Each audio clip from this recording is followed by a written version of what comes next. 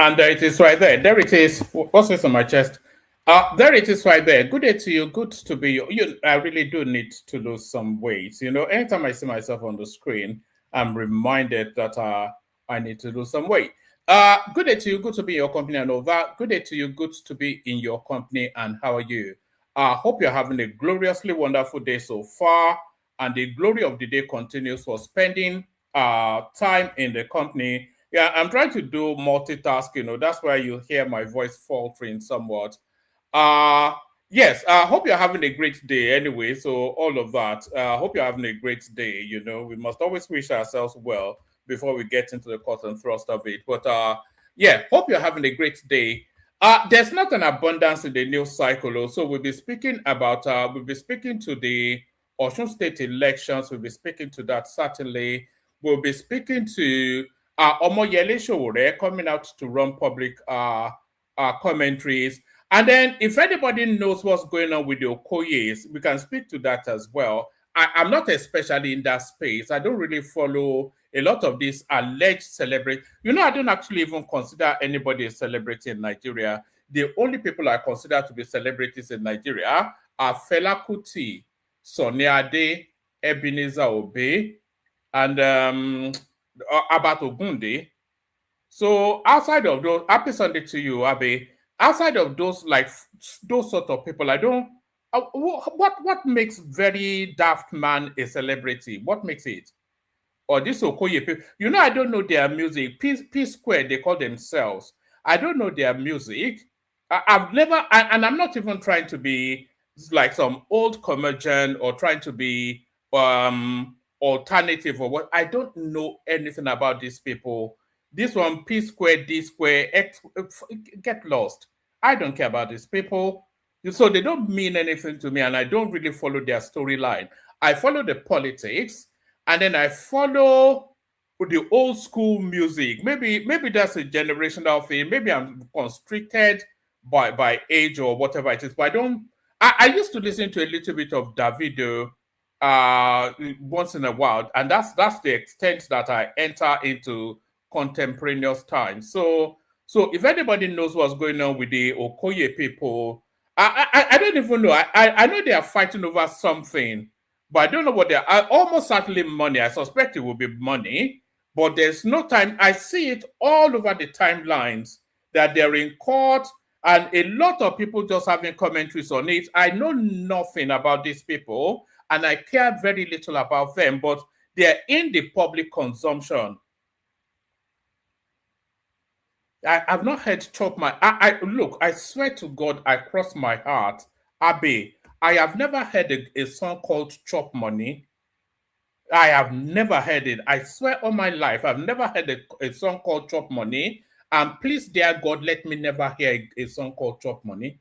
I don't care about these sort of things now. This nonsensical, non sequitur people, just irrelevant illiterates, just baboons. You know, I don't care about all these people, but a lot of people care about them. So if there's a conversation to be had, we'll have that conversation. I may not be able to contribute meaningfully to that sort of conversation, but if you want to talk about the Okoyes, then you can talk about them. Come talk about them. But I talk about politics mainly. I talk about social life. I talk about human experiences, those sort of things. That's where my interests lie. And chess. If you want to talk about chess or Formula One, I talk about that as well. If you want to talk about Formula One, then we can have a 7 hour. If you want to start from Juan Pablo Montoya, we'll start from there. If you want to start from Jacques Villeneuve, we'll start from there. So anything you want to talk about in Formula One, I'm your Huckleberry. Anything you want to talk about in chess, I am your Huckleberry. Anything you want to talk about in politics, I am your Huckleberry. But if you want to talk about Nigerian celebrities, you know, I know nothing about them. Nothing. You know, I don't care about those people. But Good. I don't even know. It's an unscripted and an unfiltered platform. We just open up and then I open my mouth and I keep my fingers crossed that there's some semblance of sense in whatever it is that I'm saying. So there's no rhyme, no reason. Well, there's rhyme and reason. Let me not say that because that's a. But we open in the hope that it will all tie together. Often instances it does tie together, especially when the panelists start to turn up. But good day to you, good to be your company and all that. Nevertheless,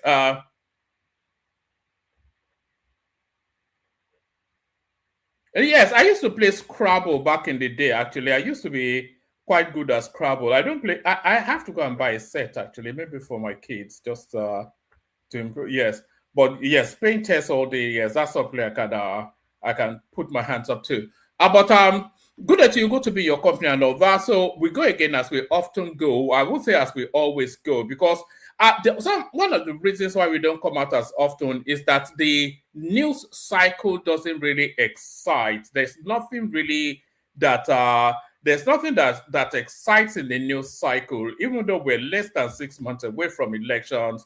There is nothing that excites in the news cycle. Let me just, if I show you this now, let me show you something.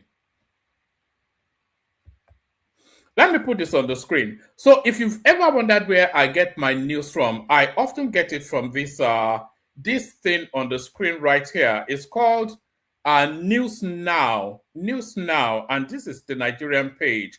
So you see this page that you're looking at now. These updates, these are the most popular things being spoken about by Nigerians. They're speaking about an Anambra billionaire called Joseph Okafor, uh, the father of Joey Zaza, who was reportedly kidnapped. They're talking about that. They're talking about Kemi Adesh Oshun's husband, who's just been buried. They're talking about that. Our federal government takes passport service to Nigerians in the UK, deploy special immigration team, whatever that means. Feni Fanikayode is tussling with a guy called Sheikh Jingia, who is talking about the contention between Muslims and Christians. So there's nothing you can. These are the things being spoken about. Uh, Okpanachi succeeds father as Odoma of Ogugwa in the gala. So I don't even know what that means. I don't really care. Oshu elections, details of Tinubu's emergency meeting with 76 APC leaders in March. So that's still concurrent. So we'll be speaking to the Osun State space actually. Lagos police probe death of law student in Lagos hostel. So RIP the student, but it's not something that especially grieves. The Nigerian women are beating them in the West African competition, football, and that is it. And if you look at this space now, so this space updates every 5 minutes. So it gives you an up to the minute menu of what's been discussed in Nigerian politics. Lagos doesn't isn't drowning for lack of roads. So there's nothing going on in the news. It's essentially what this tells you and what I'm telling you as well. So if we are not coming out with this frequency that we often come out, that's probably one of the reasons why. There's just very little to talk about. But we will find something to talk about as we often do. I will be speaking to the Osun State space. So this one right here, it tells us then that if Adeleke doesn't win that election, he will end up in prison. Just for reasons that he has just spent 4 years dancing and looting the coffers of Osun State. There is not one singular thing that you can point to as an achievement of his administration in 4 years, despite the better part of $500 million being pumped into that state over the last 4 years. The only way Adeleke can escape EFCC arrest is to win re-election. He did not employ anyone in the last 3 years. Ghost workers were unraveled through audits. He is not a smart politician. There is no way you can explain ghost workers without employing new people. So I don't quite know what that means, but I do agree that the only thing that will prevent Adeleke from spending time in EFCC custody will be his re-election. So we'll be looking at that. We'll also be looking at, you see, this one right here, it strikes me as fairly ridiculous. This is your friend, not mine, Omoyele Sowore. Nigerian workers deserve national minimum wage of 500,000 naira. So, I detest this sort of headlines on so many levels. So we'll be going through that in a moment. Still with Sowore, this is child abuse. Omoyele Sowore kicks against the use of 10-year-olds to carry sacred Osun Osogbo calabash. So this is the guy now rallying against Yoruba culture, the depth and the richness of it. So that's what is rallying against. There is child abuse that you say that some kids should carry, if that's what the deities demand. Wrong person imprisoned.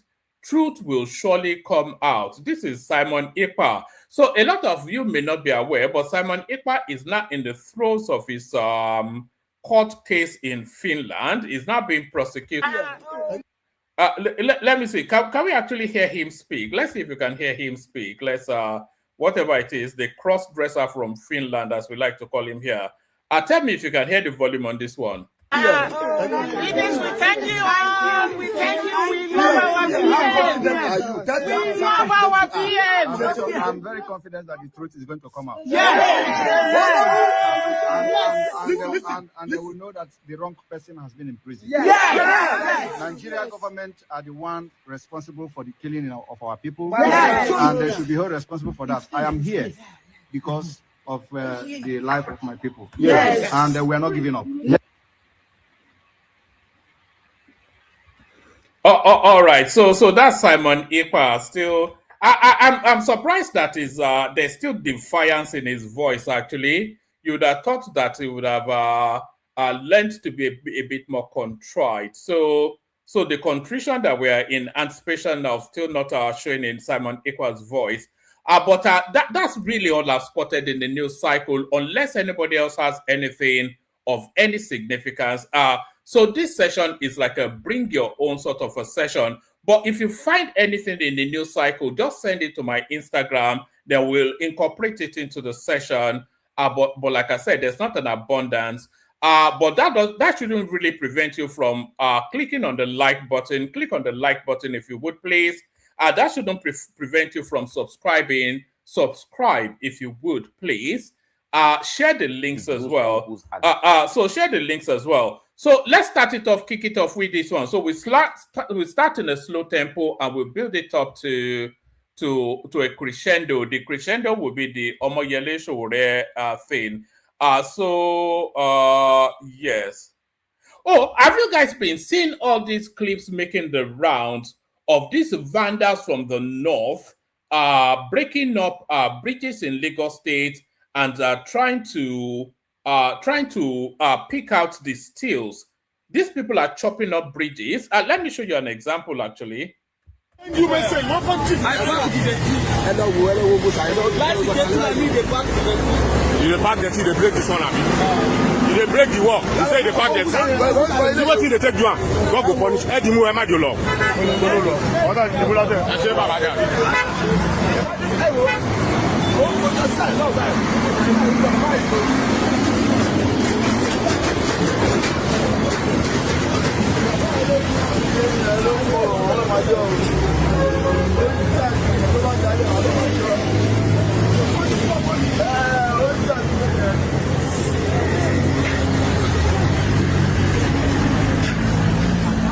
para yọ gbogbo orí yẹn.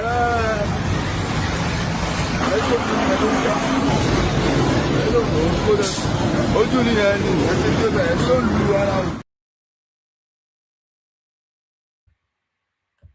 So I'm sure a lot of you would have seen some of those clips. That's what the Malams are doing in Lagos State.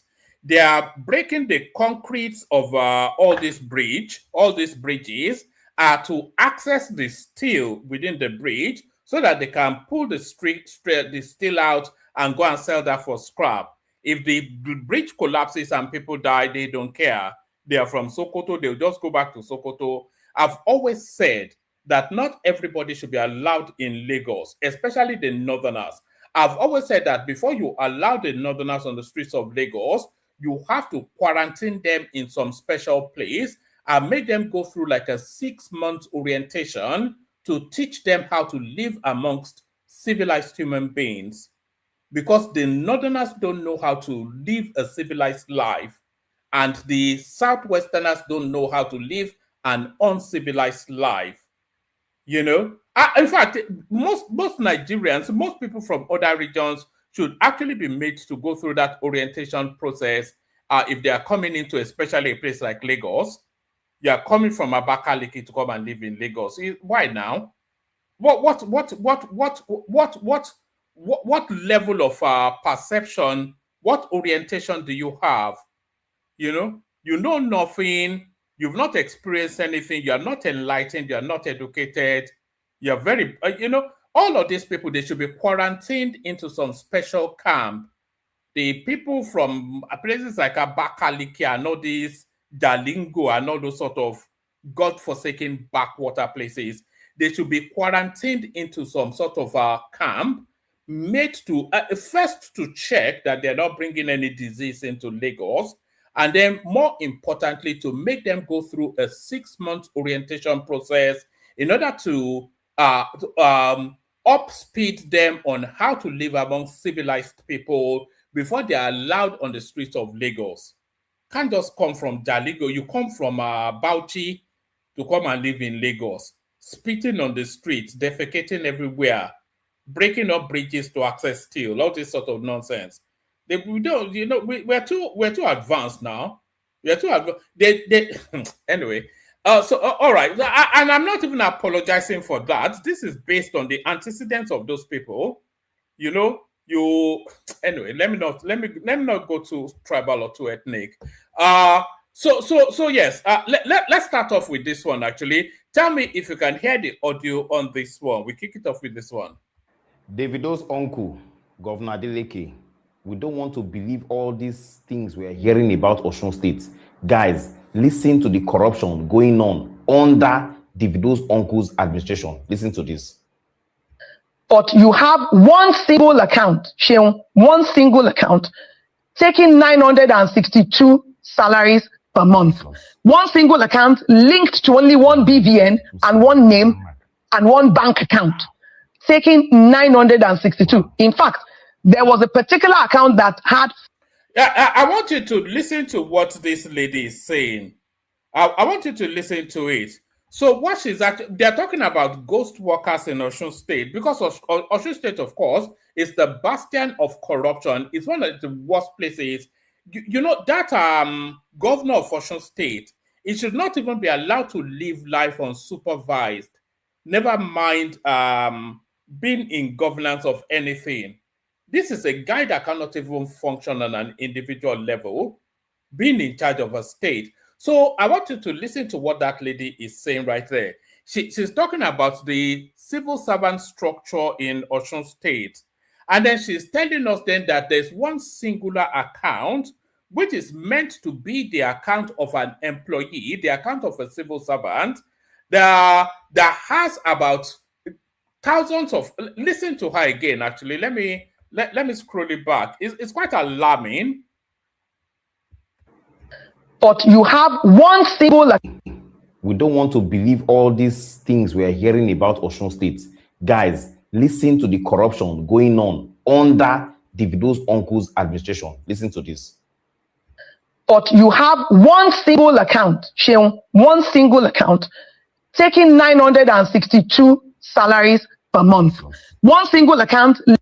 So that's the account of one single individual. So they have a civil service structure in Osun State as they have a civil service structure in every other state. So they have one single account, which is meant to be the account of one civil servant, one individual but that account actually receives payment in the thousands. So every single month, thousands of salaries are paid into that singular account.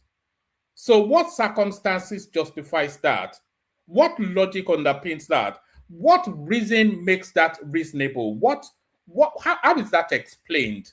That one single account of one individual registered, and almost a non-existent individual, by the way, but let's even imagine for the purposes of just clarity, for the purposes of just allowance, for the purposes of allowance, let's say that that individual actually exists. One single individual's account registered as the salary account of a civil servant is receiving payment salaries 1,000 times every month. So about 1,000 payments of salaries goes into that singular individual's account every month. So how is that explained? What logic or reasoning makes that acceptable, reasonable, orderly? It's just, there's two things that irritates me about Nigeria. The corruption being the marquee, but the one that really rankles me is the lack of sophistication. It's just outright stealing. There's no sophistry behind it. There's no elegance behind it. There's no attempt to be educated about it. They just go in there and steal money. How do you explain that? It's just unbelievable stuff. In fact, it's frightening. Listen to the corruption going on under Davido's uncle's administration. Listen to this. But you have one single account, Sheon, one single account, taking 962 salaries. One single account taking 962 salaries a month. One single account. Imagine. Let's even stop there. Why is that guy not arrested? So this guy is actually right. The only thing that will prevent that guy ending up in jail will be his re-election. Per month. One single account linked to only one BVN and one name and one bank account, taking 962. In fact, there was a particular account that had 5,615 salaries going into it every month. I suppose when you have such things, there automatically should be checks and balances on ground. In other words, red flags should have gone up and what have you, but nobody did anything. The Ministry of Finance is there. They should be the ones. Oh, okay. If we are going by the scaling that we have now, the government sets the threshold at 70,000 naira as the minimum wage. Every other state pays about 100,000, but let's go by the government's threshold of 70,000 naira as minimum wage. So you have one single account receiving in excess of 5,000 naira as payments. So multiply that 5,000 over 5,000. But let's just use 5. Let me get my calculator out actually. Calculator. All right. So 5,000,000 multiplied by 70.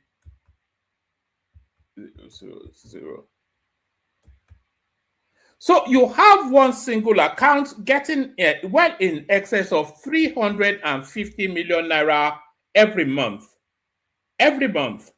If that's to be believed, though, but I don't know what the allocation is. That seems a bit excessive. But you have one single account getting well in excess of 350 million naira every month in Osun State. A salary account, though. But that guy should be, in fact, they should remove his immunity and just lock him up. Superintending on payroll, the office of such things, there automatically should be checked one BVN and one name and one bank account, taking 962. In fact, there was a particular account that had 5,615 salaries going into it every month.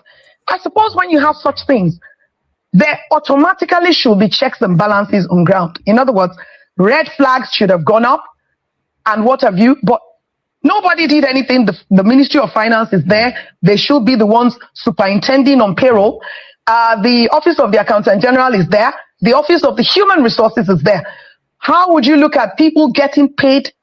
You know, some get double, triple. Quickly, Ms. Otto, these are really worrying because about a billion naira is being lost. A billion, oh, that one, just wait, oh, another one, over 99 billion, almost 100 billion.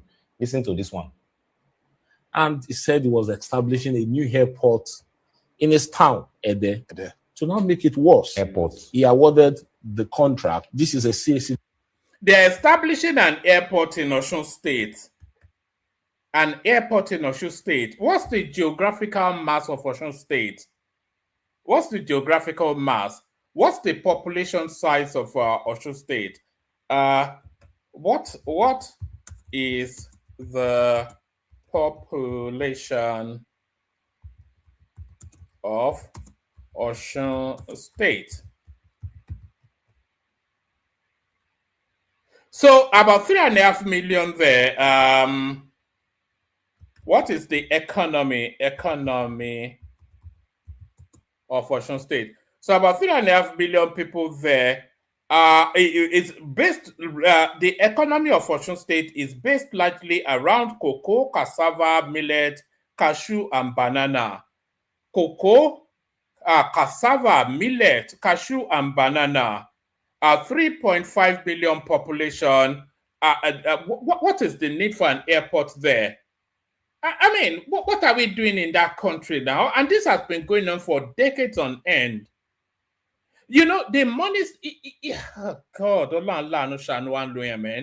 You know, the monies that goes into those spaces, man, if they've even used 40-50% of it for development, that country would have transformed.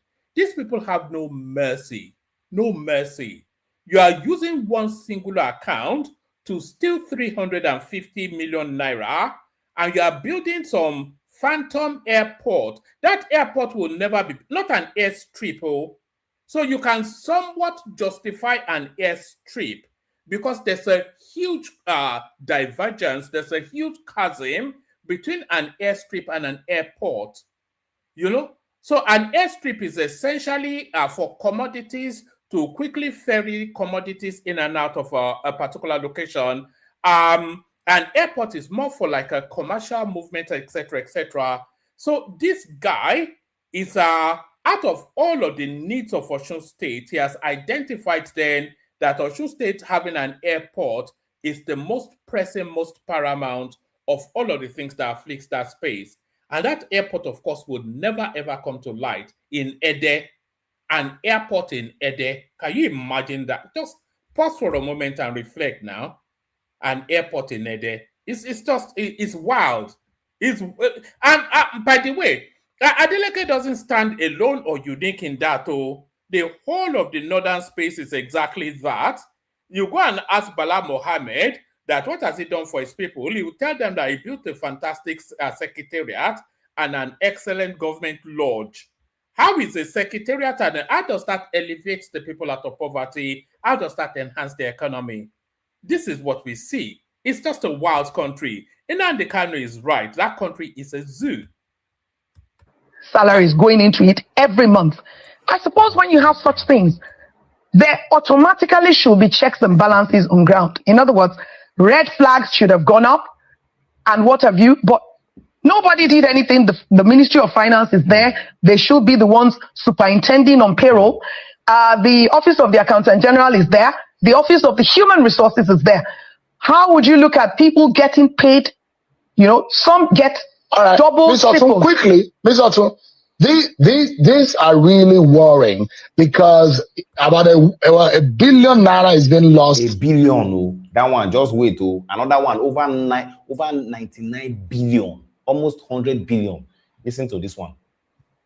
And he said he was establishing a new airport in his town, Ede, to now make it worse. Airport. He awarded the contract. This is a CAC document showing T Global Services.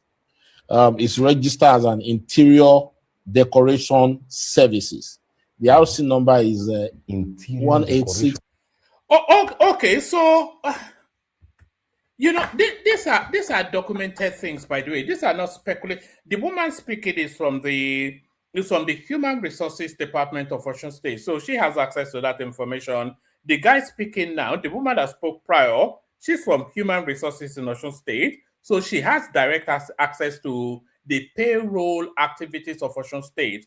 The guy speaking now is speaking from documents that is registered and available within the public parlance. So they're not speaking just off the cuff or in abstract. They are speaking based on documented, verifiable things. So this guy, Adeleke, he wants to build an airport in Osun State. Osun State, an economy, a population of 3.5 million, an economy based on maize and millet. It feels that an airport is the most important thing. So, and that's bad, but that's not bad enough. If that's not bad enough, he wants to go and put the airport in Ede. What feasibility suggests that Ede is the most ideal location for an airport in Osun State? What feasibility did they carry out to establish that Ede is the main driver that would drive that airport as a commercial viable entity? So what feasibility? The only thing that justifies, the only reasoning that places that airport in Ede is because the governor, Adeleke, is from Ede. So it's from Ede, so therefore the airport has to go to Ede. So who does he appoint? Who does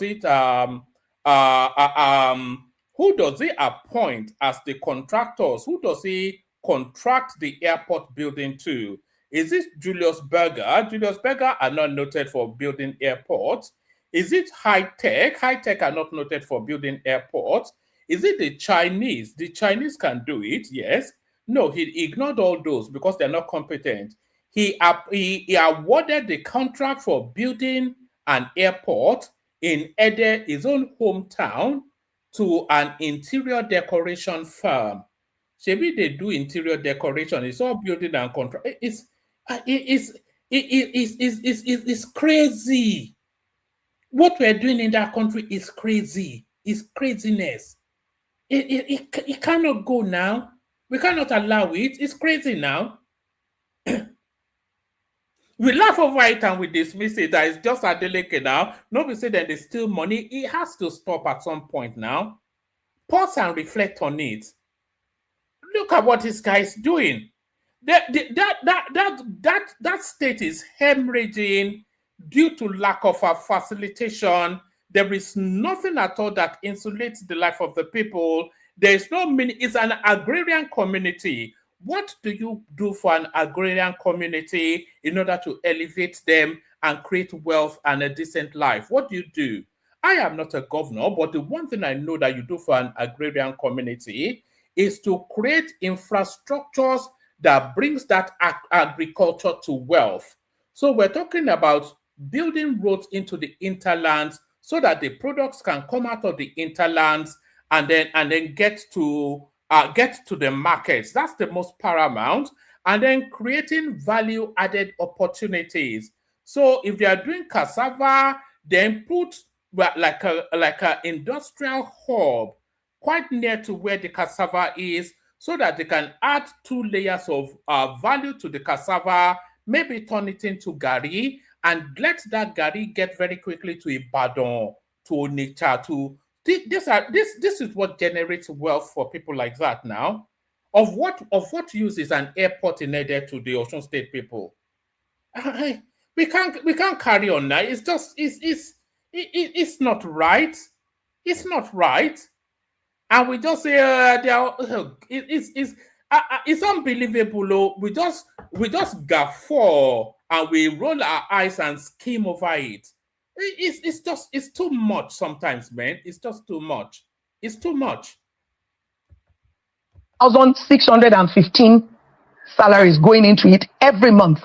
I suppose when you have such things, there automatically should be checks and balances on ground. In other words, red flags should have gone up and what have you. But Nobody did anything. The Ministry of Finance is there. They should be the ones superintending on payroll.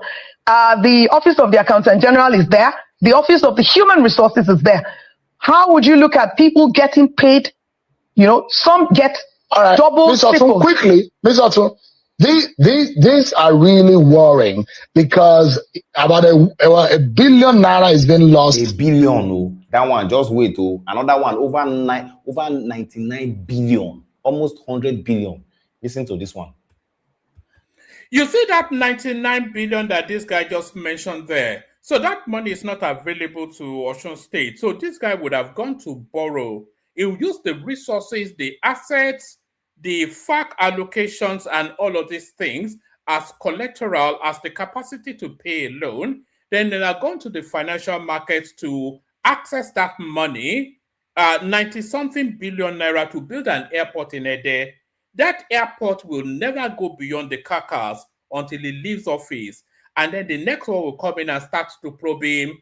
And then that one they will settle. It will give down. Then it's like a pass the baton. You know, they're really doing us bad in that country, man. We just have to pause for a moment and reflect on it. They are really doing us bad in that country. And he said he was establishing a new airport in his town, Ede. To not make it worse, he awarded the contract. This is a CAC document showing T Global Services. It's registered as an interior decoration services. The RC number is 1865472. This document was printed from the Osun State government website. You know, they now have e-procurement portal. So all the process show T Global Services Limited. It has just 15 staff registered as interior decorator, and they awarded a needless airport for 99.5 billion naira. Oh, okay, so we have to pause there to reflect on that. 99.5 billion naira contract awarded to an interior decoration firm with a 15-man staff strength. So an interior decoration firm that has employers of about 15 people thereabout has been awarded 90-something, near 100 billion naira contract to build an airport in Ede. No, that's what I said now. Then there's documents to back it up. Performing governor, Adeleke Serubawon. Listen now. Listen, so let's be clear. And the guy has the CAC documents to back it up. A near 100 billion naira contract to build an unneeded and an unnecessary and economically unviable airport in Ede. So near 100 billion naira to build an unviable airport in Ede has been awarded to an interior decoration firm that has a staff strength of 15 people to build that airport. 100 billion naira contract awarded to an interior decoration firm with a 15-man staff strength to build an airport in Ede. Good governance, according to Osun State. Good governance, according to Osun State. This document is registered as an interior, and he said he was establishing a because about a billion naira is being lost. A billion, oh, that one, just wait, oh, another one, over 99 billion, almost 100 billion. Listen to this one. And he said he was establishing a new airport in his town, Ede. To not make it worse, he awarded the contract. This is a CAC document showing T Global Services. It's registered as an interior decoration services. The RC number is 1865472. This document was printed from the Osun State government website. You know, they now have e-procurement portal. So all the process Shoiti Global Services Limited. It has just 15 staff registered as interior decorator, and they awarded a needless airport for 99.5 billion naira. That's scandalous. To what you call yes, but this is a CSC document. Wow, you know, these days are days of. Well, you know what really annoys me more than that is the way that these so-called journalists, Sowore Kimberly especially, he will just gloss over that. He will just look at that. That's a moment to pause and phone the EFCC from that studio and invite them into the conversation. But he will just glaze over it. Because, you know, Sowore Kimberly is a brown envelope journalist. He's on the take, you know. All of them, they are brown envelope journalists. The only one that I might well want to exempt is probably Maokwe Ogun. The rest of them, they are just brown envelope journalists. Just, oh God. Allah, no man. Maybe Davido's uncle does not know about all these things. Maybe. But guys, remember that D1 TV was not. Davido's uncle does not know about all these things. They awarded 100 billion naira contract in an economy that doesn't generate 5 billion a month, and the governor does not know about it. Who do you think signed that contract? Who do you think that decoration firm is? That it's Oga? They will eat us to the bone in that country. Osun State.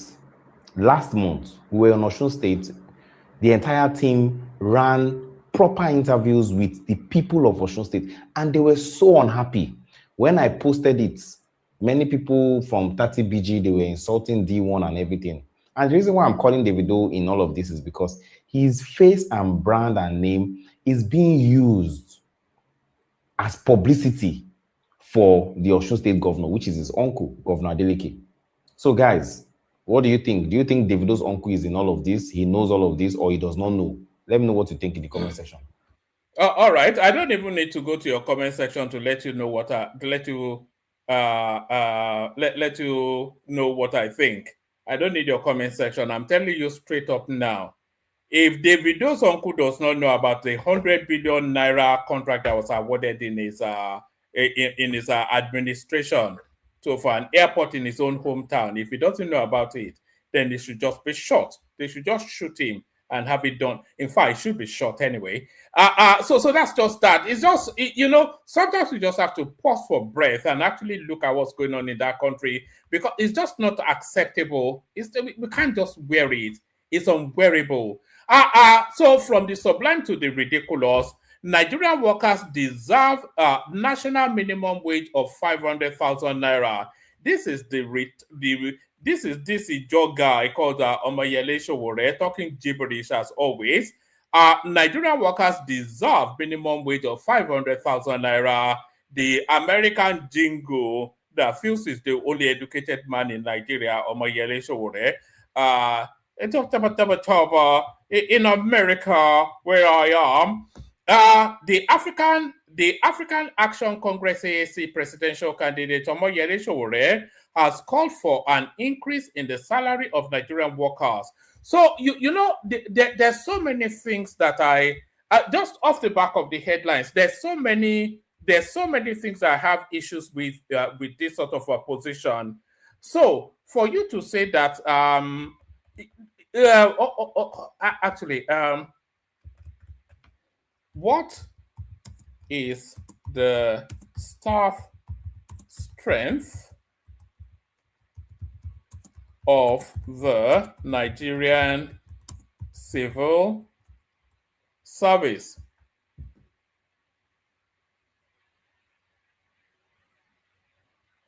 So just at the federal level alone, there are 720,000 workers. This is at the federal level. So every state has its own complement as well. So you are looking at about what, 10 million people thereabout, if not more. So if Sowore is saying the base level salary should be 500,000 naira, So, because of course, 500,000 naira would not be the level of the DG.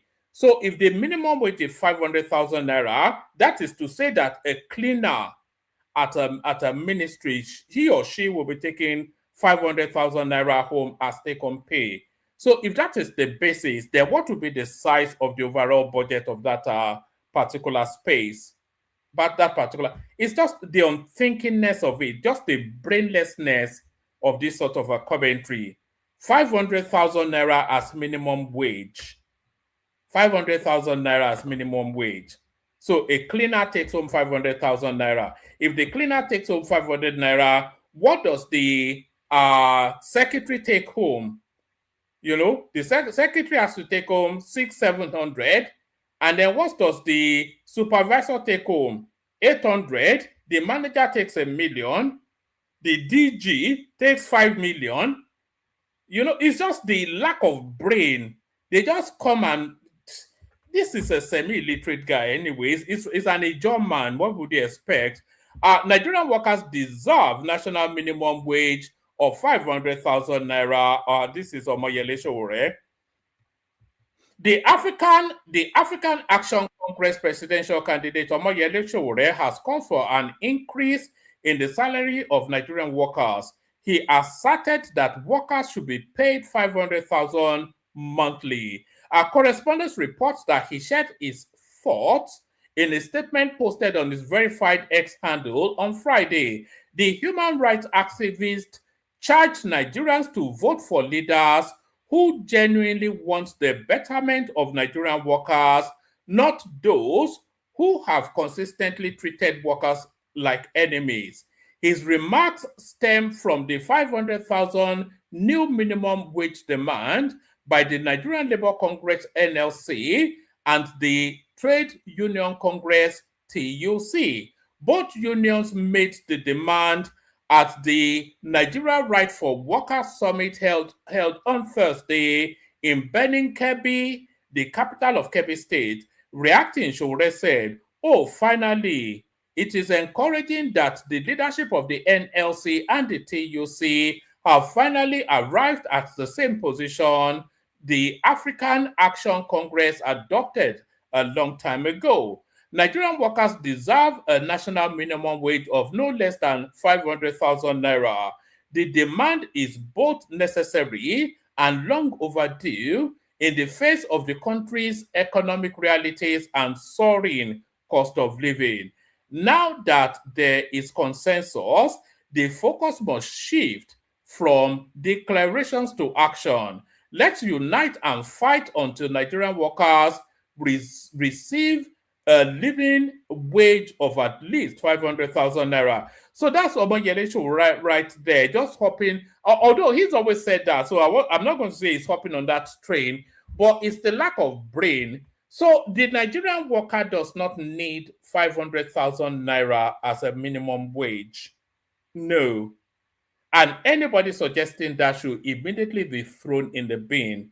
That shows a rank lack of intellect. That is as brainless a comment can be. The Nigerian worker does not need 500,000 naira. No, they don't. What the Nigerian worker needs is an economy that makes 10 naira have value. That's what they need. You know, so you don't continue to increase the wage to chase inflation. No, you curb inflation and create abundance in that economy in order to strengthen the value of the currency. So it's the value of the currency rather than the amount being paid to the workers that is the issue. And that's where the big lift is. So if 10 naira, I think I've told this story before. There was a time my dad was driving from wherever to wherever. He wasn't driving, his driver was driving. I think that then actually my sister just got into university. There was a time my dad was driving. We used to live, okay, I think we've actually moved to Oregon then. So my dad was driving through Maryland, where you used to have this UTC thing there. And they had this display of vehicles. And he paused the driver to buy a Volkswagen Beetle. He didn't plan it. So he stopped. He told the driver to drive into the dealership to buy a Volkswagen Beetle as a present for my sister for getting into university. So this is going back to the 18th century, a long time ago. You know, but what point am I making? I'm talking about the strength of the naira, because the value of the money then was such that that sort of impulsive purchase can be made. Do you understand? So it's not paying them 500,000 naira. No, it's strengthening the economy so that 1,000, so that 10 naira could feed people when we were kids now. You know, 100 naira will certainly feed somebody, you know. So we need the economy to strengthen to the point that 100 naira is a lot of money to somebody. Not it continue to increase the wage as the economy spirals out of control. So anybody suggesting whatever it is that this Ijo guy from the creeks, maybe it's too much sapele water in his diet, you know. Well, anybody, just that singular statement tells you that it's not fit for any purpose because it doesn't understand the rudiment of nation building. You want to be increasing. Where will you increase it to? If inflation spikes again, you increase it to 750, and inflation spikes again, you receive. So if you are paying them, we will get to that point by the logic of by the trajectory of the logic of Sowore's argument. We will get to that point where we have like those sort of Zimbabwe sort of economy where you are using wheelbarrow to carry money because the money has no value anymore. Do you remember when they used to use money to carry wheelbarrow to carry money in just to go and buy bread? They will pack money into a wheelbarrow in Zimbabwe to go and buy bread.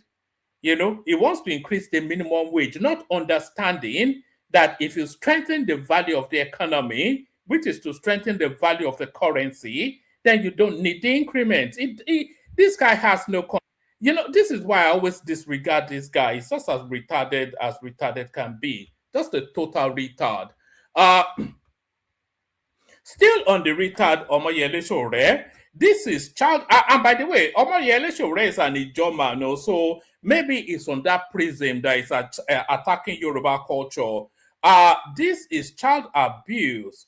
Omoyele Sowore kicks against the use of 10-year-olds to carry sacred Oshun Oshogbo calabash.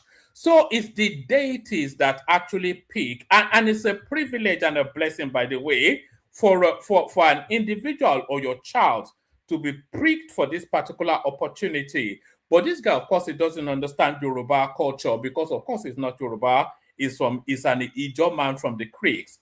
This is child abuse. Omoyele Sowore kicks against the use of 10-year-olds to carry sacred Oshun Oshogbo calabash.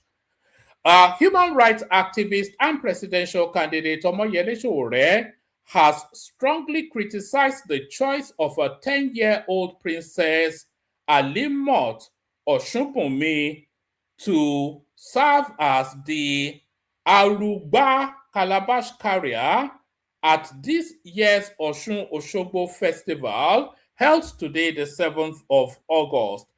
Princess Alimot led the historic annual procession to the Oshun Sacred Grove in Oshogbo, the Oshun State capital, bearing the sacred calabash containing sacrificial offerings.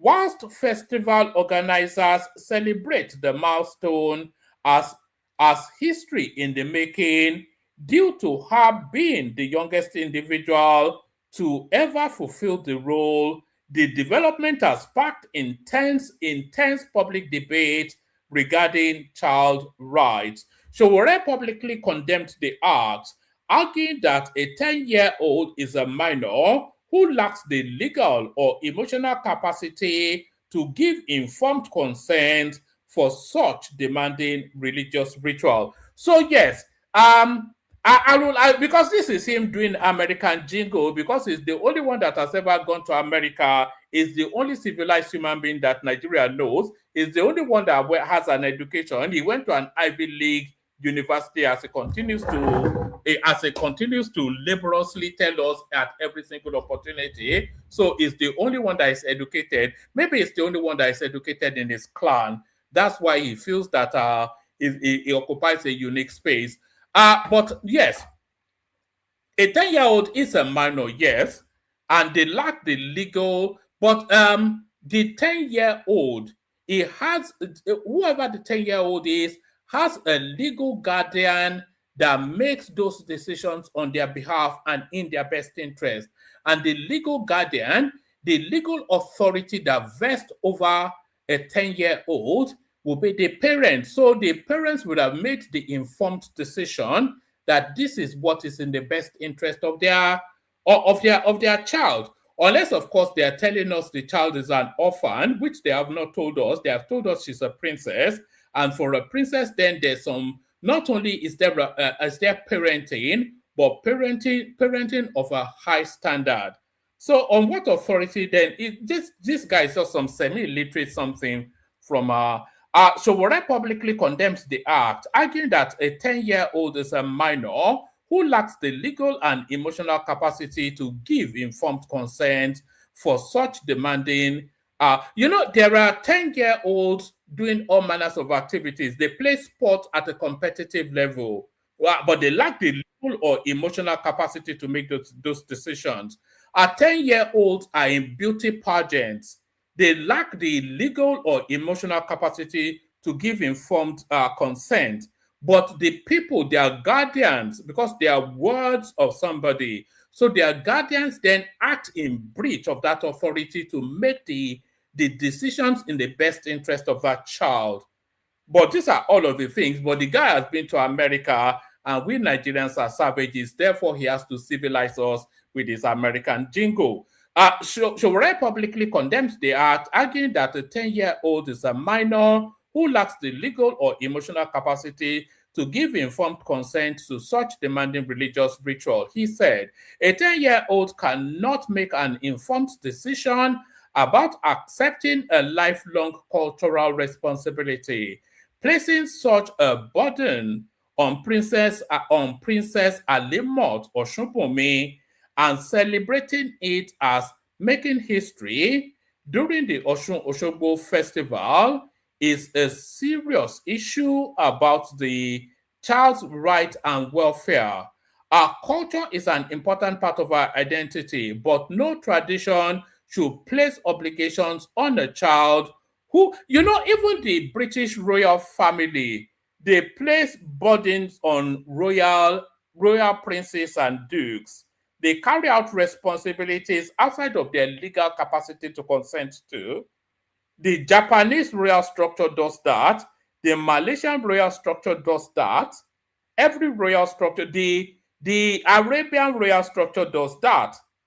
So I'm not quite sure. This guy is just some, anyways, the Sapele water is an Ijaw man, as you know, Sowore. Human rights activist and presidential candidate Omoyele Sowore has strongly criticized the choice of a 10-year-old Princess Alimot Oshunpomi to serve as the Calabash carrier at this year's Osun Osogbo Festival, held today, the 7th of August. Princess Alimot led the historic annual procession to the Osun Sacred Grove in Osogbo, the Osun State capital, bearing the sacred calabash containing sacrificial offerings. While festival organizers celebrated the milestone as history in the making, due to her being the youngest individual to ever fulfill the role, the development has sparked intense public debate regarding child rights. So, it's the IFAS, they would have consulted the deities in order to identify who the carriers are. So if Sowore is repudiating, then it's repudiating. If it's rejecting this and casting aspersions as it being uncivilized, then he's repudiating the Yoruba culture and our ways. So he can repudiate it as an Ijaw man, but we stand by what we stand by as Yoruba people. Princess Alimot led the historic annual procession to the Osun Sacred Grove in Osogbo, the Osun State capital, bearing the sacred calabash containing sacrificial offerings.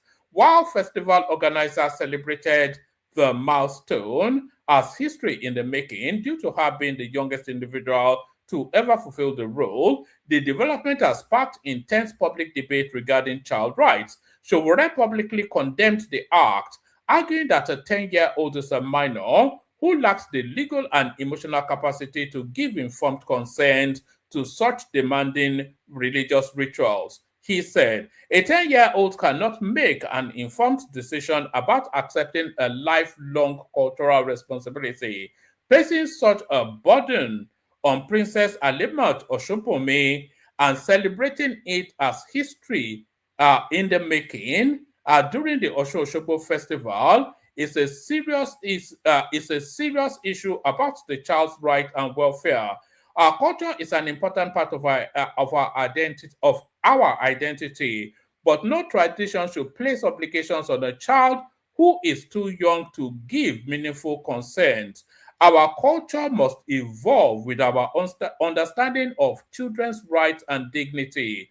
Protecting children should always take preeminence over preserving practices that impose responsibilities they cannot freely choose. A child deserves the freedom to grow, learn, and choose their own path when they are old enough. That is how culture remains both meaningful and humane. The young princess was selected to the revered position in March 2025 through traditional Ifa divination. So what Sowore is actually standing against is Ifa.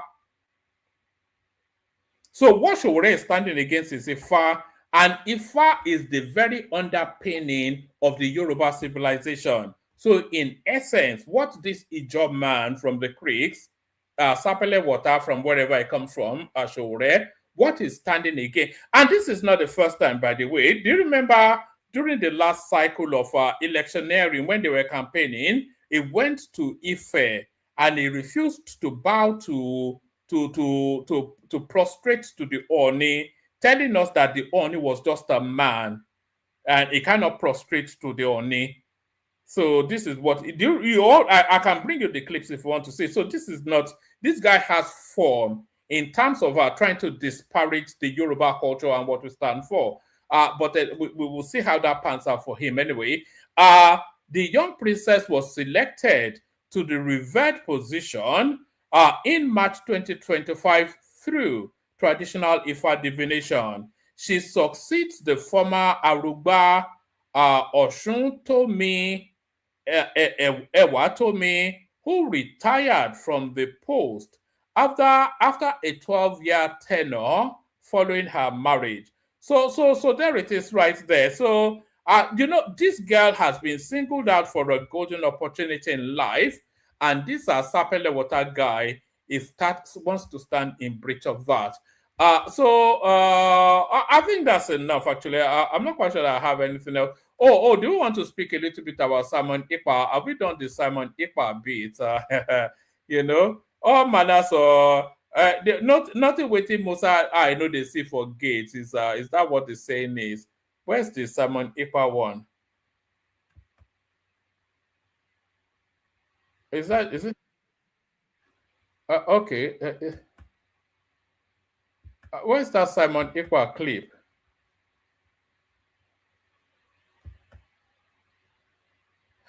All right. Let me take you to this one. Wrong person imprisoned. Truth will surely come out. Simon Ekpa speaks on his sentencing by Finland court. So has he been sentenced? Self-acclaimed Prime Minister of the Biafra Republic in exile, Briggy, Simon Ekpa, has expressed belief that his sentence by the Finland court would be reversed. Last year, the secessionist was convicted of terrorism-related offenses, linking him to the killings in the southeastern part of Nigeria.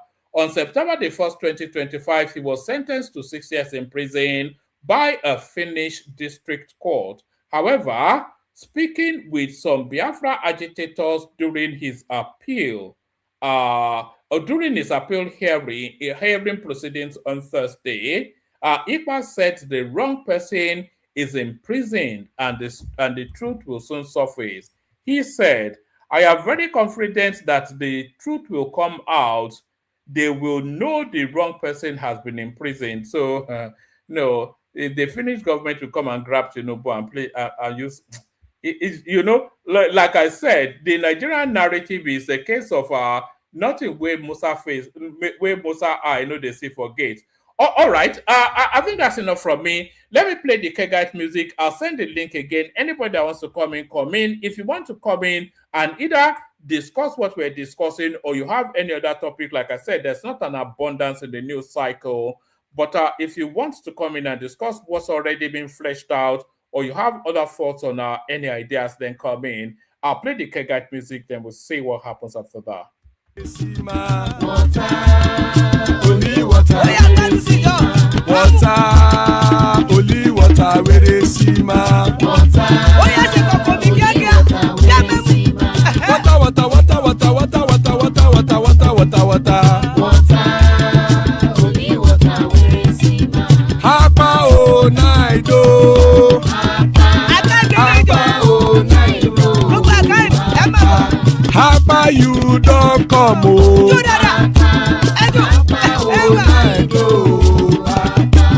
Hapa o naido.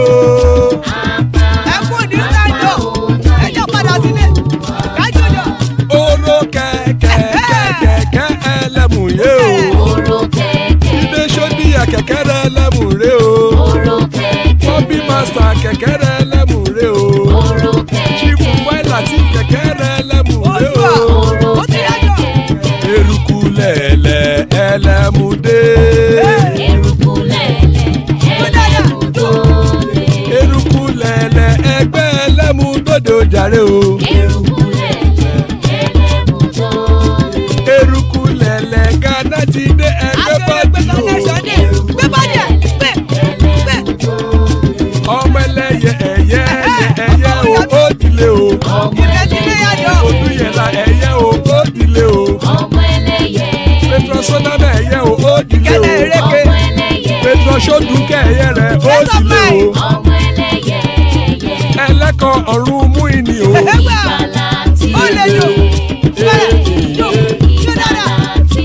Àkùkọ ọ̀run méjìkọ.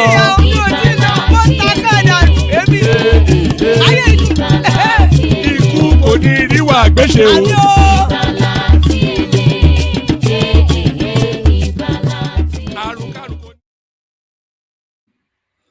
And it is right there. Ikuko ni Agweshe, Amiapo. Ikuko ni Agweshe, may death have nothing to do with us. So joining us, with great delight, General Thomas. Always a delight to have GT here, General Thomas. Solly is in the house, the Amobo of Amsterdam. There's Zita right there, the first lady of the platform. That's the Patrick Kuche right there, the first drunkard of the platform, and that is Patoski right there, the uncle of the platform. So thank you one and all, lady and gentlemen. Thank you for joining us. Still more spaces. Anybody wants to hop on. Anybody wants to hop on. We do a 5-7 minutes quick monologue for just to whip around everybody, and then we open it up to a broader conversation. Start it off, kick it off with Solly if it's ready. Solly, wagwan. Hello. Salam alaikum. Why do you keep telling me all these religious things like Happy Easter and Salam alaikum? Me, I don't care about all these things. What do you care about? Are you an Ifa man? Where do you place your faith? Where do you? He's an atheist. He's an atheist. You know, with these atheists and non-religious people, when something something shocking happens to them, do you know the first thing they say? They say, "Oh my God." They say, "Oh my God," or they say Jesus. All these people, atheists, though, I don't believe in any religion. If their car runs out of thing and they are careening towards an accident, they will say, Jesus. Jesus, Jesus. That's the first thing they will say, but they don't believe in They don't believe in Jesus. Can I speak for myself? Sally. Carry on, the floor is yours. I talk like Zita. All Hello? these people, they claim atheist and everything, but when Yawa boss, now Jesus then go first call. Can I speak for myself? Let's Zita just have a second and then the floor is yours. See, Sally and one man, when you say, I don't believe in any religion, it's like you misunderstand. We misunderstand what religion is. You are restricting it to Christian, Muslim, Hindu, blah, blah, blah. That is not actually what religion means. Religion means actually what you believe in. So every human believes in something. So it might be believing in yourself and your powers and your instinct. It doesn't necessarily mean it must be Christianity. It must be Islamic religion or something. So, sorry, you believe in something. No. I think you are conflating faith with I'm religion. not conflating things. I'm not. Can I speak for myself? Yes, speak for yourself. But before you speak for yourself, I want to tell you believe in something. Don't say you don't believe in all those nonsense. No, he believes There's in something you he believe believes in. in one manner. I'm the religion that Solly worships. He has been worshiping me for 4 years. Solly, God. 7 minutes. Yeah. Oh my God, one man, don't do this. Don't be like VDM that thinks that everything has to be around him. But I never ever. You know that VDM, Mabinu Jo Solly. That VDM, I can't wait. Come up in no Loruka. No boy and Loruka. It's just a miscreant that is thriving. Is thriving in Nigerian society, just like Nigerian pastors. The environment is perfect for them. You know, once Nigerians start supporting somebody, they don't care if that person finishes their family. It's just, you know, they don't want to look bad that they supported somebody like that. So they will stay there until they die. But anyway, Sha, I never said I was atheist. I've never said that before. I said I'm agnostic. But when I'm in Nigeria, I practice, you see, I practice Ifa. In fact, let's go as terrible as we want to go to. I'm part of the people that can cut goat head, cut chicken head, and roll it around my head because it scares Nigerian. You know, if I want to buy land, I would rather put goat head around it and put ebo everywhere because the average Nigerian will be more scared of it than me securing the place with fence and security men. You know, so I use their low IQ and lack of exposure against them. But I don't believe in it, Sha. But I'm agnostic, you know. So I use their limiting beliefs against them. Because if you try and use Jesus or Islam against the average Nigerian, they will just misbehave. But if you tell them that you are using Babalawo, they tend to behave themselves. I hope you understand my point of view. It's not as if I believe in the Babalawo. I just know how some of those Nigerian miscreants behave and they are thinking. So, yes, what are the topics, please? Because you mentioned a lot. Yes, no, I didn't actually mention a lot because there's not an abundance. I was actually encouraging people to come in with their topics. Well, we're talking about Sowore telling us that he will make the minimum wage 500,000 naira, which is to tell you that yes, the average cleaner will take 500,000 naira. Then how much will the DGs? We're talking about that. We're also talking about the Osun elections upcoming, yes, and the saga of Adeleke, and still with Sowore lampooning the Osun Osogbo festival and all that. So those were the spaces. We wanted to talk about the Okoyes as well, but I don't know anything about it. I'm not sure if you are following that space or not. The Okoye brothers that are embarrassing each other in public. You know what? Let's start with the Okoye saga. The moment I heard that VDM was involved, you know, I just backed out. I didn't even want to know anything about it because I already have researched that guy. You know, once you have constant, you continue to portray fake evidence. You never apologize when you are wrong. You continue to push and push, and you have no credibility. You are taking money from the poor. You are letting the local government go. You are collecting money from pastors. You are collecting money from people you criticize. You are collecting money from government that is, it's just a snake. Government did not do the work. You collected money from the poor to do the work. Then you collected money from government so that you can protect the government from not doing that same work you collected money from poor people to do, just to make yourself look good.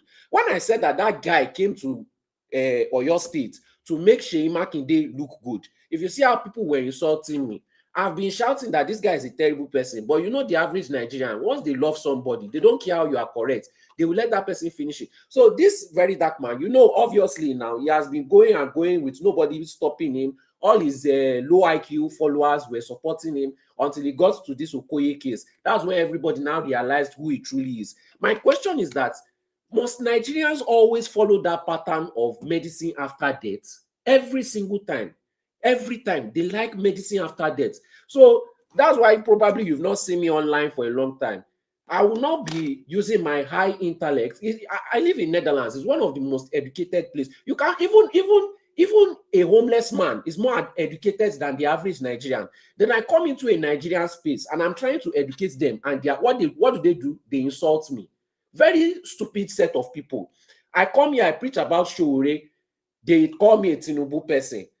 But when Alex Oti is, celebrating Tinubu, they keep quiet. That tells you that they have a lot of bias. Someone from your own tribe is stealing your money. Your governor is stealing your money, is from your tribe.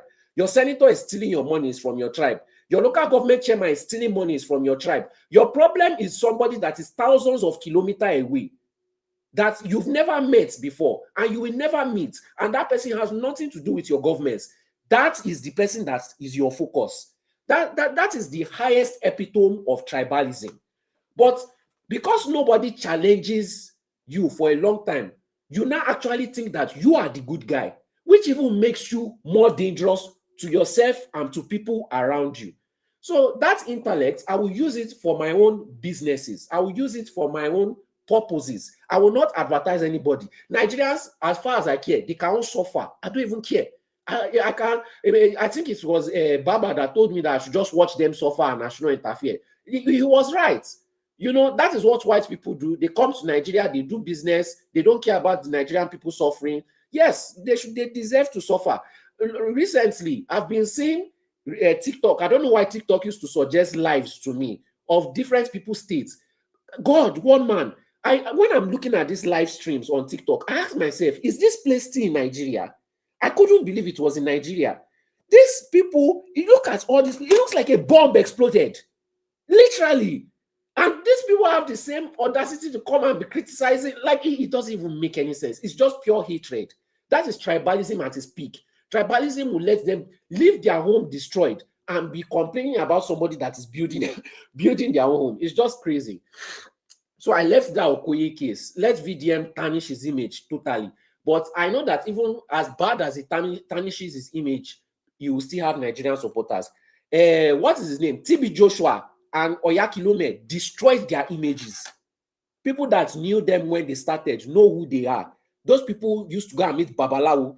Nigerians found out. Nigerians did not care. Nigerians pushed those people to become one of the richest pastors in Nigeria, that they were even setting up branches abroad. We saw all these things. Nigerians love their oppressors. They will continue to be oppressed for the next 10, 20, 30 decades. They will continue to be poor. Nothing is going to change. The only thing that will change are the people that are taking advantage of the situation right now that we have a southern president. Even in the Bible, because I've read the Bible, I think maybe like 5 times from beginning to the end. Joseph went to Egypt and they had a period of harvest. Was it not like 7 years? After that 7 years period of harvest, you had 7 years of suffering, 7 years of famine. Nigerians are in the period of harvest. But instead of taking advantage of that harvest and making hay while the sun shines, they are busy complaining. It is until power returns back to the north and North wants to take their vengeance. That is when they will see how foolish they have been. Instead of them to take advantage, build, everybody build in your region, protect yourself.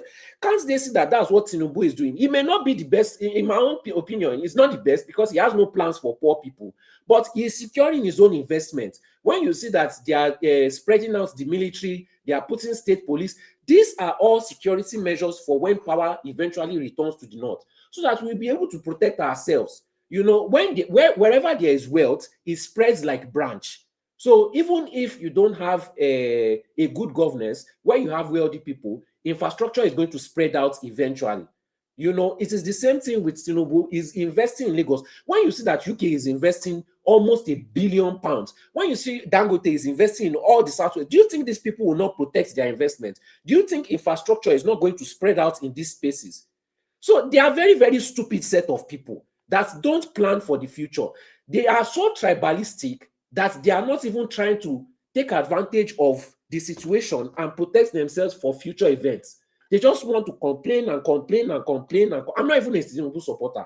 Even their own politicians are trying to tell them that this is what is happening. They just don't want to hear it. So when we come back to Sowore, we need a Sowore in our society. He's not a do or die politician. He's just being forced to be in that position. It's just like you are in Nigeria. You have to be forced to tell government to do your road. Are you in government? No, but you have to push for it because government has a very lackadaisical attitude towards doing their work. You have to push. You have to, go and meet them in their meeting. You literally have to force them to do their work. That is the position Sowore is. He's a human rights activist being forced into politics. So if he doesn't get something right, criticizing him is a form of, jealousy. And that's what I'm getting from it. He's not a do or die politician. Hold on. Let me just finish. He's trying to lay the foundation for a different kind of politics. If you don't have somebody like Sowore in the society, when he's pushing for higher minimum wage, that is when you notice that the politicians are also talking about it. That is when they started talking about it. Sorry.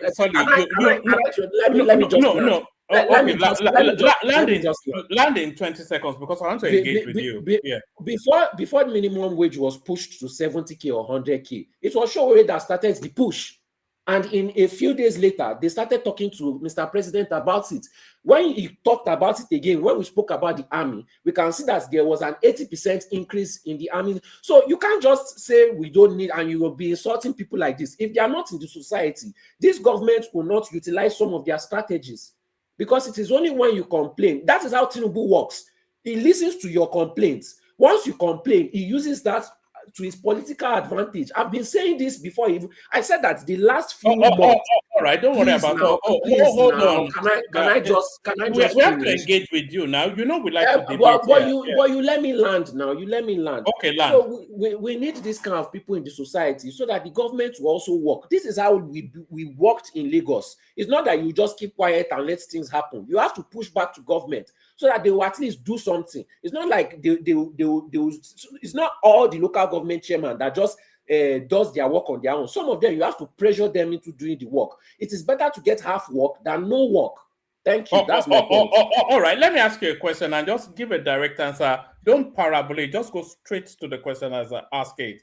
Do you think that increasing the minimum wage to 500,000 naira is the best panacea that will alleviate or ameliorate or insulate? It won't alleviate it, but will it ameliorate it? Is increasing the minimum wage to 500,000 naira? Is that what will lessen the suffering of the Nigerian person? No, it will not. But when you take a girl out on a date, you can tell her, will you have sex with me? She say no. Will you tell her, will you kiss me? She will say yes. That is how you negotiate. All right. And what do you think the impact will be if you increase the minimum wage to 500,000 naira? I don't think it's feasible for all sectors. But you see, when you ask for things like this, you get halfway. Halfway is what we've gotten. Sorry. How do you think that increment will affect inflation? The government has implemented it in a strategic way. It did not increase the minimum wage for everybody. It increased it for the soldiers. So, and it wasn't even 80%. They increased it for all workers now from 30,000 to 70,000. Yes, but it is being put strategically. It is not for it is not for everybody. What do you mean it's not for everybody? That's the standardized national minimum wage. For everybody. The 180,000 for the soldiers is not standardized. No, for everybody. No, I'm talking about them moving the minimum wage from 30,000 to 70,000 naira. But my wider question is, if we're going by, because he's saying that people should agitate and then push for this, if they increase the minimum wage, so if you're talking about the minimum wage, that's the base level that any worker should take. So that tells us then that a cleaner in a ministry will take 500,000 naira. So hold on now, let me ask the question and then give the response. If that flies through and the government acquiesces to that, how do you think that will impact on the economy in terms of inflation, for instance? I've explained to you how negotiation works. You ask for the highest, but that's not my question now. He is asking for that. I'm asking if the government because if Sowore is insisting that the minimum wage. Oh, hold on, just hold on. You get the chance to respond. If Sowore is insisting that the minimum wage should be 500,000 naira, that is to tell us then that if he is president, the minimum wage would be 500,000 naira. So how would that impact on the economy in terms of? Let's start from inflation. Never mind the burgeoning of the national budget in terms of the salary. But how does that, if you pump that money into the economy, how does that impact in terms of inflation? I feel like you are just trying to flog at this argument. If it gets there, I don't think it's going to put the minimum wage at 500,000. It's a negotiation. And this is how you deal with Nigerian government. And this is coming from people that have dealt with Nigerian government. When you go and deal with Nigerian government, you don't ask for the bare minimum because they will give you below the bare minimum. You ask for as much as you can, and they will give you whatever they can do. That is how you have always, if you really want to get results dealing with Nigerian government, that is how you negotiate. If he asks for 500,000 and they give 200,000, then that is a win. Oh, all right. What I'm trying to explain to you. Is Sowore a trade unionist or a presidential? But that's not what he said. Now he said 500,000. Yeah, hold on, Azita. Is Sowore a trade unionist or a presidential candidate? This is the reason why I don't like to have conversations with Nigerians. Because you know what. You don't have to attack me now. Please, I'm asking you the question. Hold on. Can I speak? Yeah, you can speak, but hold on.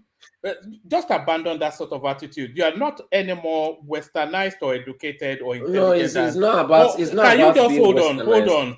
Pack all that. The Nigerians, this, that, and the other. You are no more westernized or educated or intelligent than any single person here. So go directly to the question that I'm asking you. I'm asking you directly. If you don't have to answer it, is Sowore a trade unionist or a presidential candidate? There's a reason why nobody wants Nigerians in their country. There's a reason why people are. There's a well, you are in the Netherlands. Can you let me finish my conversation? Go on. There's a reason why people just avoid Nigerians. There's a reason why Nigerians stick to only Nigerian society. They claim that it's because they want to spread their culture amongst their people, but it's a lie. Nobody wants to interact with Nigerians. I've had this simple conversation with you. I've explained the point of view, but you are still sticking to something that you can use against him. I've explained. I don't know why we are flogging and continuing to stick. One man. If I sit down here and we start going word for word for every single thing that Tinubu has said, you will sit down here, you explain to me your point of view, you break it down for me, and I understand. That is how to have a civilized conversation. But you want to just should we sit down here and start arguing balablu? Don't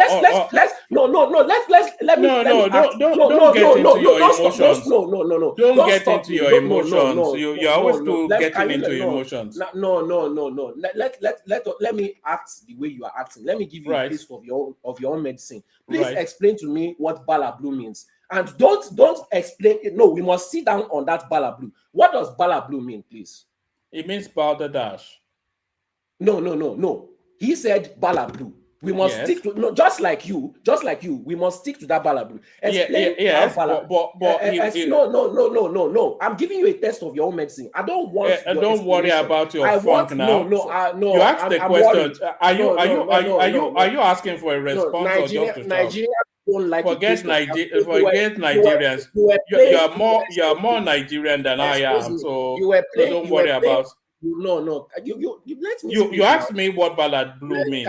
Can you let me speak? No, you asked the question. You asked. Do you want the response?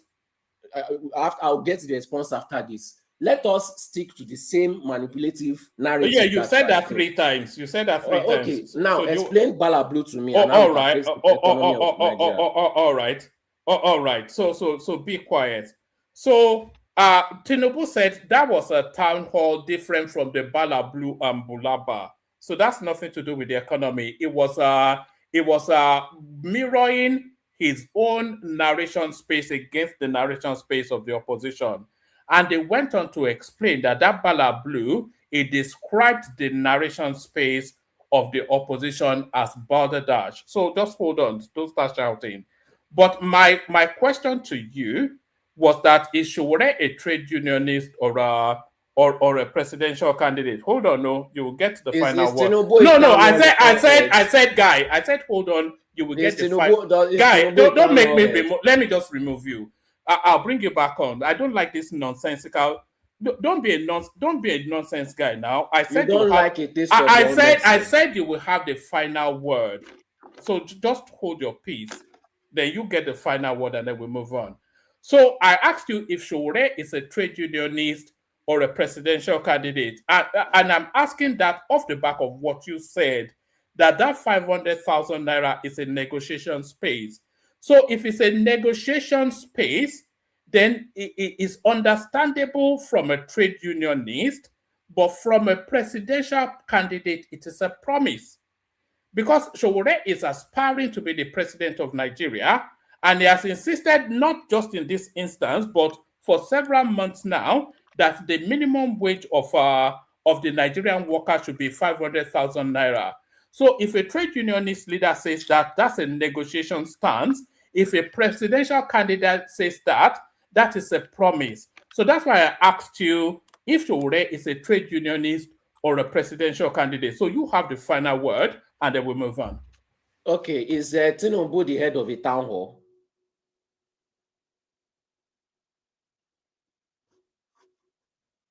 That's my question back to you. Is Tinubu the head of a town hall? Hello?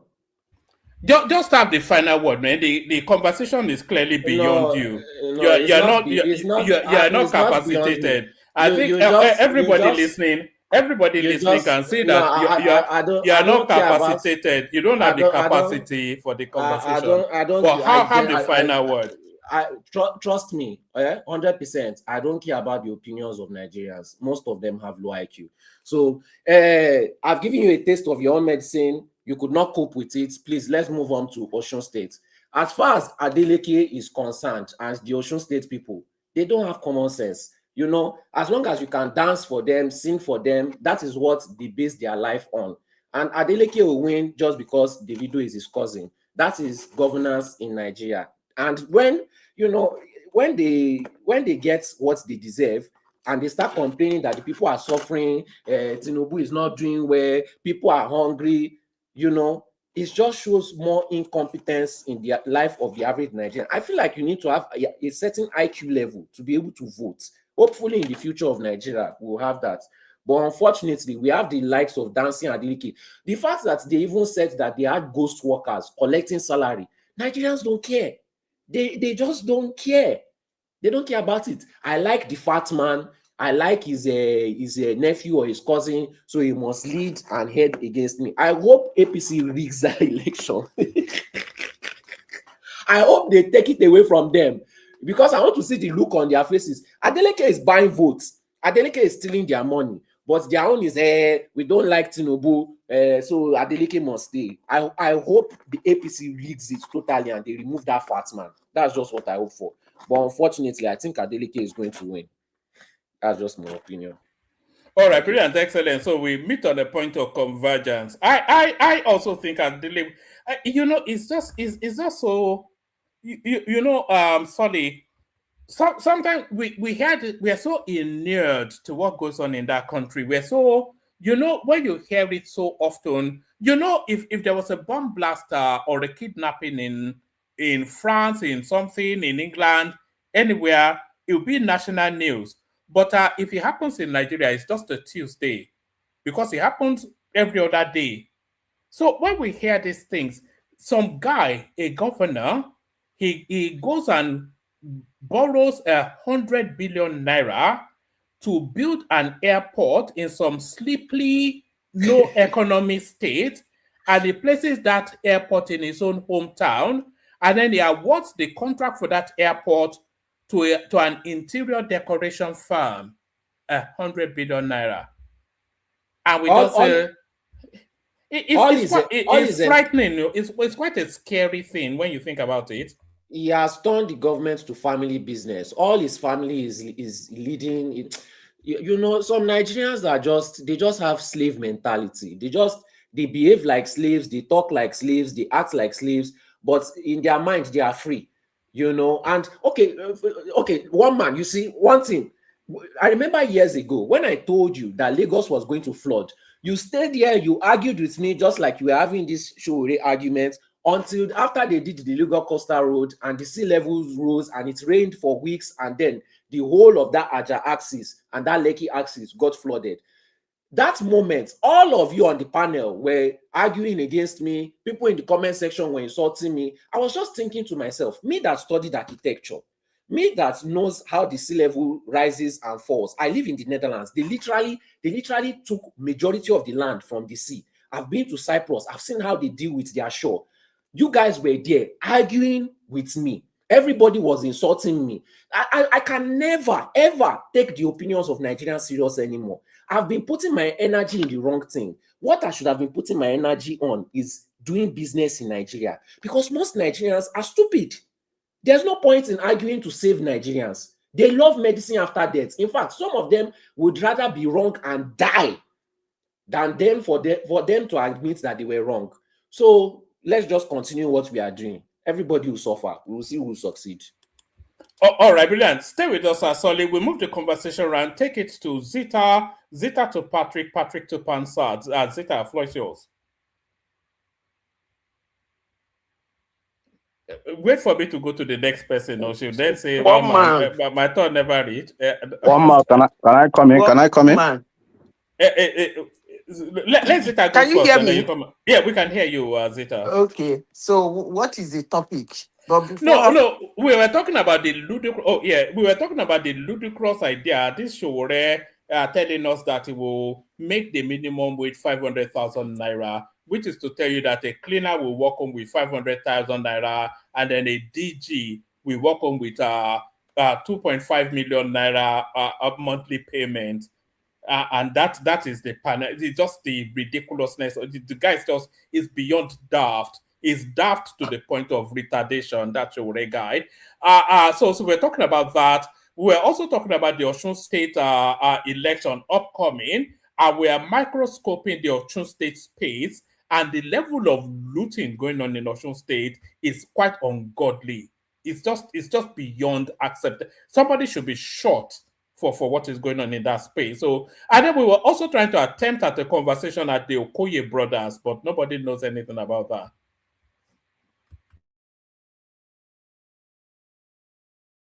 First of all, before I even start, I have to say that when I hear sentences like Nigerians are stupid,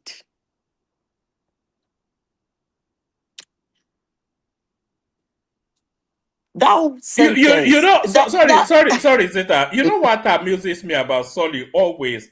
It's like he talks about Nigerians in the third person, as though he was from the outside looking in, because of course he lives in the Netherlands and is a Dutchman now. But please, can I say something? Did I say all Nigerians? You can You said Nigerians are. Nigerians. You You said didn't make Nigerians are. exception. You know. Okay, what I mean is most Nigerians. And when I say most, I would say over 90%. Okay. Actually, one man, when you listen to some Nigerians, you can't but believe Nigerians are stupid. That's all I can say.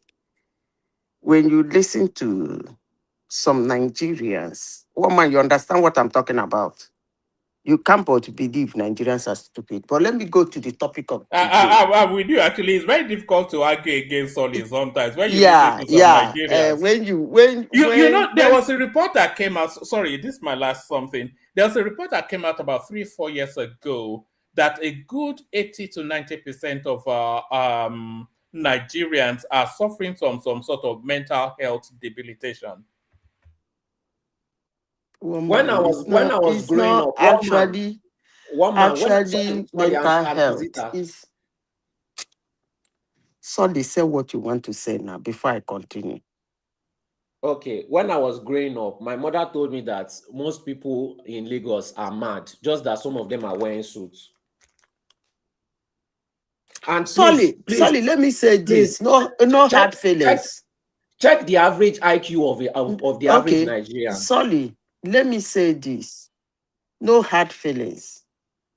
If somebody actually listens to you and the way you argue as a Nigerian, not minding that you live in Netherlands or must have acquired any other citizenship as we always do, how do you think that person will accept you?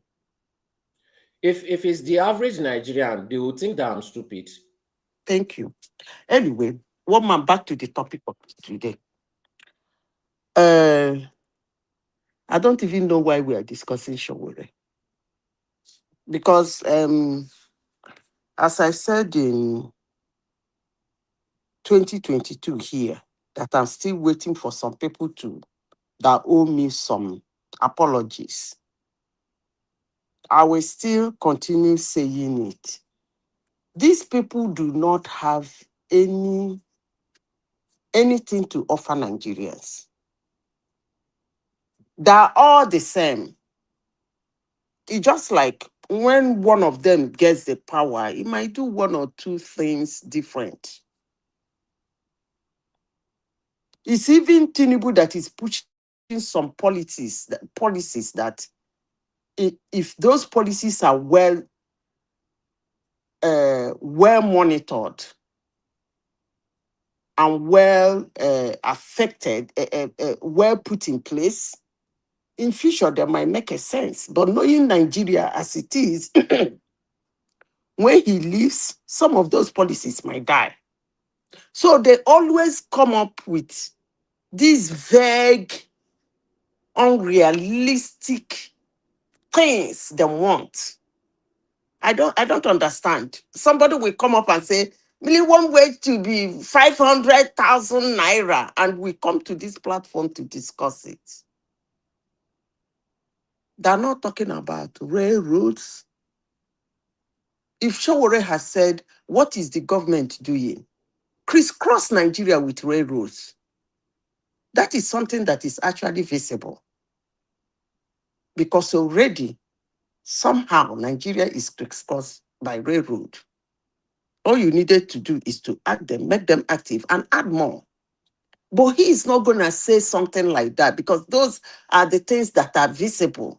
Those are things that are achievable. Those are things that will benefit every Nigerian.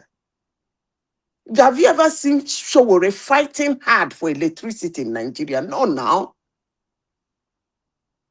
He doesn't know that with constant electricity in Nigeria, somebody can live comfortably with 50,000 naira a month as minimum wage.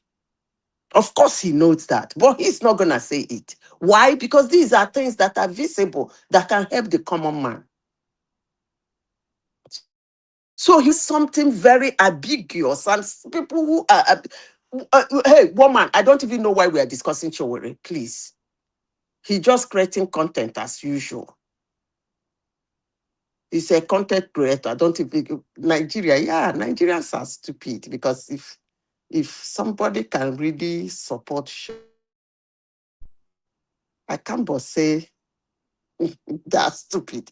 Woman, what is the next topic, please? Yeah, we're also looking at the. Are you indirectly saying I'm stupid? Well, I think that was direct. That wasn't indirect. Now was All that right, indirect? all That was right. that was a direct job right there. Now. That's very good. We have set the foundation, and thank God we are Yeah. doing students. We've set the level playing field. See, all right. let me say. Let me take you to another before I Solomon like says. quoting Obasanjo. You know, when Obasanjo was running around for 2007 election, they asked him, who will win the election? He said he doesn't know. But he only know the one that he know the person that will not win. I know people who are make I shut up my mind. One man, give me the next topic. We're also talking about the Osun State election, which is upcoming. It's on the 15th, which is in 5 days' time from now, actually, which might well mark the end of, hopefully, Adeleke as the Osun State governor. That means you are not following the politics. Well, let me take you to, then you can.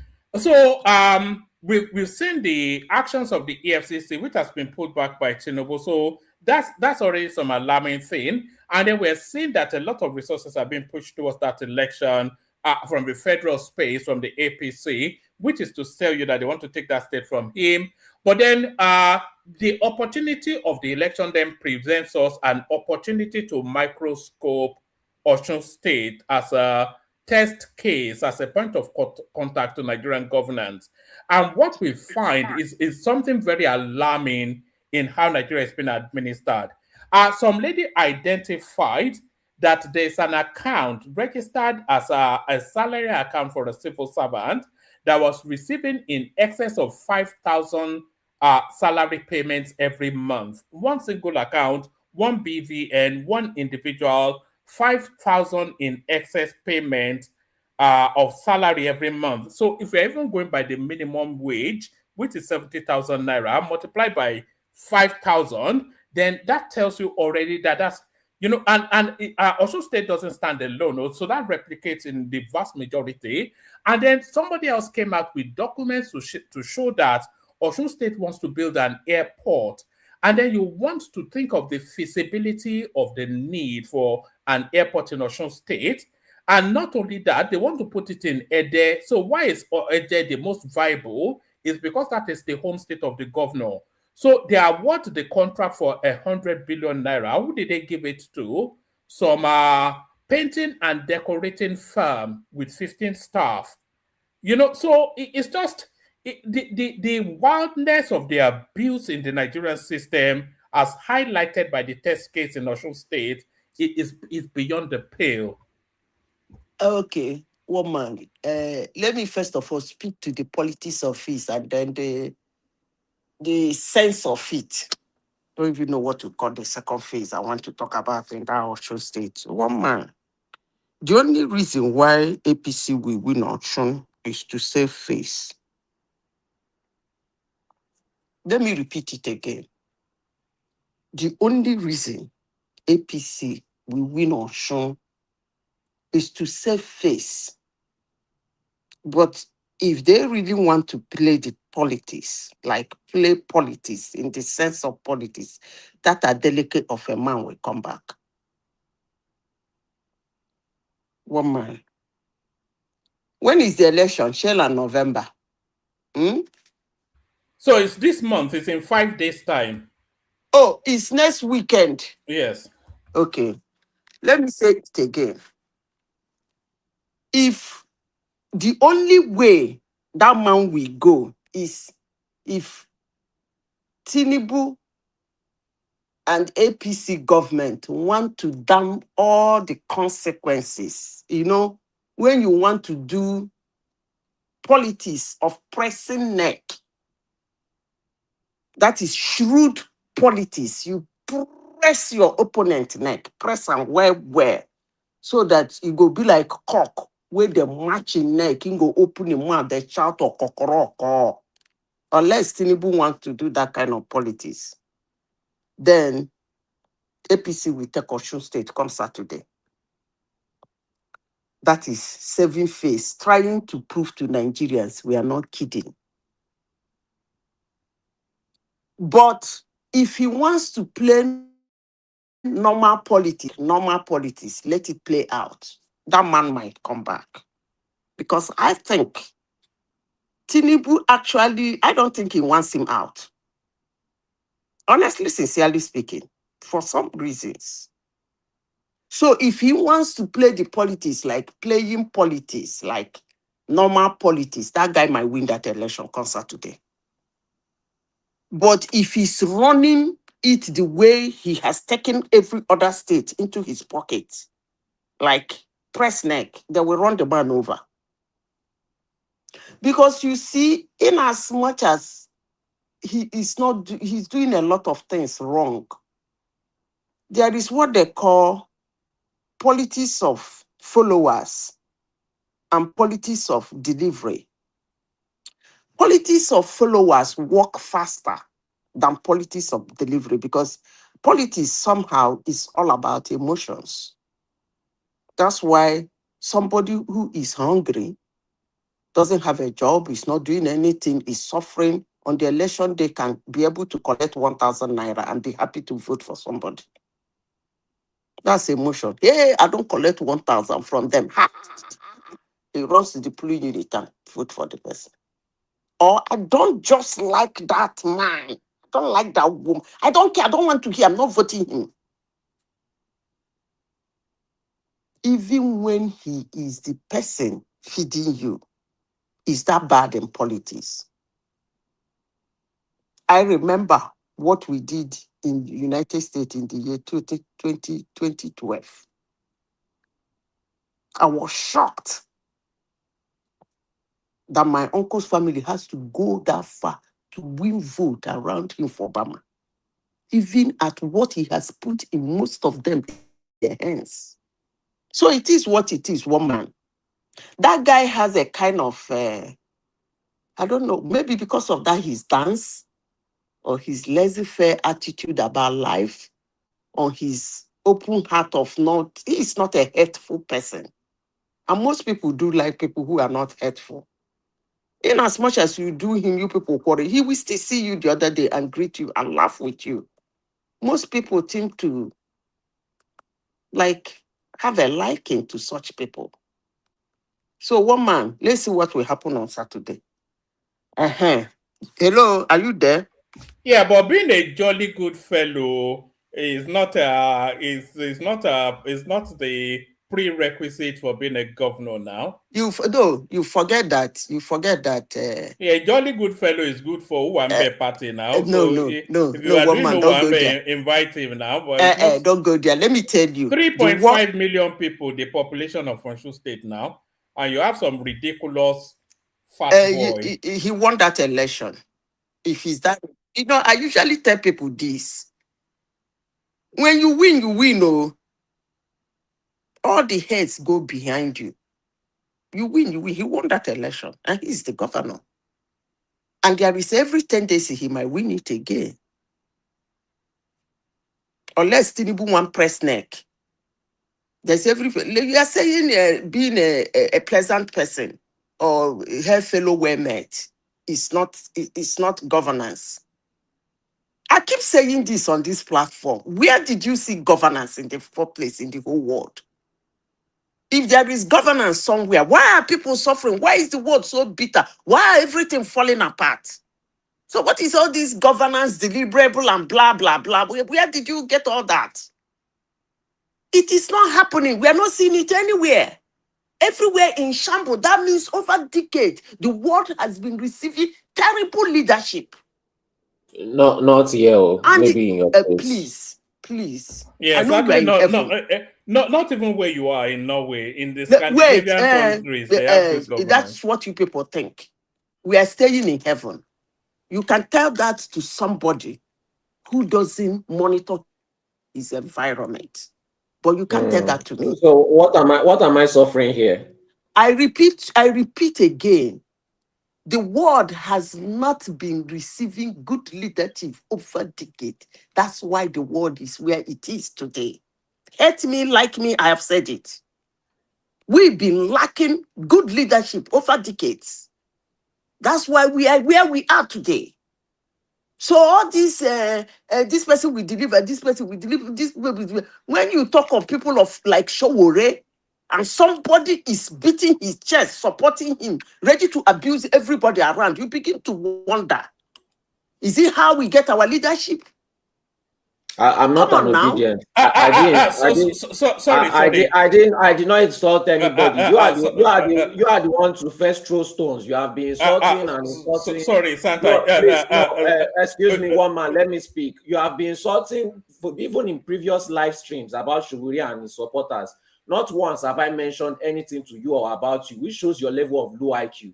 If you cannot simply make your argument without insulting and starting your case with insults like the average illiterate Nigerian, then please just move along from the topic. You don't need to speak on Sowore every time and start with insults. I am happy that starting my... Hold on, one man, wait, let me respond to him. One man, calm down. One man, wait now. You've been doing this for multiple live streams, right? But now you are making a direct attack. So me too, I'll start my own from there. Your arguments are low IQ. If you have nothing to say about Sowore, move along and focus on the one that you think you have high IQ on.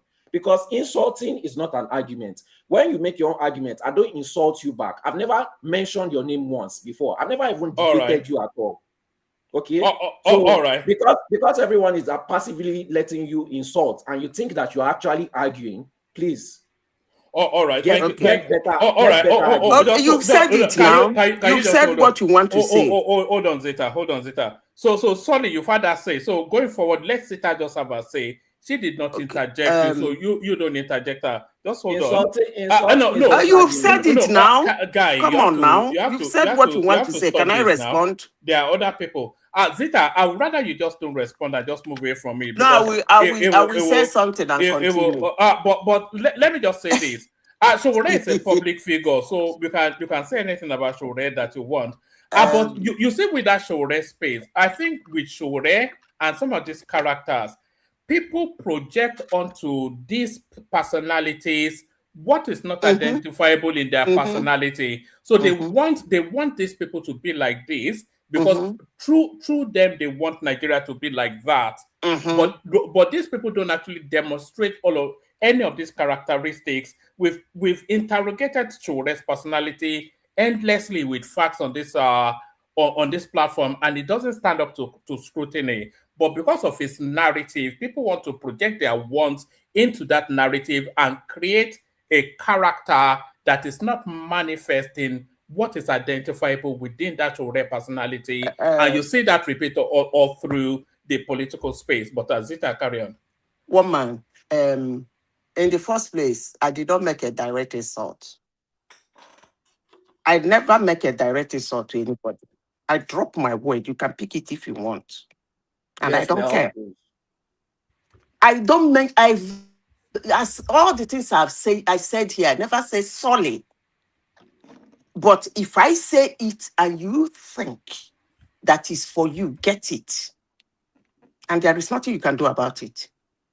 I will not mention your name, but if I say something and you believe down deep in your heart that it is for you, take it.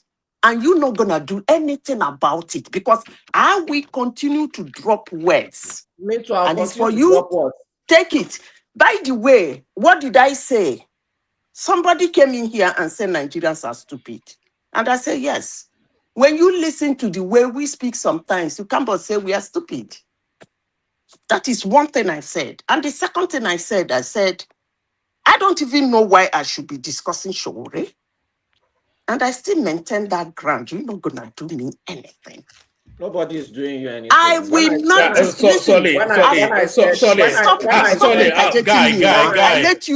let you speak your trash. Can you let me speak my own trash? I need you to stop. You spoke uninterrupted. You spoke uninterrupted. I didn't interrupt you. Can you allow me to speak uninterrupted? Let us speak. Carry on, Zita. Zita, give us about 3-4 more minutes. We go on to Patrick and then Pansas. So I will never. When I look at people who support Sowore, I begin to wonder what they want in leadership. Just as the word go, stupid. Period.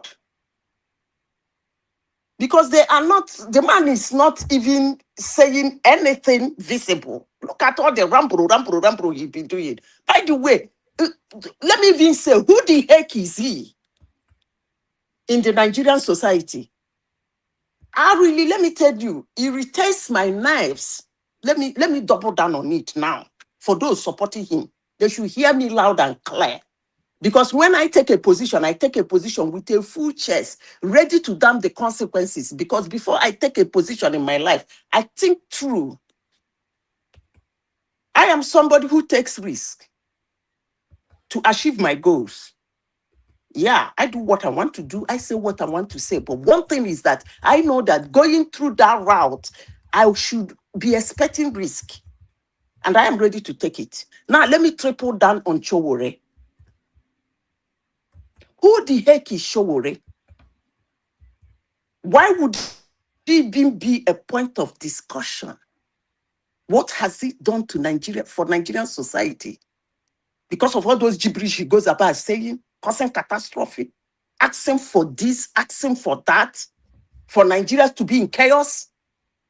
Who the heck is Sowore? He's one of the people I will never in my lifetime think of, not alone supporting him to enter the White Aso Rock. For what now? Is the presidential seat in Nigeria a seat of kangaroos? Is it a banana republic? Or maybe you people think it is. That's why you talk about Sowore.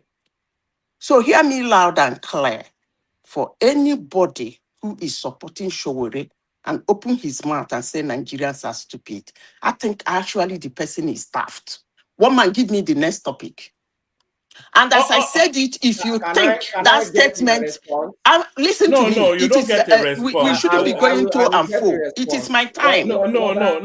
You will not interject me again. It is my time. Whether it is now or later, I will keep my response. All right, keep your response till later.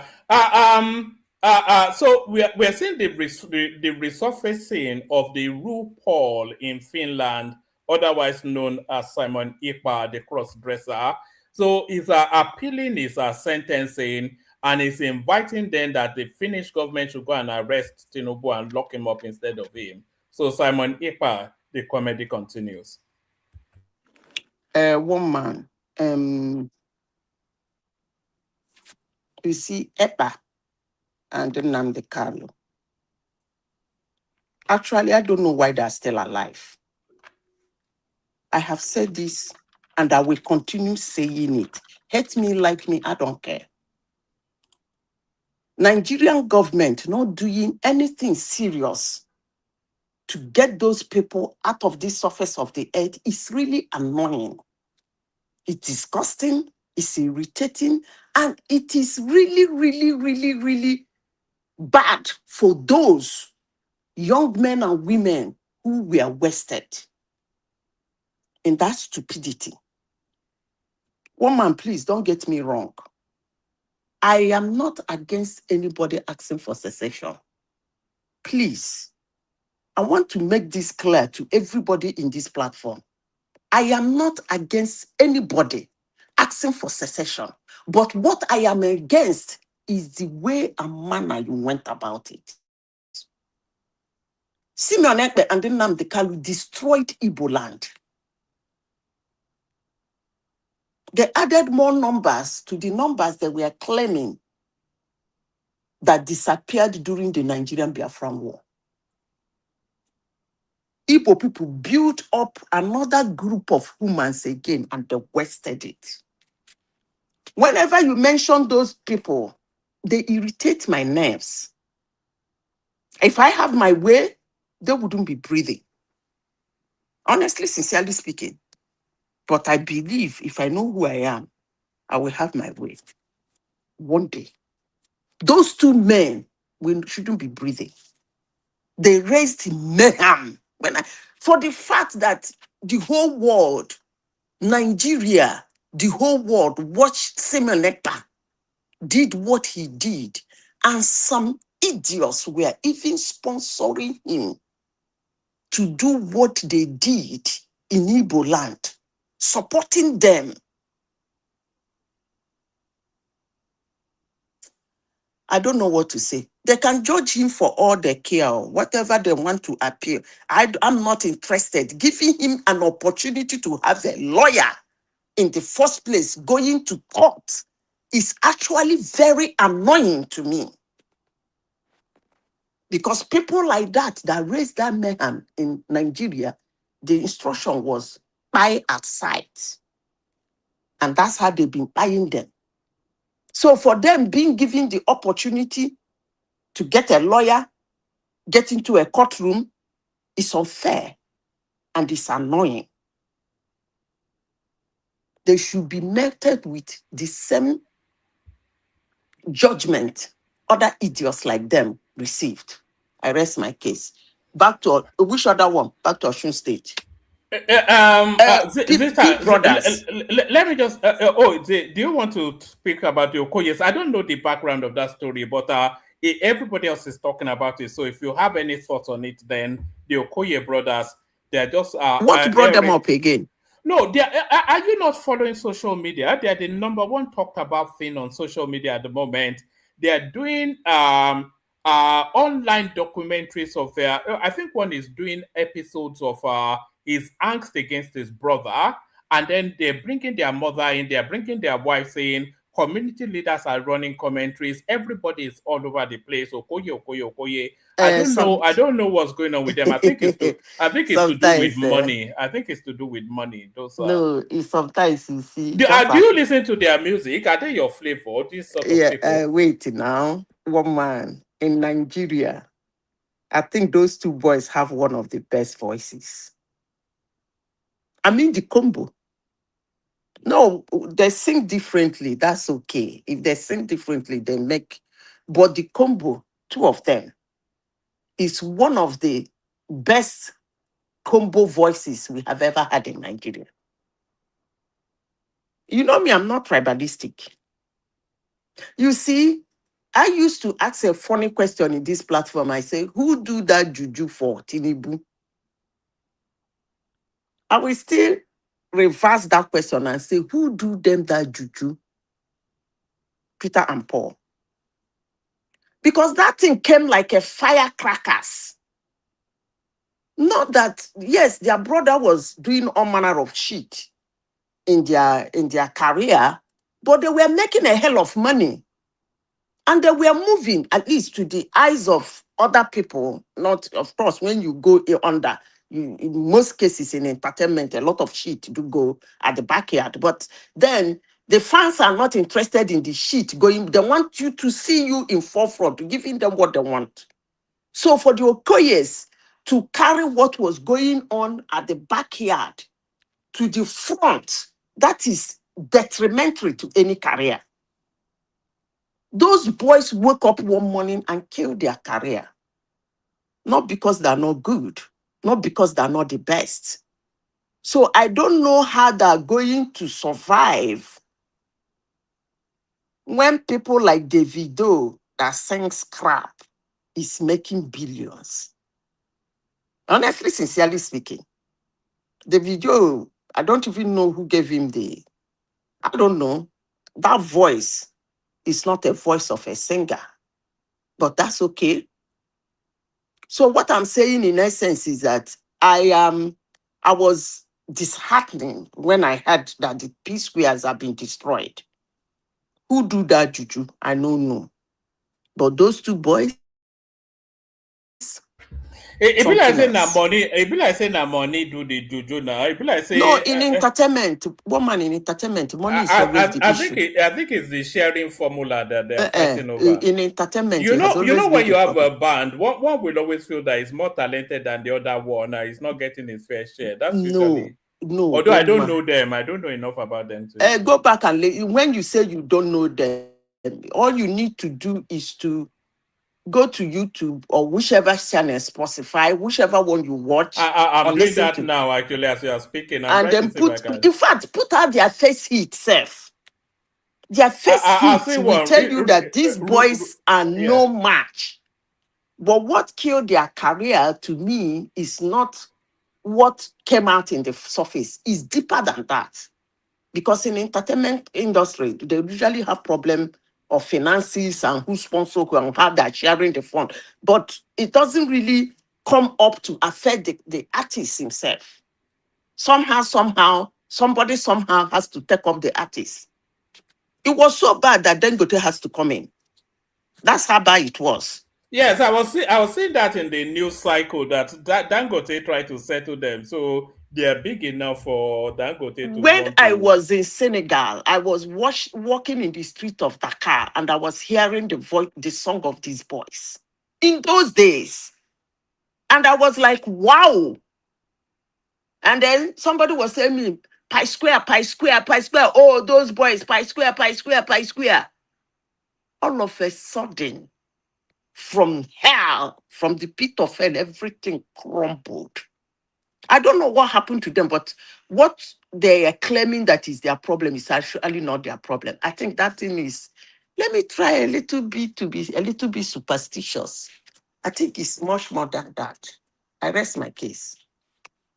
All these Davido, all these, this, that, singing today, one man listen to P Square. You will cry. All right, I'll actually do that when I come off this stream.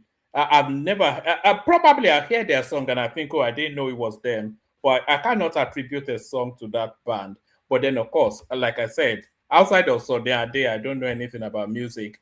But thank you, Sita. Let's come from you, Sita. See if Patrick Ute is ready. Patrick Ute, Wagwan, how's life in the are you still in Thailand with that lady boy? I'm not in Thailand. I'm in Bangkok. Is that any better? Is that not the headquarters of Lady Boys? Look at this guy. I go report you. I go report you to your mama. All those shenanigans you are getting up to. Carry on. Floor is yours. Okay. Let me starting from our lead Ochu State. I thank Deneke, family of Deneke, able governor in Ochu. The man is trying his best.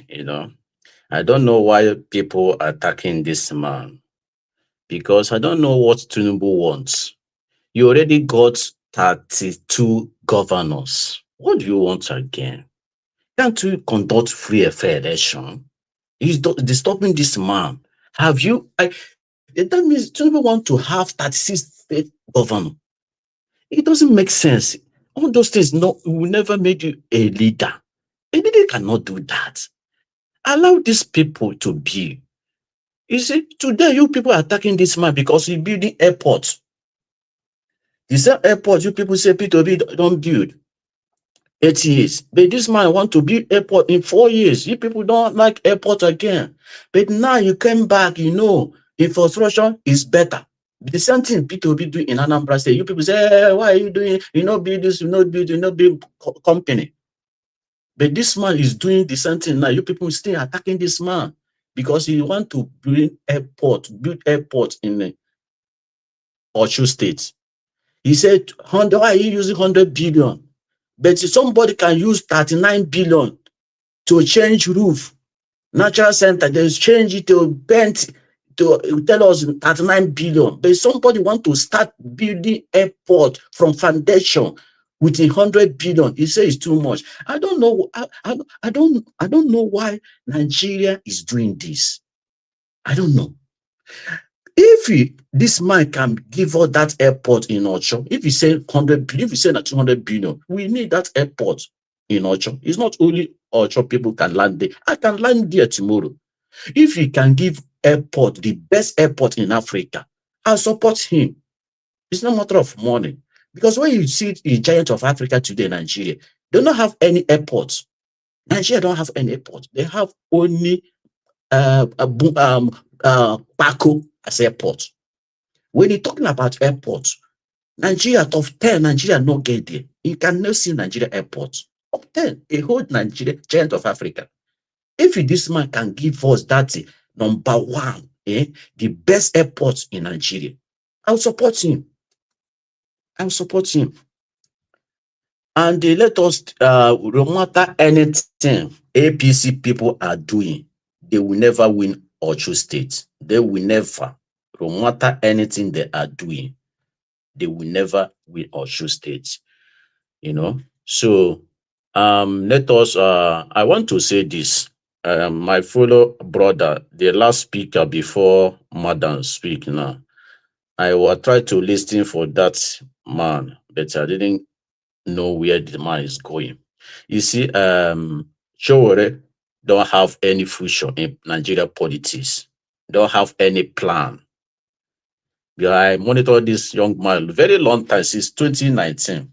The man don't know anything he is talking about. He want to increase minimum wage to 500,000. Haba. So this man don't want to give us hope. The minimum wage will come down tomorrow, maybe 30,000, 20,000. But when he cleans minimum wage to 500,000, show that our economy is finished. There's no, when this man is talking about, they increase our minimum wage to 500,000, show that your economy is already gone. Our naira is already gone. Because if you say that 500,000, you cannot use them buy anything. The things the young man is supposed to say that he will bring that 70,000 or 100,000 now down to 30,000. I will begin to support him, because Nigeria need strong economy. It will make us to use 30,000 or that 70,000 they pay you now to buy something, to use and do business, and use and buy something and get change. I remember olden days, it can use 2,000, 3,000 to buy something meaningful. It can use 2,000 or 1,000 to buy a car. So all those leaders know they think about that. They want to bring our minimum wage to 1 million naira. I went to Benin Republic 215. That time our economy is stable, more strong than today. I changed 1,000 naira that time. They give me a lot of money. But today, go and change 1,000 naira to Benin Republic. They will give you just, I think, almost 20 suffer. You see, Nigeria is going down blessed day. So we don't need all the presidential candidate to come and promise us, he will give us a minimum wage, 500,000. That man will not have any future in this country. He's not supposed to be president of this country. He want to kill Nigeria finish. So I don't support that idea. That idea is nonsense. You know, if you want to make your economic strong, first of all, it will skill workers, go school, you know, clean water, you know, all those things, not building coastal road. You can have internet, all those equipment, all those things, you can have it in Nigeria. You know, so not building coastal road, doing this and fighting governors. Governor no support you. It can be an enemy. It can fight him. Be your attackers to attack this man.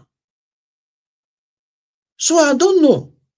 I'm here every blessed day to learn for you guys, but I never see anything to learn. I never get anything to learn. It's terrible. You know, it's terrible. So let us start 2027. And another thing, APC people, this is you know why I will never support Tinubu. Tinubu is not a leader. I watching TV yesterday. I see a Muslim, say why they bring Muslim tickets. Why they're supporting Muslim tickets? Because they are strong in this country. If you Christian, know they are strong. Let them bring Christian tickets. A man is talking yesterday. A governor of Kano State is laughing. They're happy. This man is talking rubbish. They are ruining Christian. Christian is no Christian in this country. If a Christian what, let them bring Christian tickets. Hapa. I know one thing in this country, because if this country want to divide today, they will divide, but Christian make this country unite very long time ago. If a Christian now come and say the same thing this man said yesterday, the country will be scattered. But a man can come and speak this rubbish. You people, you never bring this thing in your topic today, because I know you will never bring it. It's a very shameful. A man, they bring this Christian Muslim ticket. They will continue bring Muslim ticket in this country. Nobody can do anything. A president, they watch all those things and keep silent because you want to be president. A president cannot speak. And rather, common minister appointee can speak anyhow. I never see this kind of thing. You can never see this in America. You can never see this thing in London. A common appointee, a minister of Abuja, every time he address media, they talk rubbish. This country is already gone. If people don't know, this country is already gone. You know. So come 2027, we Nigeria will change this leadership of APC, because this leadership of APC is a failure. You know, it's a failure. They don't have anything to offer. We ask them, tell me one key thing this government have done. They say Coastal Road, NEFON. You're talking about NEFON, a student loan. Why are you come and increase our school fees? They give us loan. When you came as a president, school fees is almost 20,000, 25,000. But he come and increase that school fees from 25,000 to 200 something thousand. Then he come back, they give them loan. Who they fool who? Why you not leave that school fees, that 20,000 naira? They give them loan. My brother, it's not achievement. Yeah, it's not achievement. It's puppy government. Yeah. Every day they bring policy, all the policy they bring, nothing is working. 4 years, people is still dying, people is still hungry in this country. If Tinubu is doing well, Tinubu does not need all those governors. Tinubu does not need all those things he's doing in Osun State, fighting every governor who know what to become to a APC. People will speak for him. People will vote for him if he's doing well. He know he's not doing well. There's no need. He know he's not doing well, like Sowore. Can talk anyhow. Can't have come. Where's presidential candidate will come and say, I will do this. I will increase the minimum wage to 1 million. I will give you a car. Three more minutes, Patrick. 3 more minutes. Have gone. This is 21st century. Tell Sowore, make it keep mouth shut up. Don't talk. It will increase the minimum wage again in this country. I want presidential candidate to bring everything down back to 98, 97 something, where they pay minimum wage. He can use that money and build house. He can use that money and buy car. He can use that money and train your children in school. Not to give you a lot of money to ask a minimum wage, but that money is meaningful. I don't want that kind of minimum wage. I want a strong economy. I want a strong system. I want the country will stay. You have foreign investor. I need a country will have a rule of law standard, whether poor or rich. You will have the same equal judgment. That's the same country I need. Not all those things you bring. You say policy, Tinubu policy. No. Tinubu policy is not working. 2027.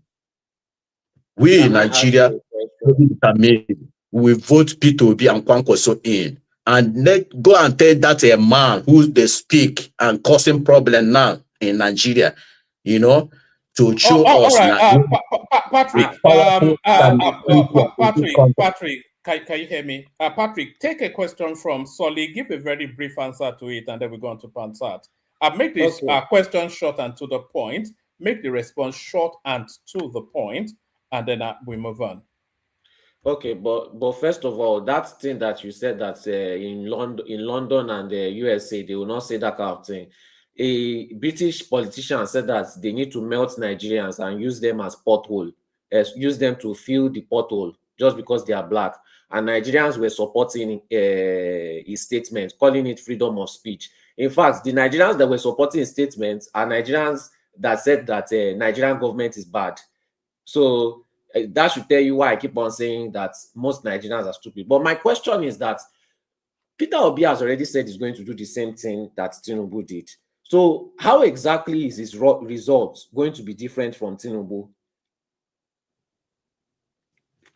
My brother, Peter Obi never say he will do the same thing Tinubu is doing. Peter Obi say he will remove subsidy. He say he will remove subsidy, but not be the same pattern Tinubu used to remove subsidy. Peter Obi have plan to remove subsidy. I What is his understand. plan? What is his plan? Peter Obi have say he will tackle corruption in subsidy before he no. Wait. The subsidy you see today, Tinubu remove is not a bad thing. Every nation have subsidy, but what is killing Nigeria is that corruption, looting money, going to subsidy, going to poor people. But he ran a corrupt government and never tackled corruption while he was governor of Anambra. Can you tell me one?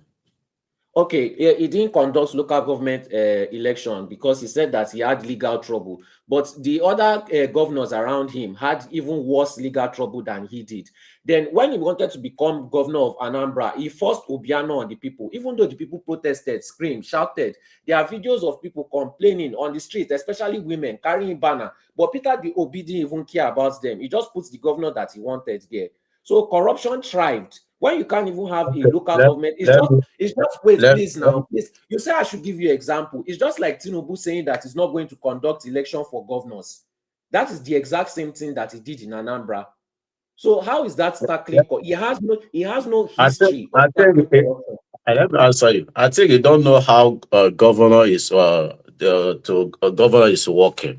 You see, P2B in Anambra State, they have rotation governments, to rotation. If this one Anambra South do it, Anambra East, Anambra West can do, that is not a P2B problem, and the P2B didn't have any corruption in government. I understand. P2B didn't have any corruption in government. So not conducting local government election is not corruption. Let me answer you. Let me answer you that. You see, for conducting local government election, it's not P2B. P2B like to follow everything through rule of law. When P2B came as a governor of Anambra State, they have most all the House member, Anambra House Assembly is PDP. And P2B passed the bill to conduct local government election. They refused him. Not P2B. P2B went to court for that. If you don't know, go and check. You people cannot come and say nonsense sometimes in social media. It's not true. P2B went to court till 7 years. Win that in a Supreme Court before he conduct that local government election before he left. He want to conduct that local government, but PDP House of Assembly refused him to conduct him. So okay. Don't say that P2B conducted before he left. All right. So I can still go harder, but if one man does not want me to, it's just other people waiting as well. So once we do the rounds and then we can open it up. We go on from you. Thank you, Patrick. Stay with us. We go on from you. I never finished now. Waiting. I told you 3 minutes. You've been. Are you giving 3 minutes before? You've been speaking for 30 minutes. More than 1 hour now. I'm here listening to him. What else do you have to say, Patrick? I have a lot of things to say. But we don't have a lot of time. There are other people waiting. We've got Pansat, we've got Wake Up. They're waiting to speak as well. Okay. All right. Thank you, Patrick. So that's Patrick right there, our correspondent from Bangkok. If there was ever an unfortunate name for a city, it's Bangkok. With all of the things we know going on there, they named the city Bangkok. All right, Passat, if you're still there, Floyd yours. Passat. Hello, one man. Good to have you. Floyd is yours. There's not an abundance in the news cycle. We're talking about Sowore's funky ideas of 500,000 minimum wage. We're talking about the debacle that is Osun State. We're also talking about P Square, if you know anything about that or anything else that interests you. Floyd, yours. Thank you very much. Let me say hello to my fellow panelists right there. And those who are in that comment section. First of all, when we're throwing around numbers like minimum wage, I heard somebody saying that Sowore is suggesting 500K minimum wage. Yes, now. 500K, how much is that? It's $367 a month. How much do they pay in South Africa? It's $364 a month. Right? It's not unheard of. How much do they pay in Netherlands? If Sol is there, you could interrupt me and tell me how much they pay as a minimum wage, even if they don't have an established minimum wage and it's something like weekly wage or whatever. You just multiply that by 4. I bet you it's in the same realm in the UK. 2,100 pounds, probably $2,832. Right? So it's not hard. Why should we be paying our people $70,000 as minimum wage? 70,000 is like $42. Up to maybe say $51 as it's fluctuating. You know, are we goons? First of all, why do they establish minimum wage? What justifies it? It's to have a legal floor to protect low-income workers, cut out exploitation, reduce poverty for one thing. Fairness, equality, dignity of work. Then it also helps in the economy. So in essence, I don't even understand. If I'm to become president of Nigeria, if I accept the job, for example, I would not want United States paying a rich cent more than what I pay my people. Why should I? I don't care what economists say, because if it's working over here, why shouldn't it work back home? If it's going to help your economy, if people have money, poor people spend more money than anybody else. It won't last. They're going to put it in the economy, buy stuff, buy a refrigerator, buy this, buy a car, buy whatever. If you pay them more money, your economy will be humming. Companies who are manufacturing things will be rolling. Landlords will get their money on time. People are going to move up the ladder. I don't know why people don't want to spend, have the government print those money, have people have it. All that nonsense about inflation and this and that and that. Well, when other countries fix it, then I'll fix mine too. It makes no sense to be rooting for Nigerians to be paid $42 a month for people who have families, for them to eat. Who makes these arguments and come up here and is insulting Nigerians, and yet they're the most patriotic? Other people cannot talk. British people pay their people £12.01 per hour, 2,100 gross per month. And our people are getting paid less than South Africa, Ghana, all these people. So I don't know who wants to have a debate with me on this. I want them to come up here and have a debate, clean debate. Why should we be paid such ridiculous amount? And why I can have that debate with you. Okay, after it goes around, I want you to come up here and I want us to have a debate. I don't want you being a provocateur or just agitation or instigating stuff or a trickster, flaming around. It has to be based on those things that I told you. Those countries have those as facts. That's how much they get paid.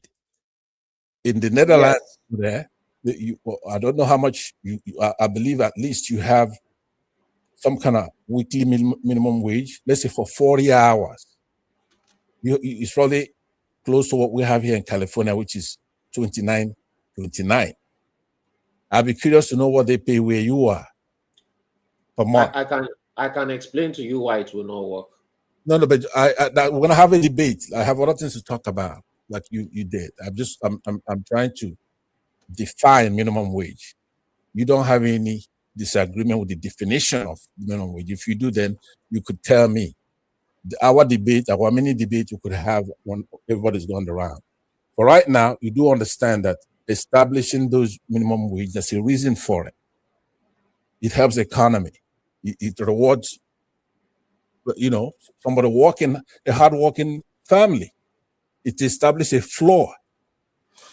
So at least it has to be a living wage, so those people could pay their bills and send their kids to school.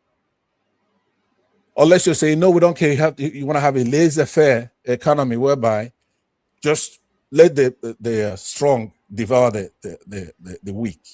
If you're not going to make that argument, then I don't want to hear it. That's what I want to talk about. Now, that's on the minimum wage. I'm defending Sowore on this.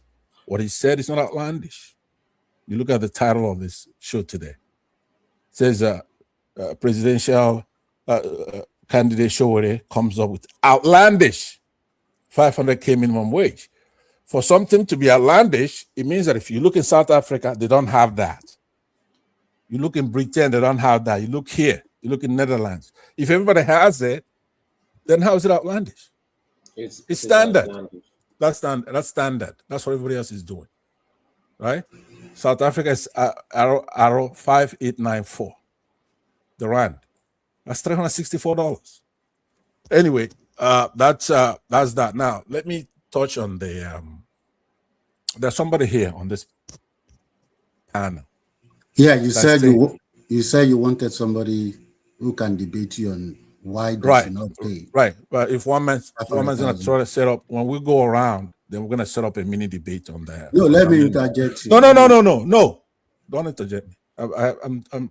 I got some topics I'm talking about. So what I'm saying now is this: there's somebody here on this panel right now that says, "Hey, Nandekano," and someone about why did they even give him a chance to go to court? That they should have, I guess, been killed without going to court. You're gonna accuse somebody of a crime, you have to let them defend themselves in court. That's a constitutional right. That's a right given to us by God. Life, liberty, and pursuit of happiness. That doesn't come from a constitution or the United Nations. We also have those rights redundant in our constitution and the UN. Somebody who's been pretending, talking like they're civil.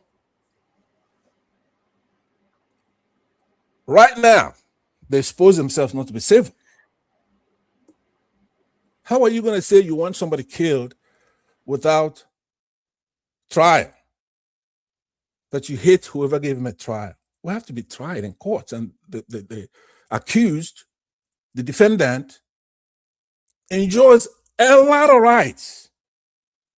Now, the very first one is paradoxical. When somebody's in court as a defendant, first of all, they're innocent. Period. Until they're convicted, they're innocent.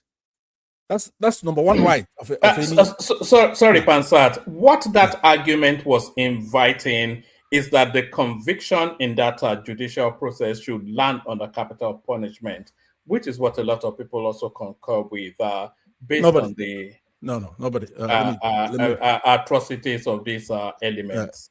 Let me reclaim my time. All that's just trolling, right? Let me tell you, when you talk about justice, we have it here in the United States. You cannot be tried by nobody else but a jury of your peers. A jury of your peers. You don't have to have a court trial if you don't want it as a criminal defendant, especially in a capital offense. Right? So the first thing for the jurisprudence is that somebody has to be tried by a jury or their peers. So a Christian cannot be tried by Muslims. Muslims are not peers of the Christian.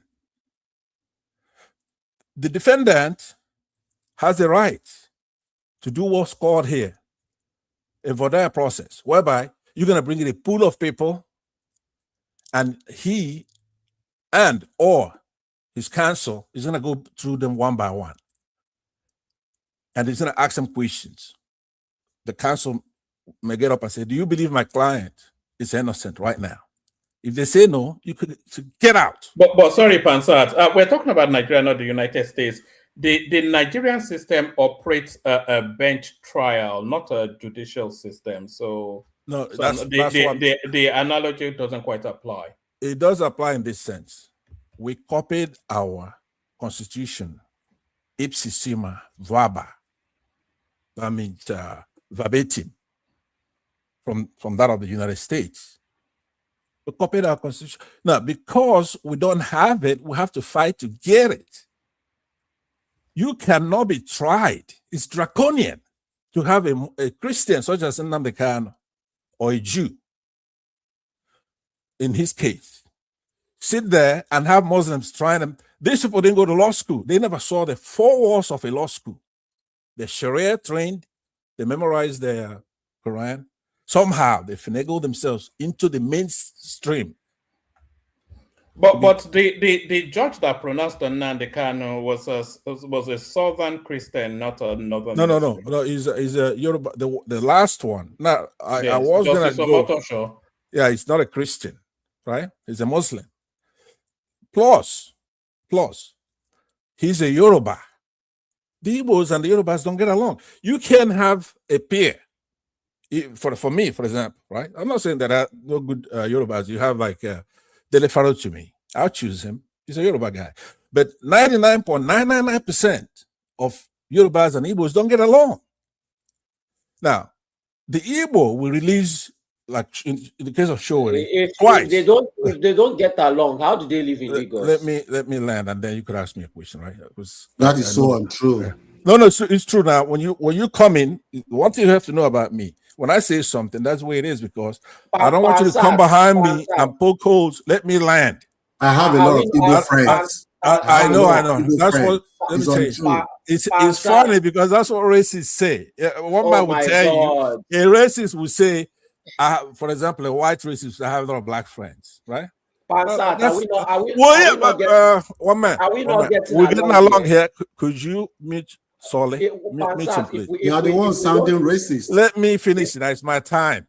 Let me finish. If we don't get along, I'll show you a mirror. No, let me show. I got a couple of things to talk about the Peter and Paul thing. So let me land. Where did you get your statistics from? I haven't been here in a while. By observation. You're a learned person. Where did you get that statistics I said from? by observation. Observation is a scientific method. All right. Pansat has the floor. So if it's not entertaining the interjection, then let him carry on. Thank you. Plus, I'm being polite because I just came back, right? Else I would have been irritated by all these interruptions. But let me say this. Let's be serious for a minute here. When you have a Yoruba sitting judging an Igbo, I could tell you 100% of the time, look at the jurisprudence. Let's go back to case law, cases that have already been handled. The Yoruba would always convict an Igbo man. But the reverse is the case. If Sowore goes like he did twice to the Igbos, they will cut him loose. They release him. Every time the Igbo will release the Yorubas from injustice. They're not doing it for the Yorubas. It's because we abhor injustice. So at some point, it's going to correct. But right now, that's the situation. You cannot have a jurist who is Muslim, who is Yoruba, trying an Igbo man. That is a joke. He's not going to get fair trial. Now, Nnamdi Kanu had been to many courtrooms, all the way to the apex court, and won. Right? I want you to know that. He went to the Supreme Court, the apex court. And the justice there did something interesting. Now, like I said, they're Muslim and they memorize the Quran. They never see the four walls of a real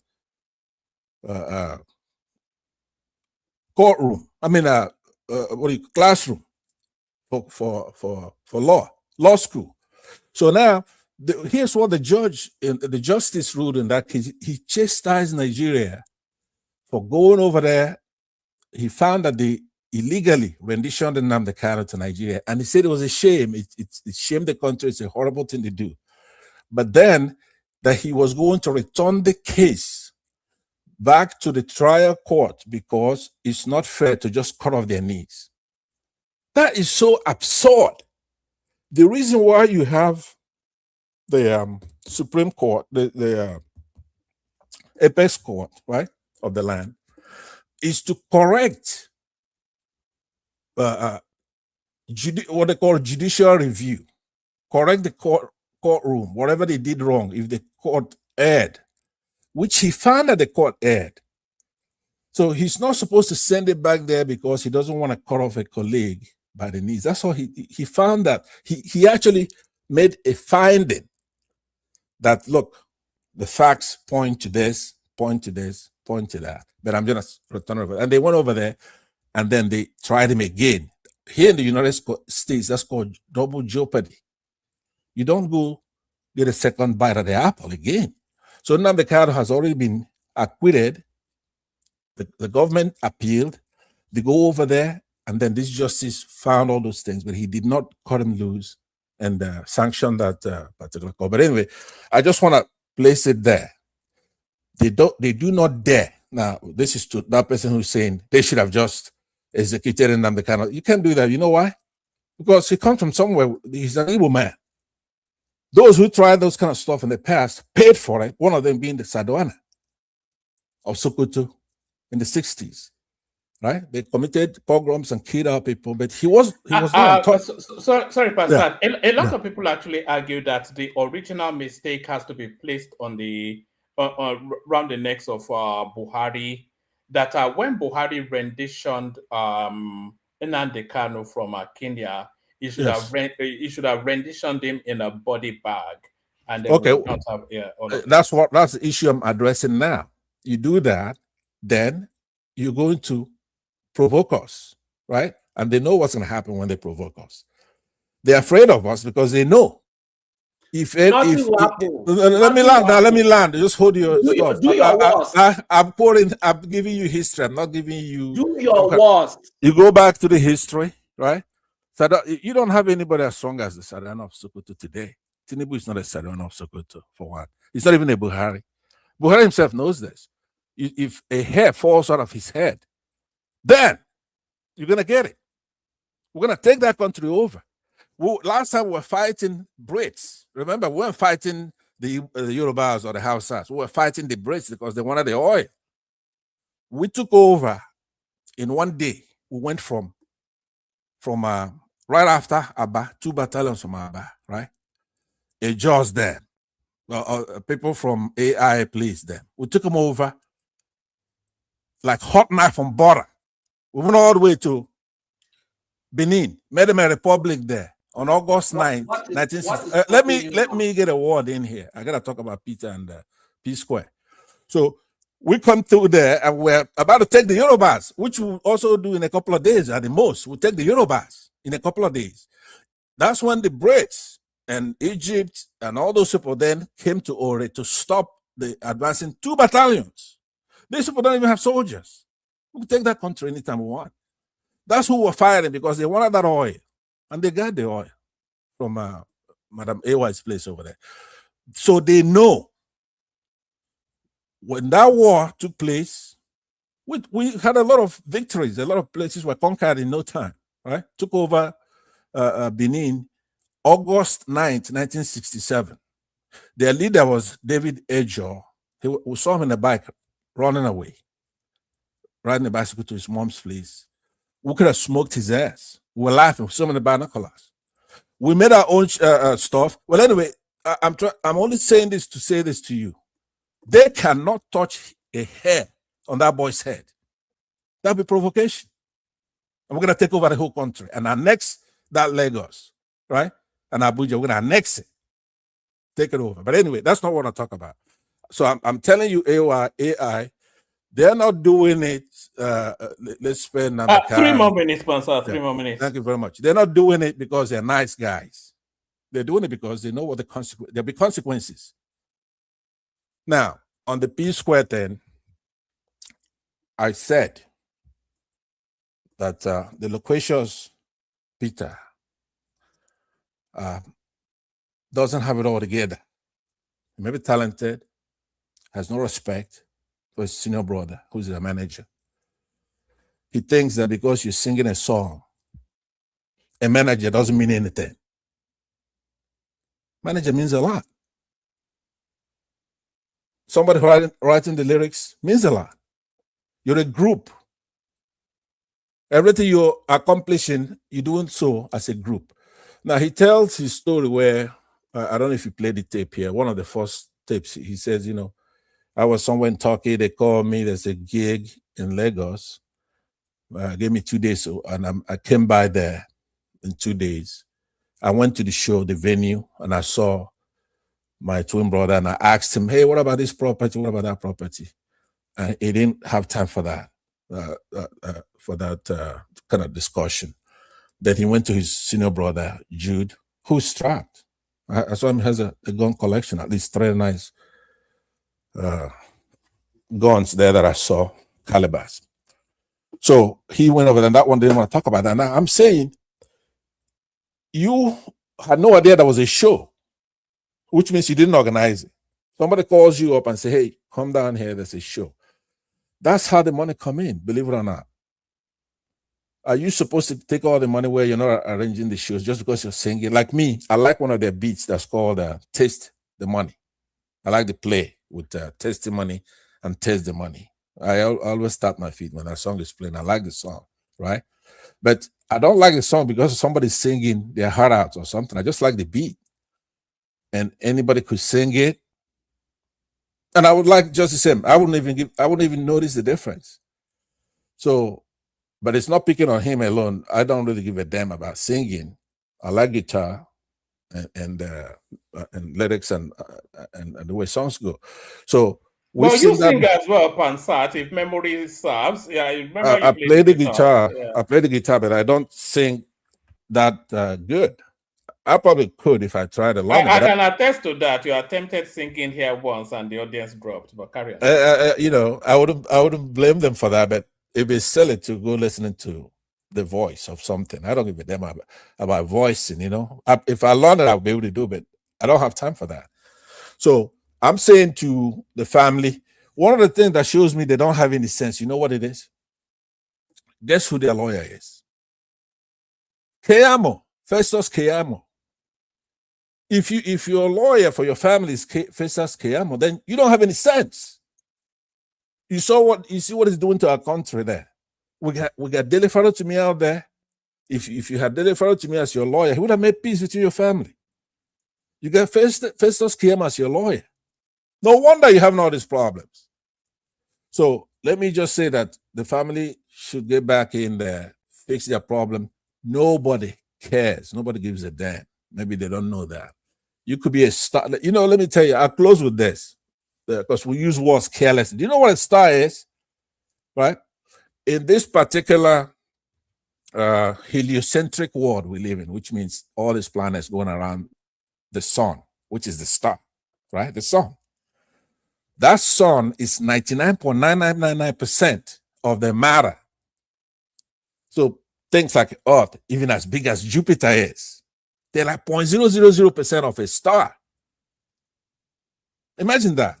So if you're a star, you're going to be bigger than this heliocentric world. Your head won't be able to fit through your car when you go in there because it'll be too big. So we're just saying somebody's a star to talk. You're not a star in your family. You can be a star out there, but in your family, your brother is older than you, Jude. Have some goddamn respect. Plus, he's strapped. So you're lucky to be out there loquaciously running your mouth to the wall. So I end with that. I would stick around to have a debate with this wake-up guy. You're gonna be my victim because I'm gonna wipe the floor with you on an issue about our minimum wage. That should the minimum $500,000 should be the minimum that the Nigerians are paid because that's what the going rate is in Africa for right now. Thank you very much. All right, brilliant. So that's hold on now. Okay, go on. First of all, Pansat, Justice Omotosho is not a Muslim. So the fact that you have to lie to get your point across already shows us that you are disingenuous. Then second of all, when you talk about you have to listen to Pansat in suspended reality. It's like you have to go into it's like Pansat speaks in abstracts now. So you've known him long enough now. Are you even just Pansat is more entertainment than anything else. But if you want no, but good luck differentiating a Yoruba Muslim from a Yoruba Christian. I mean, who's got time to figure that out? You can't figure that out. If somebody is a Yoruba person, is a Muslim. Wait, please. As far as I'm concerned, if you're Yoruba, you're a Muslim. So go ahead. All right. You see, what you did is you just complimented us, because you can't tell the difference between a Yoruba Muslim and a Yoruba Christian. That means we are not religious bigots. Do you understand that is a compliment? Right? Man, are we having a debate now? Are you scared of the debate? Or no? I want us to document what I was going to say. Word Up. That's a song by Cameo. Wake Up. We'll document Wake Up, and then we'll open it up. Mute. Sorry, you gotta mute him. Don't. Wait. I'm still getting somewhere. I just have a question for Pansat. Pansat, when you go to Nigeria, you are going to have a gate man. You are going to have maids, right? You are going to have people that are going to take care of your environment. Are you ready to pay them 500,000 naira per month each? Now, that's a very good question. I know that Wake Up has to. Let me tell you, I'm not an elitist. I'm going to guard my own goddamn gate because he asked me a question, but I'll make it short so that you understand. I'm not an elitist, but you do have a point. I know what you're trying to say. Of course, when you pay minimum wage, then lazy companies, they will use the excuse to fire people and try to reduce their staff. But let's let them go ahead. At some point, it's going to balance out. They did the debate here. So there's a minimum wage. It's established that we have to have it. We have it in South Africa. We have it where you live. We have it here. We have it in Britain. So that's mute. Are we less of a human being? Whatever, everything, every action, have consequences. We're willing to live with that. We want to have a minimum wage. Living wage. Sorry. I need to go to bed. Let me just. Yes. All right. Floor is yours. Thank you, woman. Good evening, and good evening to all our listeners around the world. Pansa, I think is a very eloquent man, but if you listen deeply to what he's been saying or he has said on this show, you will see that he's an extremist. He's an extremist. And in the US, they will call someone like that a racist. In Nigeria, I would say is extremely tribalistic. He said 99% of Igbo and Yoruba don't get along. I mean, I don't know where he got the statistics from, but I believe he always speak, from. I said by observation. Let me finish. Hold on. I'll give you an answer because you didn't know where I got it from. I'm telling you from observation.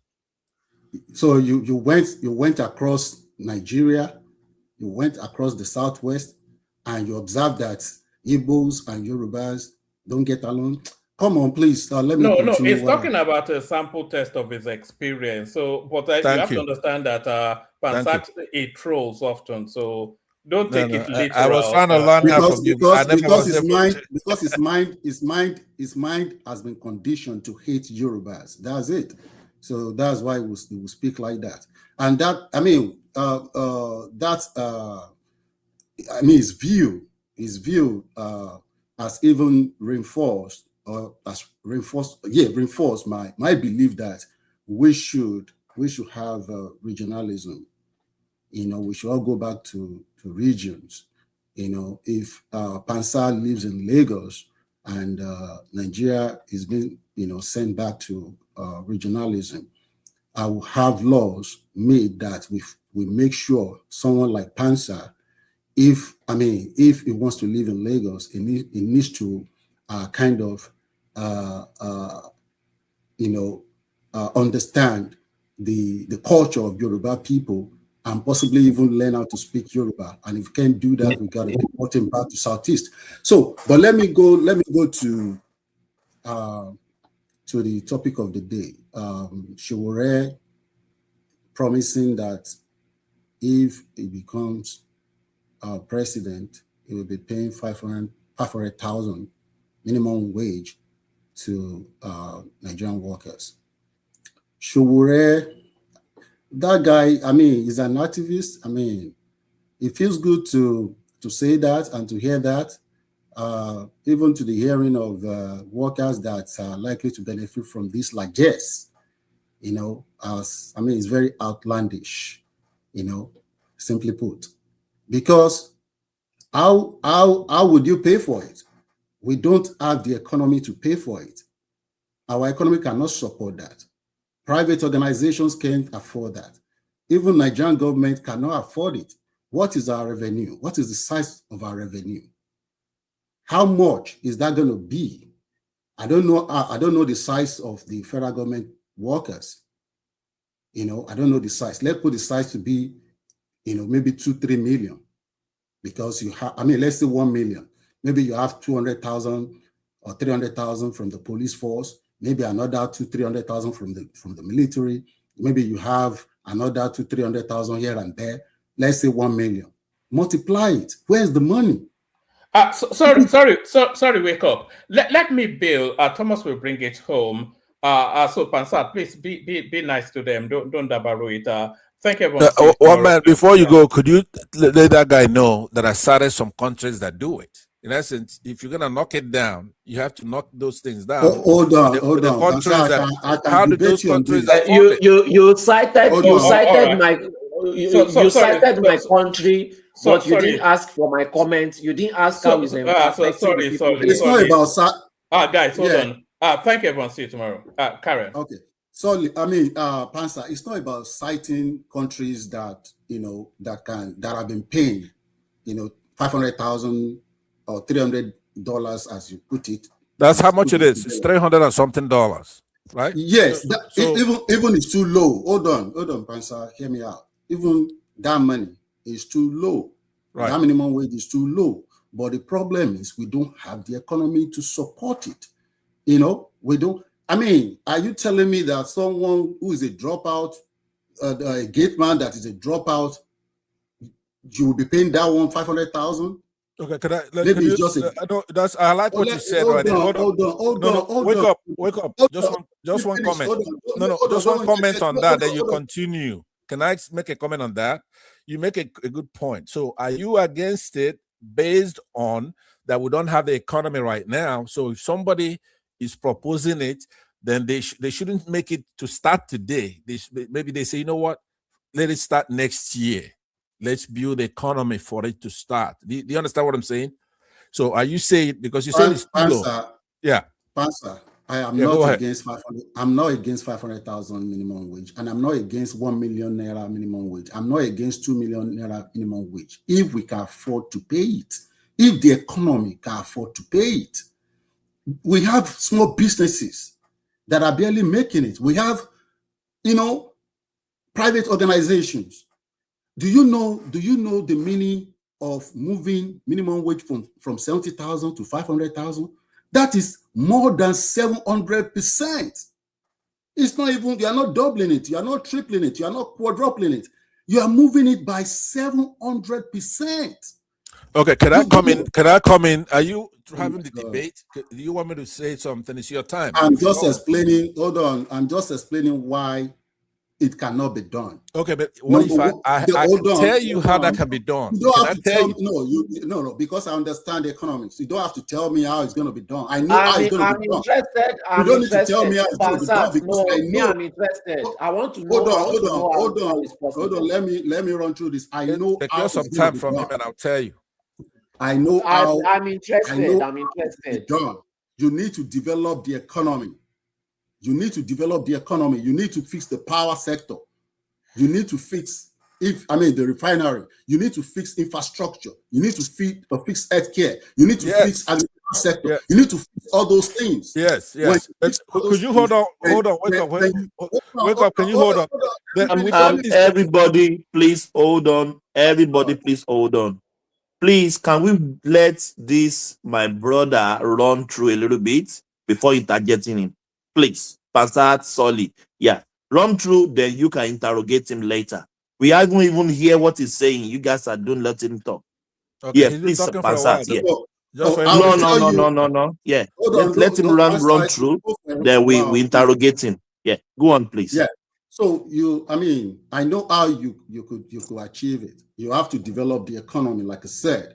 You have to give us, you have to have uninterrupted power supply, because that is what the industries will rely on. If they have to be efficient, if they have to reduce cost of production, you need to give them uninterrupted energy supply. Okay? So when industries are doing good, when you have improved your supply side of the economy, because everything is about the demand and supply. If you want to have a good economy, you have to develop the supply side. That is, you let the private sector do what they know how to do best, create jobs. Okay, and how would they create it? You have to create an enabling environment for them. You need to give them power, like I said. You need to have even good interest rate, on the loan, not 25, 28. Wake up. Do you think I'm the moderator? Hold on, please. I need to put something on you. This is Thomas speaking. I'm the moderator now. Yeah, I know. Yes, yeah. Do you think Sowore just takes saying this for a politics, or he really meant what he's saying and he can actually realize it if he becomes the president? Yeah, go on. It won't be able. He can't do it because, number one, Sowore is not an economist. He doesn't understand how economy runs or works. He doesn't understand it. He's an activist. What he said is good. It feels good to my hearing. It feels good to people that are going to benefit from it. It feels good to their hearing. But can he achieve it? No, because he has to come with a blueprint. He has to tell us how he's going to achieve it. Because on this current circumstance that we have, on this current economy that we currently have, look at our revenue. Where's the money? We don't have the money. Look at the debt to GDP. Where's the money? We don't have power. We don't have good infrastructure. We don't have good healthcare. We don't have, everything, we don't have it yet.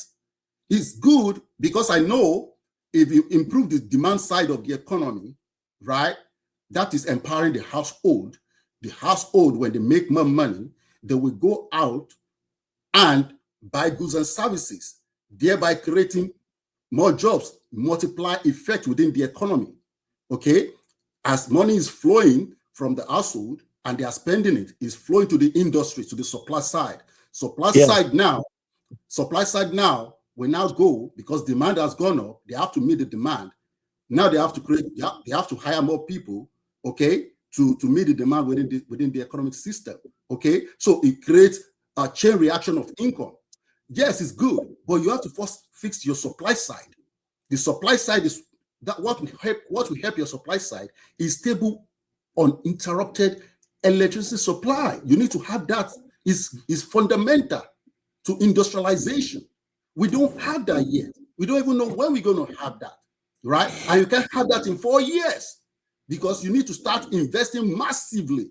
Okay, what about the bureaucracy? And now that they have decentralized that sector, the state would be the one, the states are the one in charge. So states should be doing that. They should be investing heavily in energy, right? So I know how to get there, but this guy doesn't understand economics. He doesn't understand economics. Now, it's good, like I said. A daughter thing. Hello? Yeah, go on. Is that wake up? No, you wake up. Yeah, go on. Yes, continue. You thought that he's not an economist and it's good. That's when he got interrupted. Yes. But are we, like I continue to, like I said yesterday, I made some salient points yesterday regarding how we're going to develop the economy. I mentioned restructuring of the country. We need to restructure that country. That constitution is getting, in our way of development. We have to, bring it down, bring up a new constitution, that is put together by the people. And I believe in regionalism. We need to go back to the region. Let the Southwest control their laws. Let them control their territory. Let them come up with their own laws, rules, and regulation. And if you are not abiding by it, give them the power to even deport anyone back to his region, like the United Kingdom. They can deport you from England or from Wales back to wherever you come from if you are not complying and following their laws. So the Southwest should be empowered to do that. Southeast should be empowered to do that. South should be empowered to do that. All the regions of Nigeria should be empowered to do that. And once they're able to do that, they will be in control of their resources and they can develop at their own pace. Okay? I like technology. Wake up. Good morning. Please, I think, sorry, wake up. This is Simba.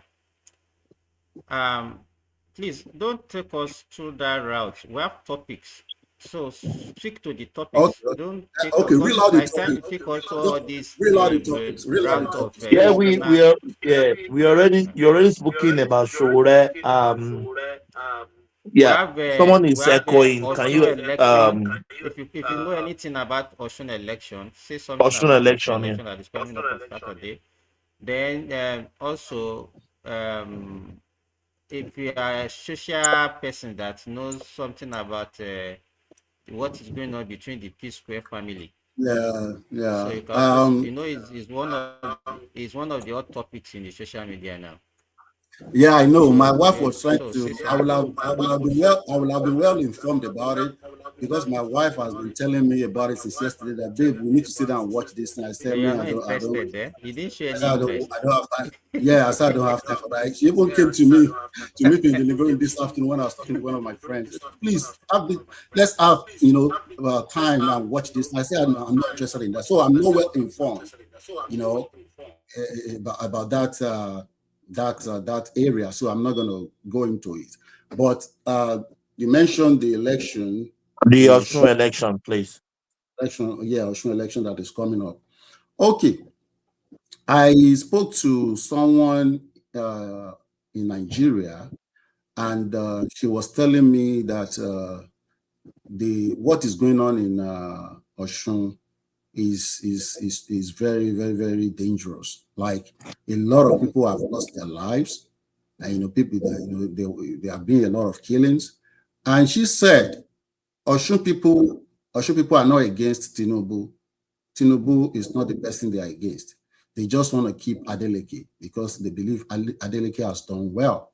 So I don't know if that is true.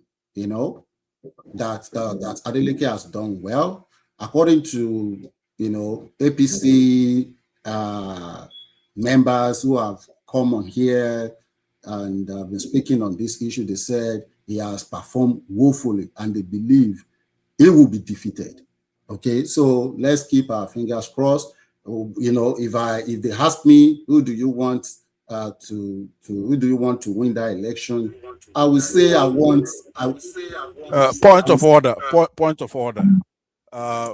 Thomas, before he wanders off into those other topics, he had made some assertions. Could I rebut a couple of those things that he said on the in 2 minutes you can. Simba, hold on, please. No, you are not here when they started. Simba, hold on. Yeah, let them reboot. 2 minutes, Pastor, please. Thank you very much. Simba, sorry, please. Yeah.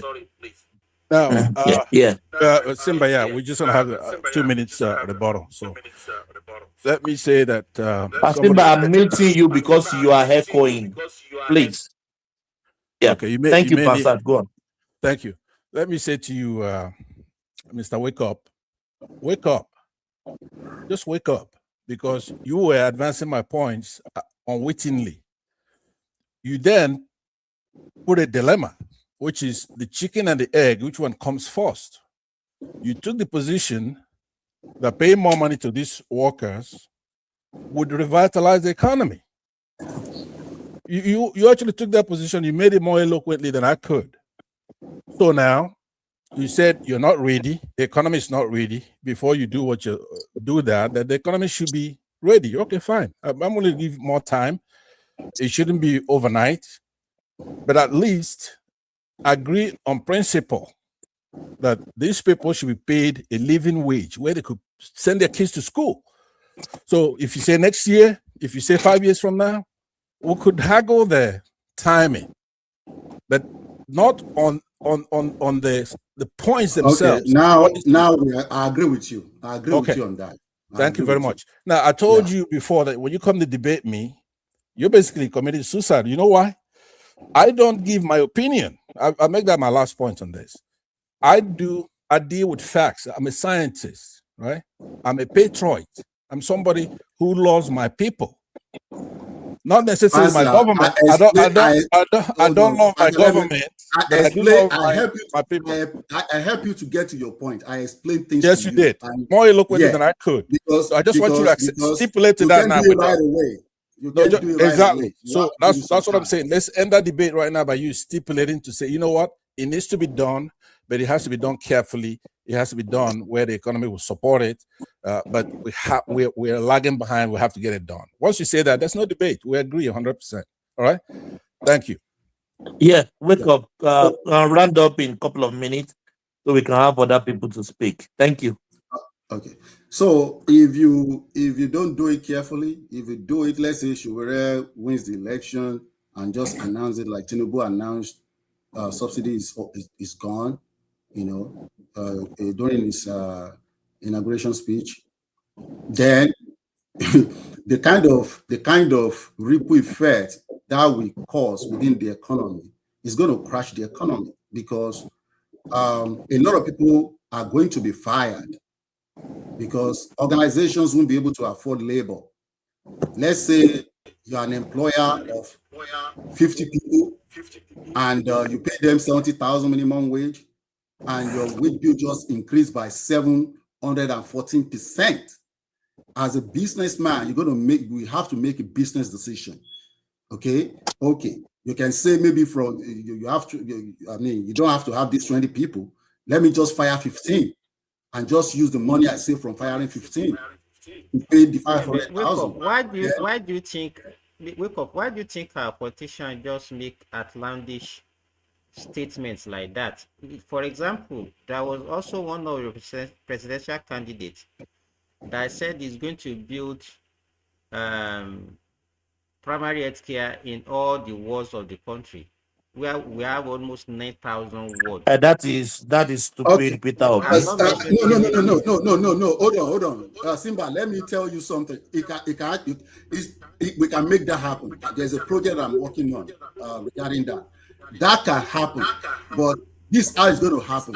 I mean, I don't know. Simba, you are still echoing. Mute yourself. Wake up! You are turning out to be a very good panelist here. Let me say that. No, Passat. No, Passat. Just one sentence. You just interrupted him. Let him finish. Passat. You see, that's why me and you always fight. No, Thomas, I understand. No. Yeah, go on, wake up. Passat will never listen. Passat doesn't know me. He doesn't know me. I'm a very neutral person. I speak truth. He always do all those dilly-dally. I can criticize Tinubu when I have to criticize him. I can support him when I have to support him.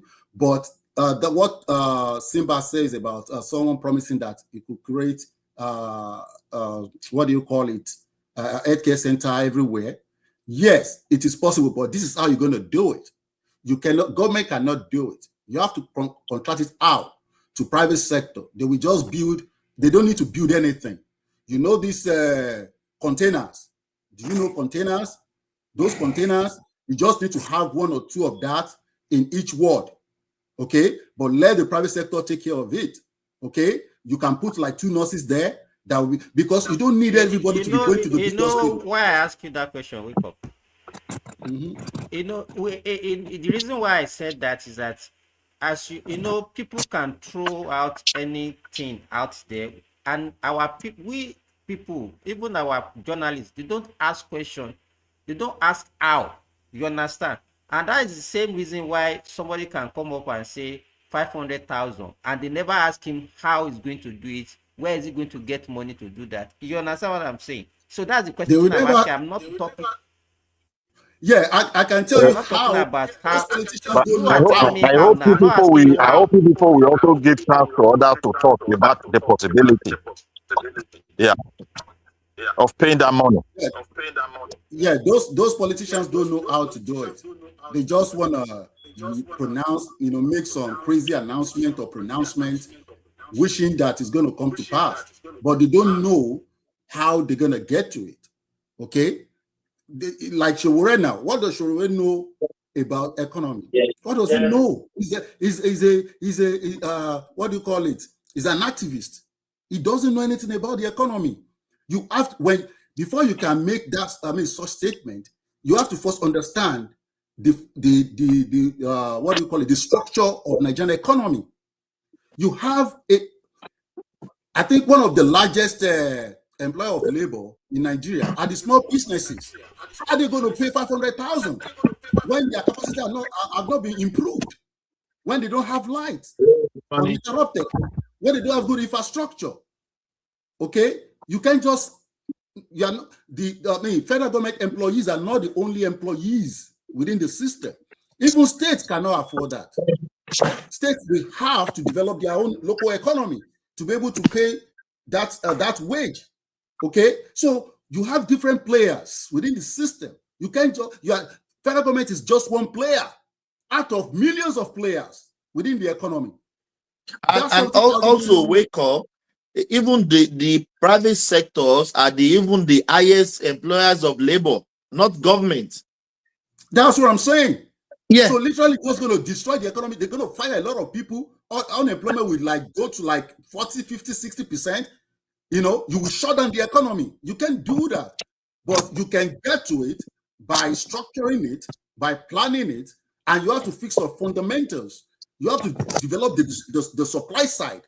The supply side is the one that will hire the labor.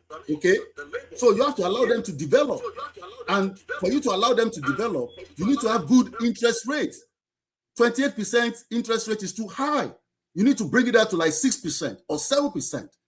Okay, so lower the rate so business can go to the banks and borrow and deploy those capital to expand their businesses. What you are saying now is don't go to that, because you don't know the reason why the interest rate is at 28.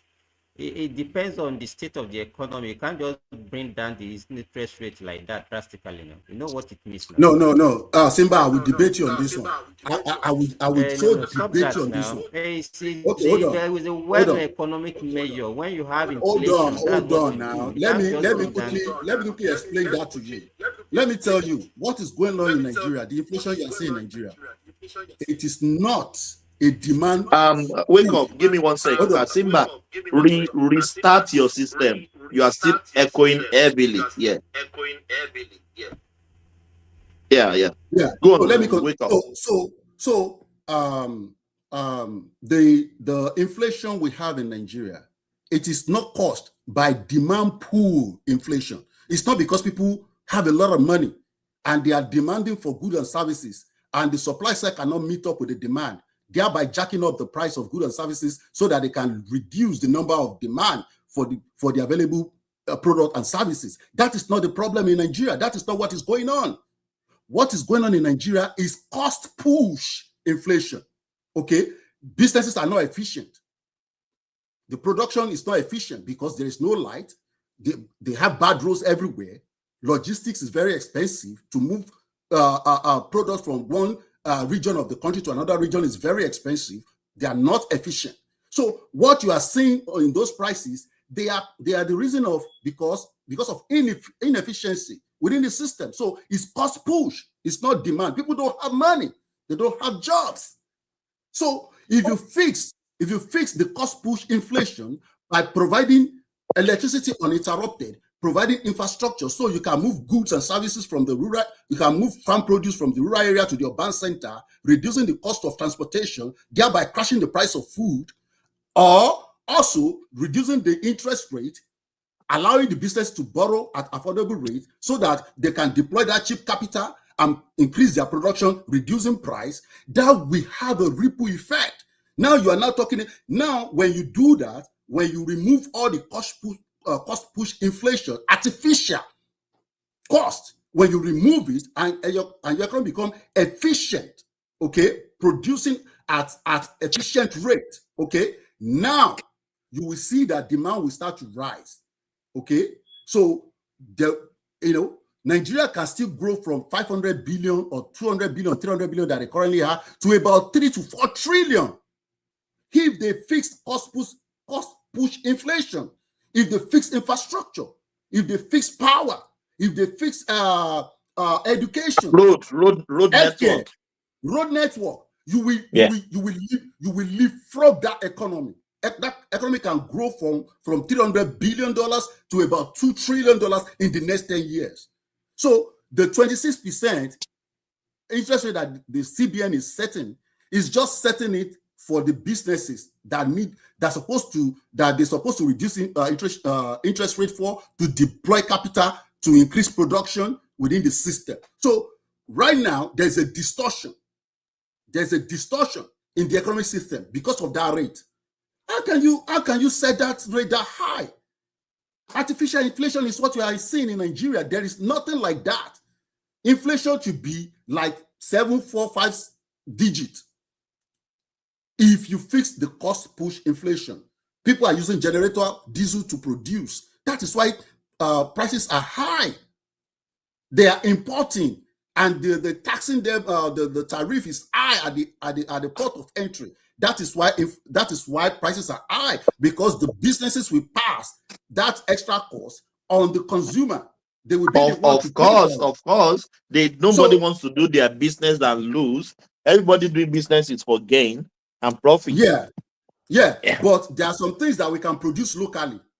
Okay, but we're still importing them because we can't. When we are importing toothpick, can you imagine toothpick? Yes. And I bet you that if they are producing in Nigeria, the one that they import from China will be cheaper than the one they produce locally, because China is production. That is all what we have. There are many things I buy here in Australia. I prefer to order it from China. If you buy the Australian one, very expensive. Because China is efficient in its production. They make sure they reduce the cost of production. If you can reduce the cost of production to the minimum, then you will quickly get to your profit, and you don't have to, set a. And you will do more. You will do more turnaround. Turn around, because people will be able to afford it. People will be able to afford it, so they will demand more of that product. And that is where your margin will come in. That is where the profit will come in. The more you sell, the more money you make. Okay. Yeah. And everybody is doing okay. The household is doing okay. Industries are doing okay, because the money is circulating. The money is flowing. It's going to create chain reaction of income. As the household is doing good, the industries will be doing good, because the middle class will go all out and spend all their money on consumable goods. They will buy new cars, they will buy new shirts, they will buy new jeans, they will buy new shoes, they will party, they will go to farmers market and buy food and do things. So money will start circulating within the system. That is the problem in Nigeria. Interest rates should be cut down to like 6-7%. I'm telling you. Oh, thank you, my brother. Let me round up. Let me round off. So round up. Yeah. Okay. So to fix the country now, right? We need to look at we need to look at the monetary policy. Like I said, they need to crash the interest rate. We need to look at the fiscal policy. Okay. We have done. I think we are doing well in the fiscal policy, because they have harmonized the different taxation that we have. Taxation, okay, So now Nigeria is running efficient tax system. Now we don't tax the poor; we are taxing prosperity now. Okay, so they are doing well in that area, because when you increase taxes on businesses, you are discouraging production, and you are also at the same time discouraging consumption, because the way the government use fiscal policy is to either encourage productivity or discourage productivity, or to encourage consumption or to discourage consumption. Okay, if you jack up the taxes, now you are discouraging consumption. If you reduce taxes, you are encouraging consumption. So it goes. My brother, you don't have to answer the question. What is your discipline? Say that again. You don't have to answer the question. I say, what is your discipline? I'm a cyber security expert. But We also you're a have bit advanced in economy as well, because you yes, are really I making did. sense. Yeah, I did advanced But economics. I also did can I say advanced something? economics. Yes, Can I Simba. say Yeah. something? Okay, so I quite agree with you, Wake Up, that you cannot use hiking interest rates to fix a cost push economy. But the reason why the CBN in Nigeria keeps the interest to stop businesses from constantly raising prices in anticipation of future inflation, so that they will not, because Nigerians, you know what they do. You see that when there was a problem in the Strait of Hormuz, the war between Iraq and, immediately they heard, in fact, the fear of that okay, there is going to be maybe an increase in the crude oil price. Everybody started jacking up their prices. You understand? Because businesses, they worked in anticipation. They don't wait for something to happen. So that was why they keep it. So you can't totally discard that it will not. No. The Central Bank of Nigeria actually did that to, it's because of anticipation of businesses, because of the future inflation. That's why they put the interest rate at that high price. Though it might not totally prevent solve the problem, but it can actually prevent an Simba, increase in that inflation. Simba, you are Yes. your case is flawed. Let me tell you why. Let me tell you why. When businesses started jacking up the prices of goods and services after the announcement of subsidies gone by Mr. President, and they started jacking up prices, CBN wasn't supposed to increase interest rates, because now that is you are adding more to the suffering of the people. What CBN is supposed to do is to reduce interest rates so that the supply side can go into production. Don't add more to the problem, okay? Because it's not demand pull inflation. People don't add money. So where's the inflation? People cannot even have, they cannot can I interject here a little bit? Go ahead. I think in a free market enterprise, and with all other factors considered, the central bank of the country cannot just reduce interest rate. I think the interest rate, I don't know whether it's about 21%, or what is the interest rate now? They cannot just come up and reduce from 21% to 7%, because so many things have to consider. First and foremost, Nigeria is not a very formal economy whereby you have all the data to control everything, because most of Nigerians are entrepreneurs. According to what I read, 60% of Nigeria are entrepreneurs, which they are not accountable to anybody. And that is why you talk about cost push inflation. When there's anything happen, they quickly increase their price product. And most of these products we're also talking about, most of them are imported. So it's not good just to be a chicken of a high, just reduce interest rate like that because of so many other factors. But I agree. Yeah. Remy, so, the way Wake Up is looking at it is looking at it as if everything is just a straight jacket thing. That okay, yes, we tell No. it's majorly cost push, It but means also you don't understand. You don't understand. wait now, Wake Up. We are making a discussion. We are not many on the platform. Just hold on. If you remember, one of the major driver of the problem that we have, even our inflation that we have in Nigeria, is actually the depreciation of naira. You understand what I'm saying? So if the federal government if they leave the interest rate very low, the kind of portfolio investment that you need to stabilize that naira, that will even bring the cost down. Because if you see initially when they harmonize the foreign exchange market, in fact, it was going up. So people are even say that we get to 4,000, 5,000 per dollar. You understand? So one of the means whereby the federal government, the CBN, were to actually maintain a Control. steady naira exchange rate is to increase the Interest. interest rate, so that portfolio investment will come, and that one will help in stabilizing naira, and it has worked. So I don't know why you are just looking No, at no. it from, and that one let me say something real let me quick. finish. Wait. And that one has also helped in actually stabilize. In fact, the prices of goods and services started coming down, and it's stable. Before, every time when you go to market in Nigeria, Simba, sorry. you should go to this, and you go I just next, want to. and you go, and I just want let to me add this finish. addition. Let me finish when you add. So that, because I remember around that late 2000, late to 2023, that 2024, each day you go to market, there's increase in price of goods and services. But now, in fact, prices are coming down, it's not going up. So that is the effect of what that you are seeing. So I think. I even see that even the inflation that we are talking about is actually reducing. So the Yes, inflation, the food exactly. inflation was around 34% before. It's not half. It's like 16%. If not because of Yes. even the oil price, I mean the war, it was already 14%. So Yeah. they can't just come here and say no, what they are doing is not working. It has been working perfectly. Okay. In addition to what you just said, if you can you mute, please?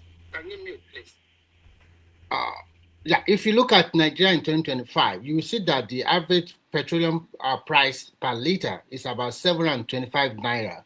And immediately we have that crisis or war in the Middle East, even without even not waiting, immediately the price jack up. You are right about that.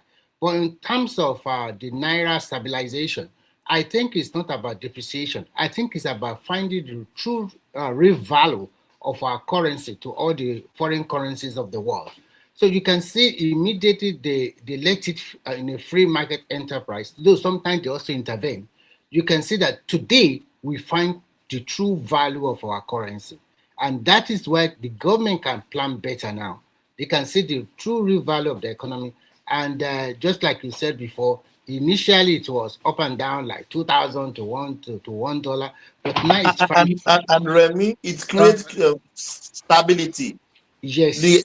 It's very stable now. And when Before, your economy is stable or about to be stable, and a lot of people will see opportunity in your country, that is why you see a lot of portfolio investment or even local investors coming to partake in your stock exchange.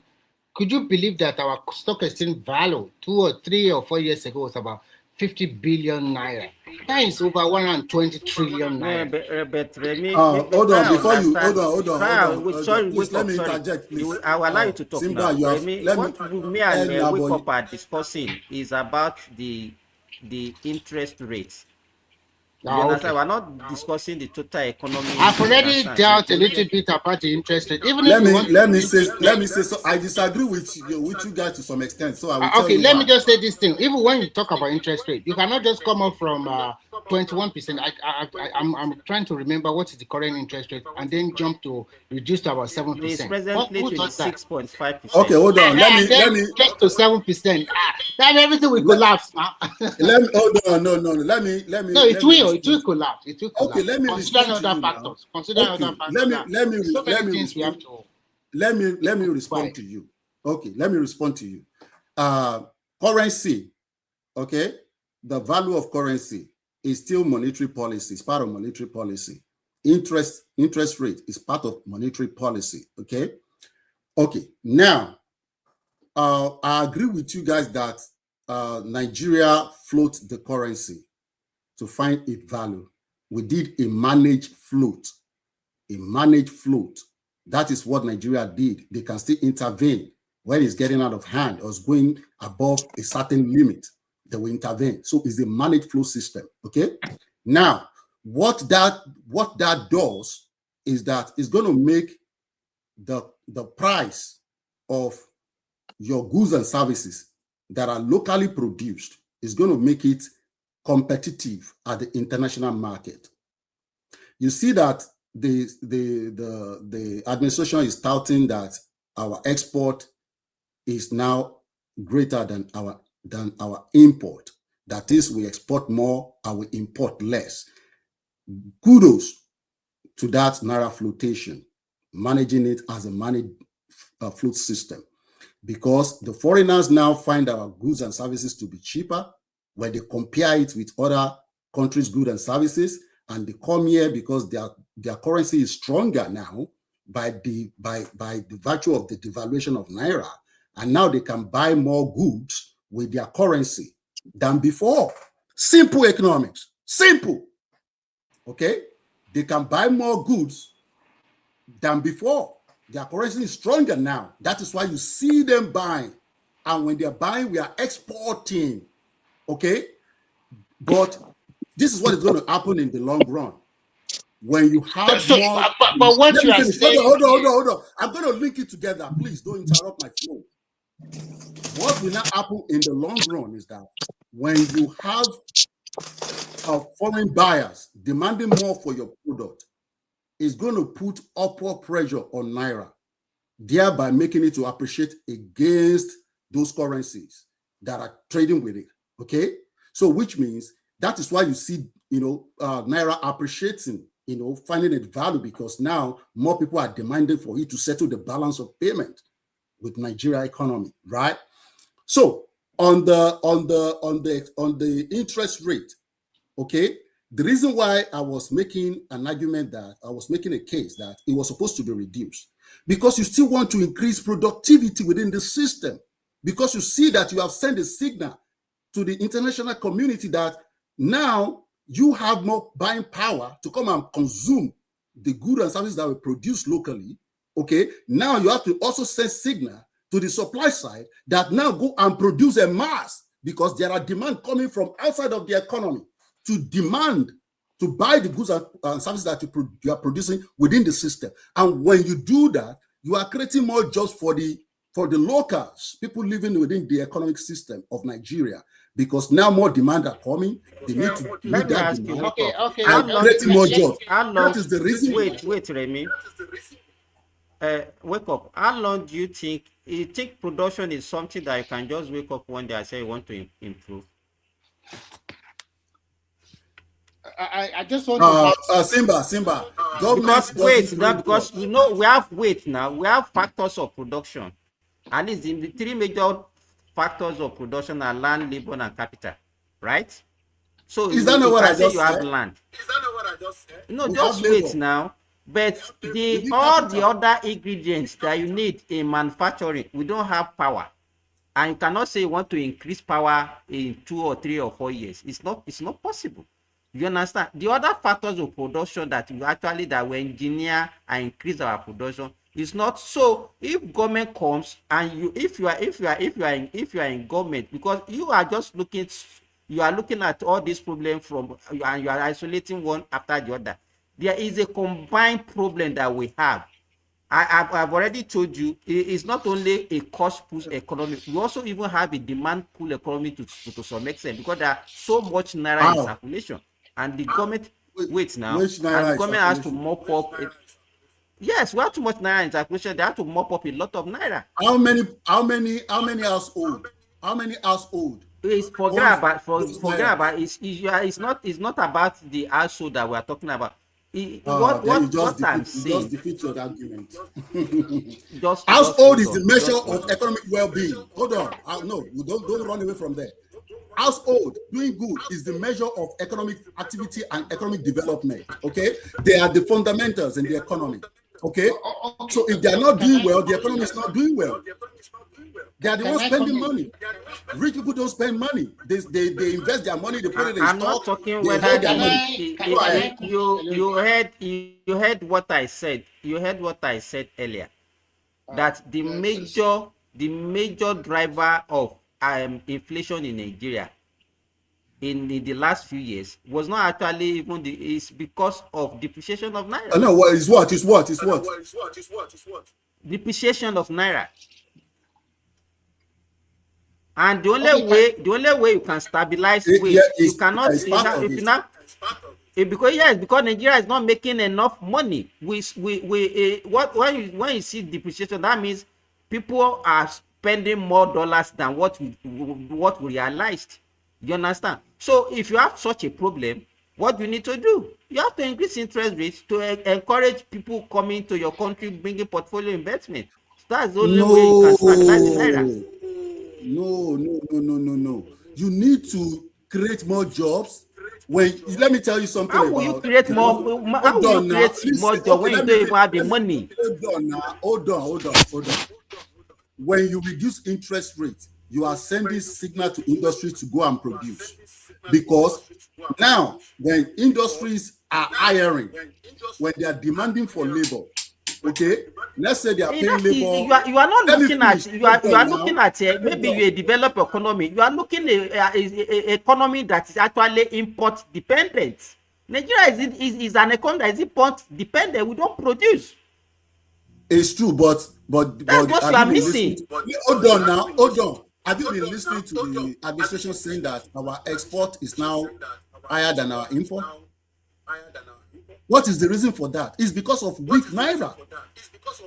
It's because of the weak naira. So when you have a weak naira, my brother, wait. Why you they argue like this? So you believe we are importing more than what we are exporting more than our import in Nigeria? Yes, that's true.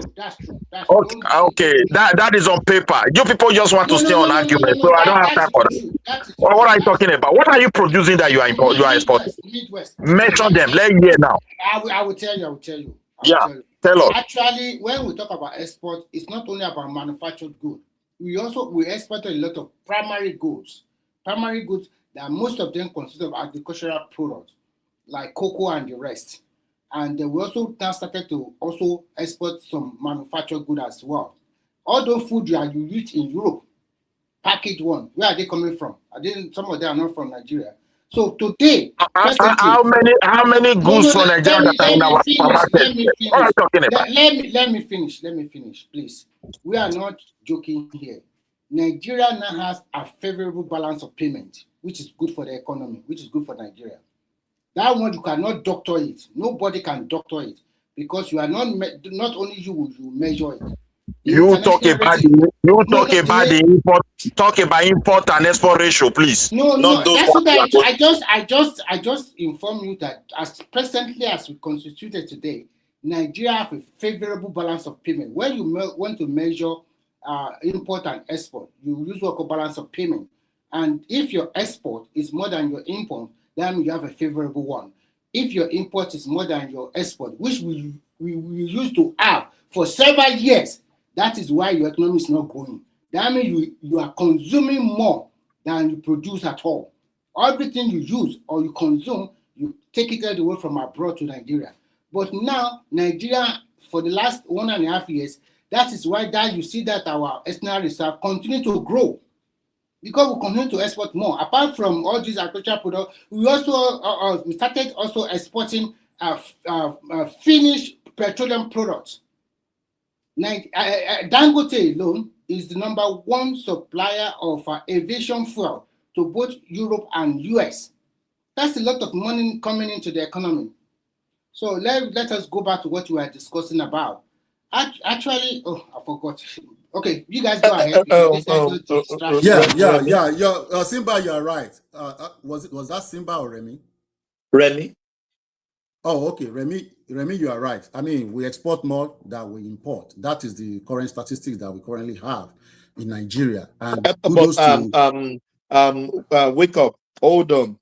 Why did Midwest is arguing that? Midwest, why are you arguing that? Do you believe the government? What are you saying? My brother, it's about statistics now. You can't doctor it. Hold on a moment, a little bit. You see, the greatest problem we have in Nigeria is that, as you said earlier, you say our economy is informal, and I can say it's very, very informal. So in that case, sometimes to really gather data becomes so challenging. And again, people love to play politics with the economy by pouring out data of what is not actually there just to praise that the current administration. They do it always. If you are saying Nigeria export more than what they are consuming today, you go to marketplace. I cannot see that. Yes, he mentioned Dangote. Dangote is one of the. But you are only looking at it from consumption level. I mentioned you are looking at it at consumption level. Let me land this point a little bit. When you look at Dangote, yes, it's not the only person. He's trying his best, and really, we are now exporting finished product, which is also good. But however, if you look at what Nigerians consume on daily basis, You are Like going back to the the same household thing. economy, the Midwest, you are not the services, one. Alone. It's not Midwest, you about are not the one. consumption alone. Does not Midwest, solve Midwest, you are Remy not the and one Midwest, measuring you the Guys, are GDP. one advocating voice, for one. see, Everybody hold see, on, please. I also Everybody hold on.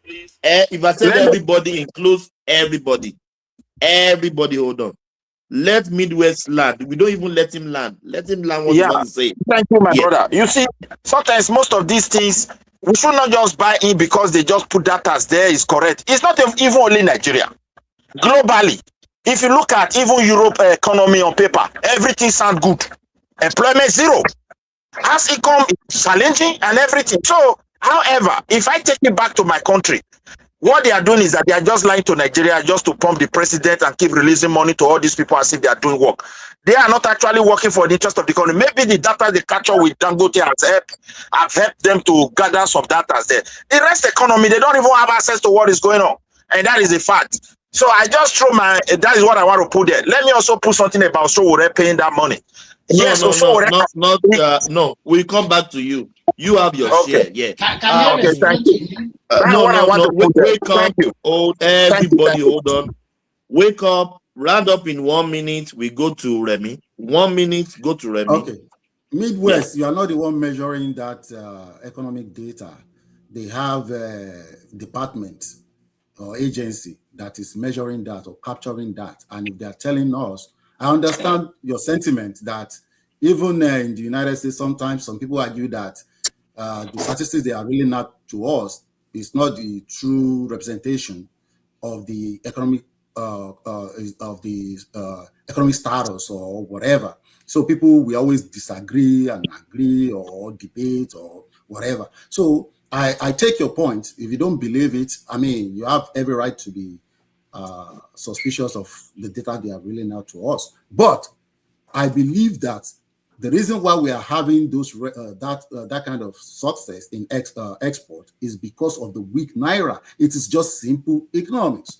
When the value of because the value of your currency is what is determining the price of your goods and services locally. When international market is looking down in Nigeria, when someone in UK, in Brazil, when they are looking down, they are comparing naira with their currency. And if their currency is at a much more stronger position, they will come and buy more of your goods, especially when they compare it to a similar country that is producing similar product. And they see that, okay, your currency is more favorable to them in terms of exchange, and they will come and take your product and take it to their country. It's just simple economics. So I believe them because I can justify it by understanding of economics. So, and that's my point. So I give back the floor. Okay. It's already more than 1 minute now. Okay. Yes, Remy, you have the floor. Actually, I think probably maybe Midwest did not understand it. When we talk about balance of payment, we're not talking about consumption alone. We are talking about goods and services. And then when you talk about the reason why a lot of people continue to invest in Nigeria foreign portfolio, they invest in Nigeria is because Nigeria is not competitive. We cannot compete with most advanced countries. There must be something you must use to attract them. And if they see that you are going in the right direction, this is not a voodoo economics. If they think that you are doing the right thing, then people will be attracted to your country. And that's exactly what China did when they were opening up. Their product in their country became very, very, very affordable and cheap. And all the rest of the world flowed to them. And they did one thing. Yeah. Sorry for cutting you off. I'm a rider. I ride motorbike. I've been aiming to have an electric bike for substitution to my bike. My elder sister is currently in China. I told him to help me to shop around to get. Do you know how much they are selling here? It's very cheaper there in China. It's gonna help me to buy it, and it's gonna help me ship it down to Australia. You can even get as low as if you want a very good power bike. Sometimes you can even get as low as below $2,000. A very good power bike. So So if I may continue, so that one, when you now when you flow your currency to flow according to the forces of demand and supply, whether you call it devaluation or you call it true value, then you are bringing in confidence for foreign investors to now invest in your country. And that is what we have seen. And not only foreign investment are investing in your country, The local investors, those ones that have an eye, that's why you see some Nigerians, you see all these young guys go to forest trading, and they are making a kill because they have a high. They are not the complaint one. They are not the one that did not see nothing that's going on in their country. So that's why they always say that people that will make it in life, they will look at the opportunity in their country and they quickly strike. Why and people take use of it, yeah. yes, and why some people they will do continue They to will be cry complaining. They will be blah blah blah blah complaining, blah Remy. until kingdom comes. Yeah. So as we stand today, I think the economy has been one way or the other stabilized for more than 1 year now, and that is a very good thing for the country. So in terms of the trickling down to the ordinary man, it will be little by little. And when you now say, where is the ordinary man? The ordinary man is also smiling. Only that because Nigeria is not totally a formalized economy. But when you look at it from increments in salary, but when they get an increment in salary, all those civil servants, they will go to the market to sell their product. And selling their product in the local market, that means almost the son or daughter of one that is selling guguru or whatever akada in the market can have money to also buy or send their school to children and send their children to school. And now, a part of elevation for poor people is also that NEL fund. Because if you are sending your kid to university today and you don't have money, government borrow them money for the duration of 4 years. So nobody can complain and school fees. So I can't pay my school fees. that one Yeah, have for my lifted a children. lot of burden. That one have lifted a lot of burden from parents. Actually, when that initiative started, a lot of the northern university quickly key into that thing. But as usual, the southern people. On the southern, we are criticizing it. They were complaining. It's a lie. It's a boutique economy. It's not going to happen. Then now brought me to Remy, sorry for cutting you. Some people are still saying till now, NEL fund is a fake. It doesn't exist. They are just deceiving you till now. So now I will not just oppose to what I've been saying this just some few moments ago. When we say that your economy is increasing, is improving, you now ask yourself a very good question. How does the federal government get 303 billion naira to pay for that NEL fund in 1 year? How does the federal government get that stipend to be paying those universities of 20,000 naira 25,000 and 25,000 naira to the people that go to the federal government technical schools? Another problem we have in Nigeria is that we don't have the necessary skills. Our workers does not have the necessary skills to work in various manufacturing sectors. How many welders are we producing? How many carpenters are we producing? I'm talking about Tenka College. I'm not talking about roadside, just go and learn it for 6 months and then you call yourself a mechanic or something like that. No. So that is our problem over the years. And because, for example, look at the southern part of Nigeria, most people want to send their children to university. If you go to Tenka schools like you're a dropper, you don't know nothing. But when you look at a country like China, immediately you finish your GSS, junior secondary school, and if your result is not good to go to SSS, they push you into this vocational school. And you spend 3 years in this vocational school, immediately the manufacturing company will go there and recruit MRs. And at the end of the day, you and the people that went to university, the difference in your salary is just little. So that is why they were able, so they have the necessary manpower to man all these big manufacturing plants they have. They have enough electricity. There's enough infrastructure from road and rail to connect everything. But when we are talking about Nigeria, we still have a lot of problems. The people does not trust themselves. There's a lot of infighting among the major tribes and so many other factors. Our infrastructure at 2026 is not enough. And they are opening up the country. Some people are telling you, no, you don't need to build that kind of road. Do you know that constructing that kind of road, you are also giving a lot of Nigerian young people employment opportunity? No, Remy. Those people that are working on that road, they come from the mass. They are not Nigerians. So, and when we talk about cutting of interest rate, even if you want to cut interest rate to stimulate productivity, you cannot just cut from 21% and then go to 7%. That would be a lot of trouble. Disaster. And then the last administration also Remy, let me Remy, say this. Let me say this. I will stop. Simba, let me interject you. Yeah, let me don't go. Just let me say this, and I will stop. You have to also look at when you guys interject me, you always shut me down. So I know. I want to say this. Just this sentence, and then you continue. You have to put this into consideration. How much trillions of naira were printed during Buhari era? So you can pick it up from there. Go ahead. Those trillions of naira that were printed, they went away with it. Those guys went away with those monies. Okay, so they didn't give it to the middle class. They didn't give it to the poor. But the money will be in circulation. Hold on now. Okay, now let me. This is another argument. You said CBN had to mop up the excess naira within the circulation. Okay, when you do that, okay, you are asking the rich people that your naira that you keep in your tank, or in your basement, in your house, bring it. Let me give you more money because I will pay higher interest rate. So please bring the money. Let me reward you for stealing the money, and for bringing it to me, I will even pay you more for that money.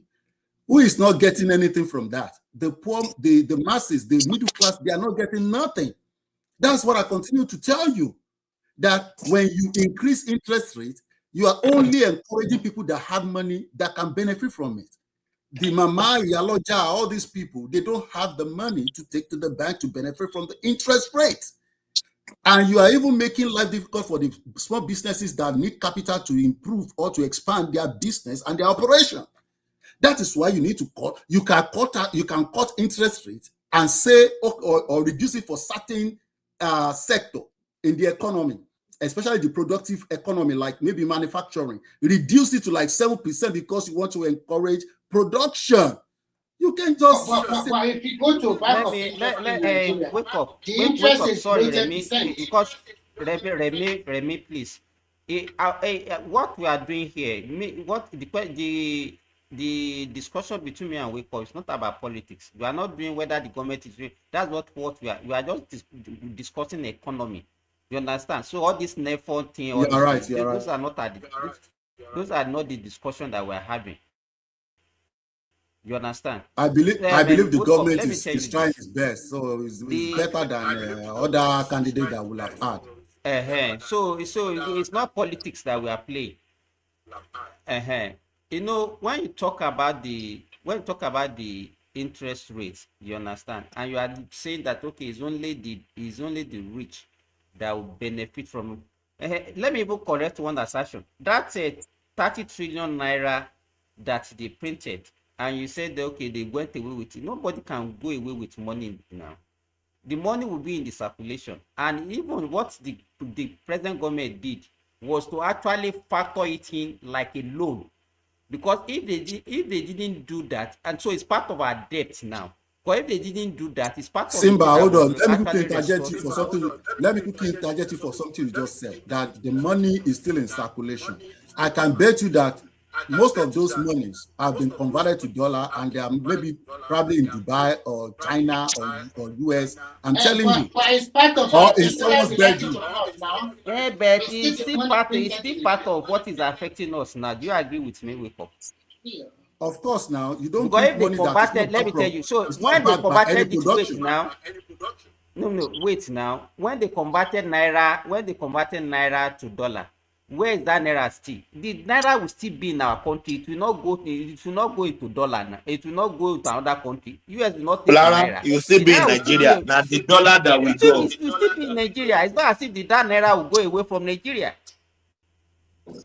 Yeah, but what I'm saying, that money, those people that printed that money, they will have changed some of them to dollar, probably put it in their. What I'm saying, whether they change it to dollar or pounds or euro. But guess what? Even the administration has taken majority of them back through the interest rate that you said, and even through the flotation of naira. Because if you keep naira in your house, and all of a sudden the dollar, went from maybe $300 and 400 naira to 1,500. So if you want to convert it to dollar, you have to even look for more naira to get the equivalent of what you currently have. So by so doing, government has even taken that money back in form of forex, because government didn't have money when they came in, so they have to put naira. So what I'm saying now, just get me, wake up. When you look at our problem, our economic problem, it's not like a straight jacket thing that you say, okay, the only problem that we have is the cost push inflation. It's like we have a multi-dimensional problem that needed a multi-pronged approach. And that is the why administration you is cannot trying to just say, tackle it. So that's why I did agree with you that you said, oh no, the only thing that you can do is to bring down the interest rate. I'm talking about the monetary interest policy, rate. Wait now, what is the increase in what the increase in interest rate has done for us? First, it has increased our portfolio investment, and that's why you see that a lot of dollars is coming to the country. And it also has helped us to stabilize the naira, which has also helped to reduce the inflation. You understand? And it also decreased the cost of production. No. Do you agree with me? No, I disagree with you that it has decreased the cost of production. No, because okay, let me ask you. When the naira was like 1,800 to $1, and presently, let me even give you one example. In my farm, that time when the cost of fuel, everything started increasing, we changed to solar pump, but that's what we used to. And that time when I went to buy solar panel, I was buying 500 watts, 550 watt solar panel. That time I was buying it for 170,000 naira one. But now, do you know how much they are selling it? 100,000, 105,000 per one. Has that one not reduced the cost of production?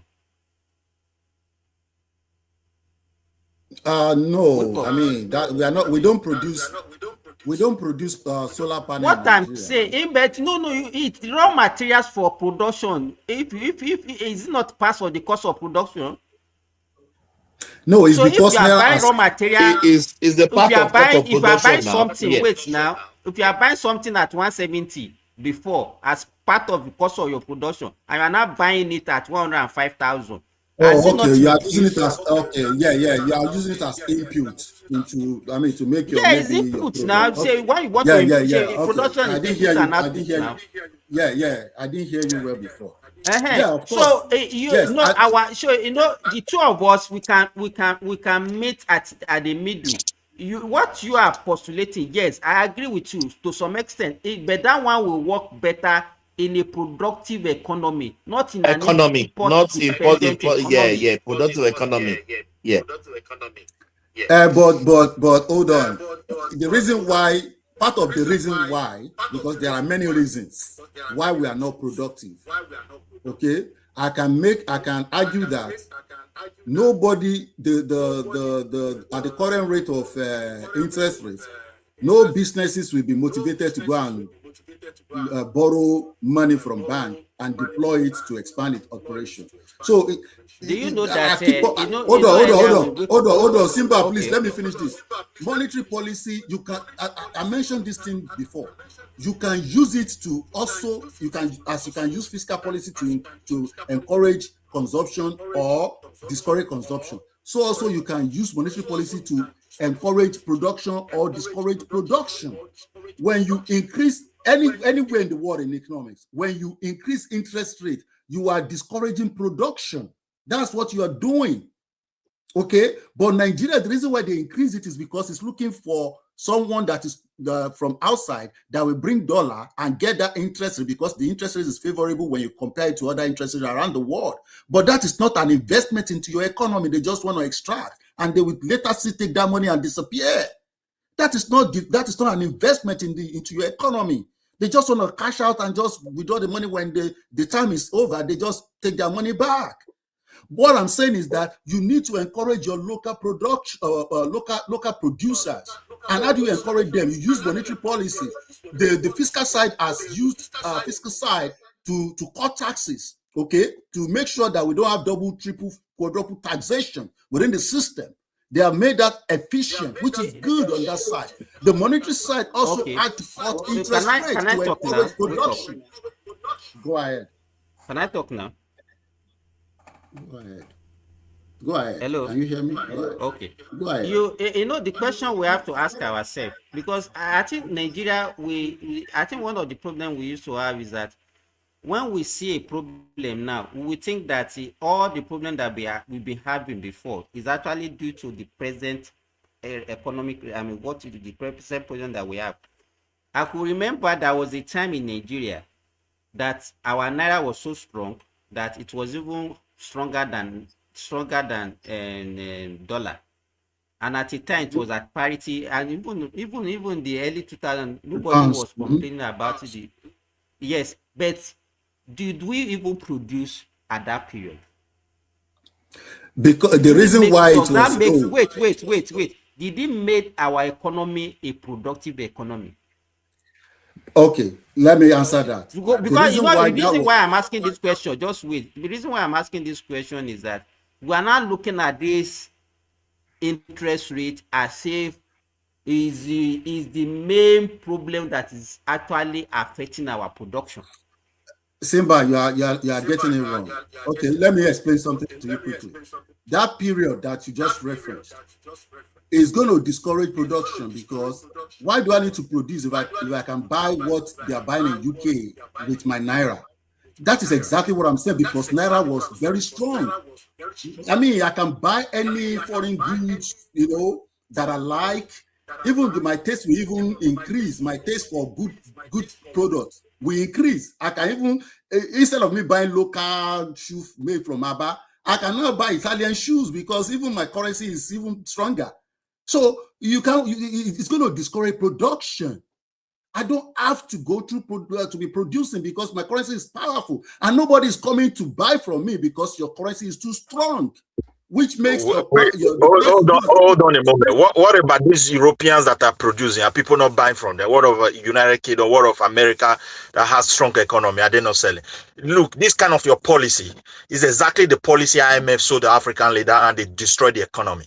When they left us, we were having a very good currency. We were producing, and at least our economy were far better than any country you want to mention when we got independent.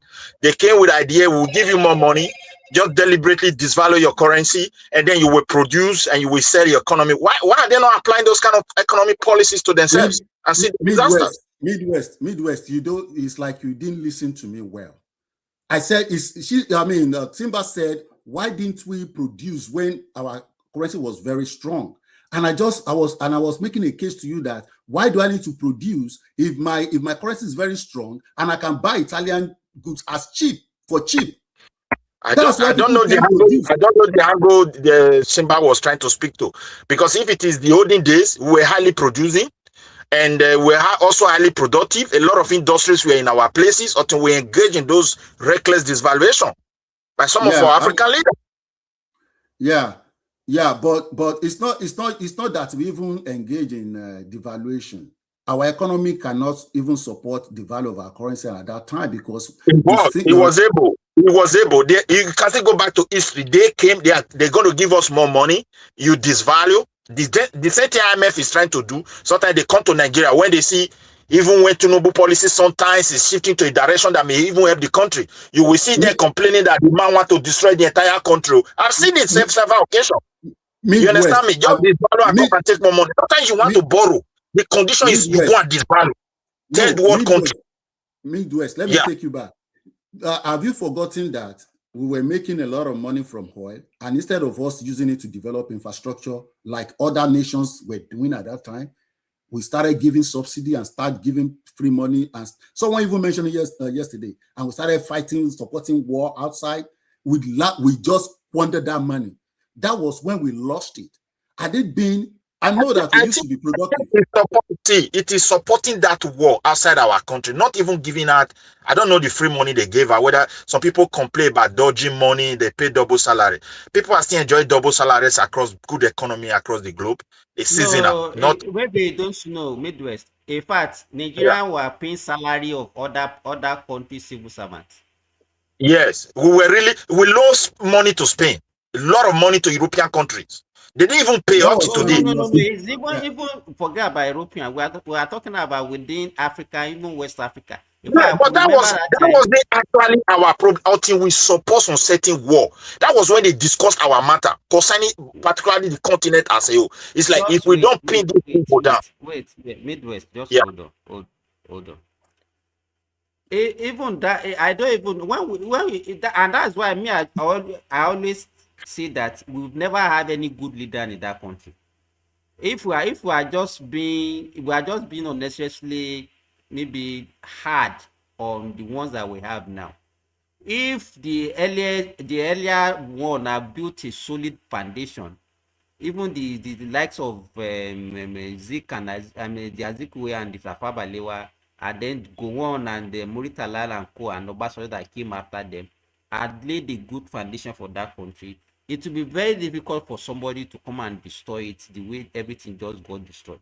It was our situation has always been somebody, the British handed over the country to us in 1860, and everything started.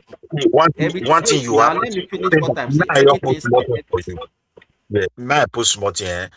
If you look at the global economy, even the European economy that you see that are doing well today, it is the support of the United States after the Second World War, what to do, how to move, that really sustain all of them. And in the case of Nigeria, I don't blame our leader. You can't know everything. It depends on the kind of friend you have. Even those Saudi Arabia you are hearing today, yes, they have done a lot. But the negotiation with America and the support of America stabilize those things for them. In Africa, Midwest, what they are trying to tell you is that you don't give excuses. This is 2026. Stop all those kind of what have happened. Yeah, hold on a little bit now. Hold on a little bit. In our own continent, the problem was that these guys, they actually discuss us, and they never discuss anything that will favor us. There was a position they want to place us, and that plays a role. And I can agree with him. The leaders really failed us. I don't want all these victim. I don't want to be playing victim. Wait now, Midwest. Okay. Let us stop all this victim mentality. Is some people that are not aligned or no. We are human beings. We are all created at the same time. I don't think that God created them earlier than when He created us. So if some people are now manipulating you, is because you don't have brain. That's why they are able to manipulate. No, the thing is not that they don't have brain. What you don't know is more than somebody. Anything we person don't know past person. So whatever advantage. Yeah. Simba wait. They design the system, they regulate the system, they own the system, and at the same time we're not exposed enough. And they can easily manipulate us. And again, we will also have try and understand my points here. Yeah. You have two people. You have God created you, everybody at the same time. You are in this planet. It's not as if some people came from another planet.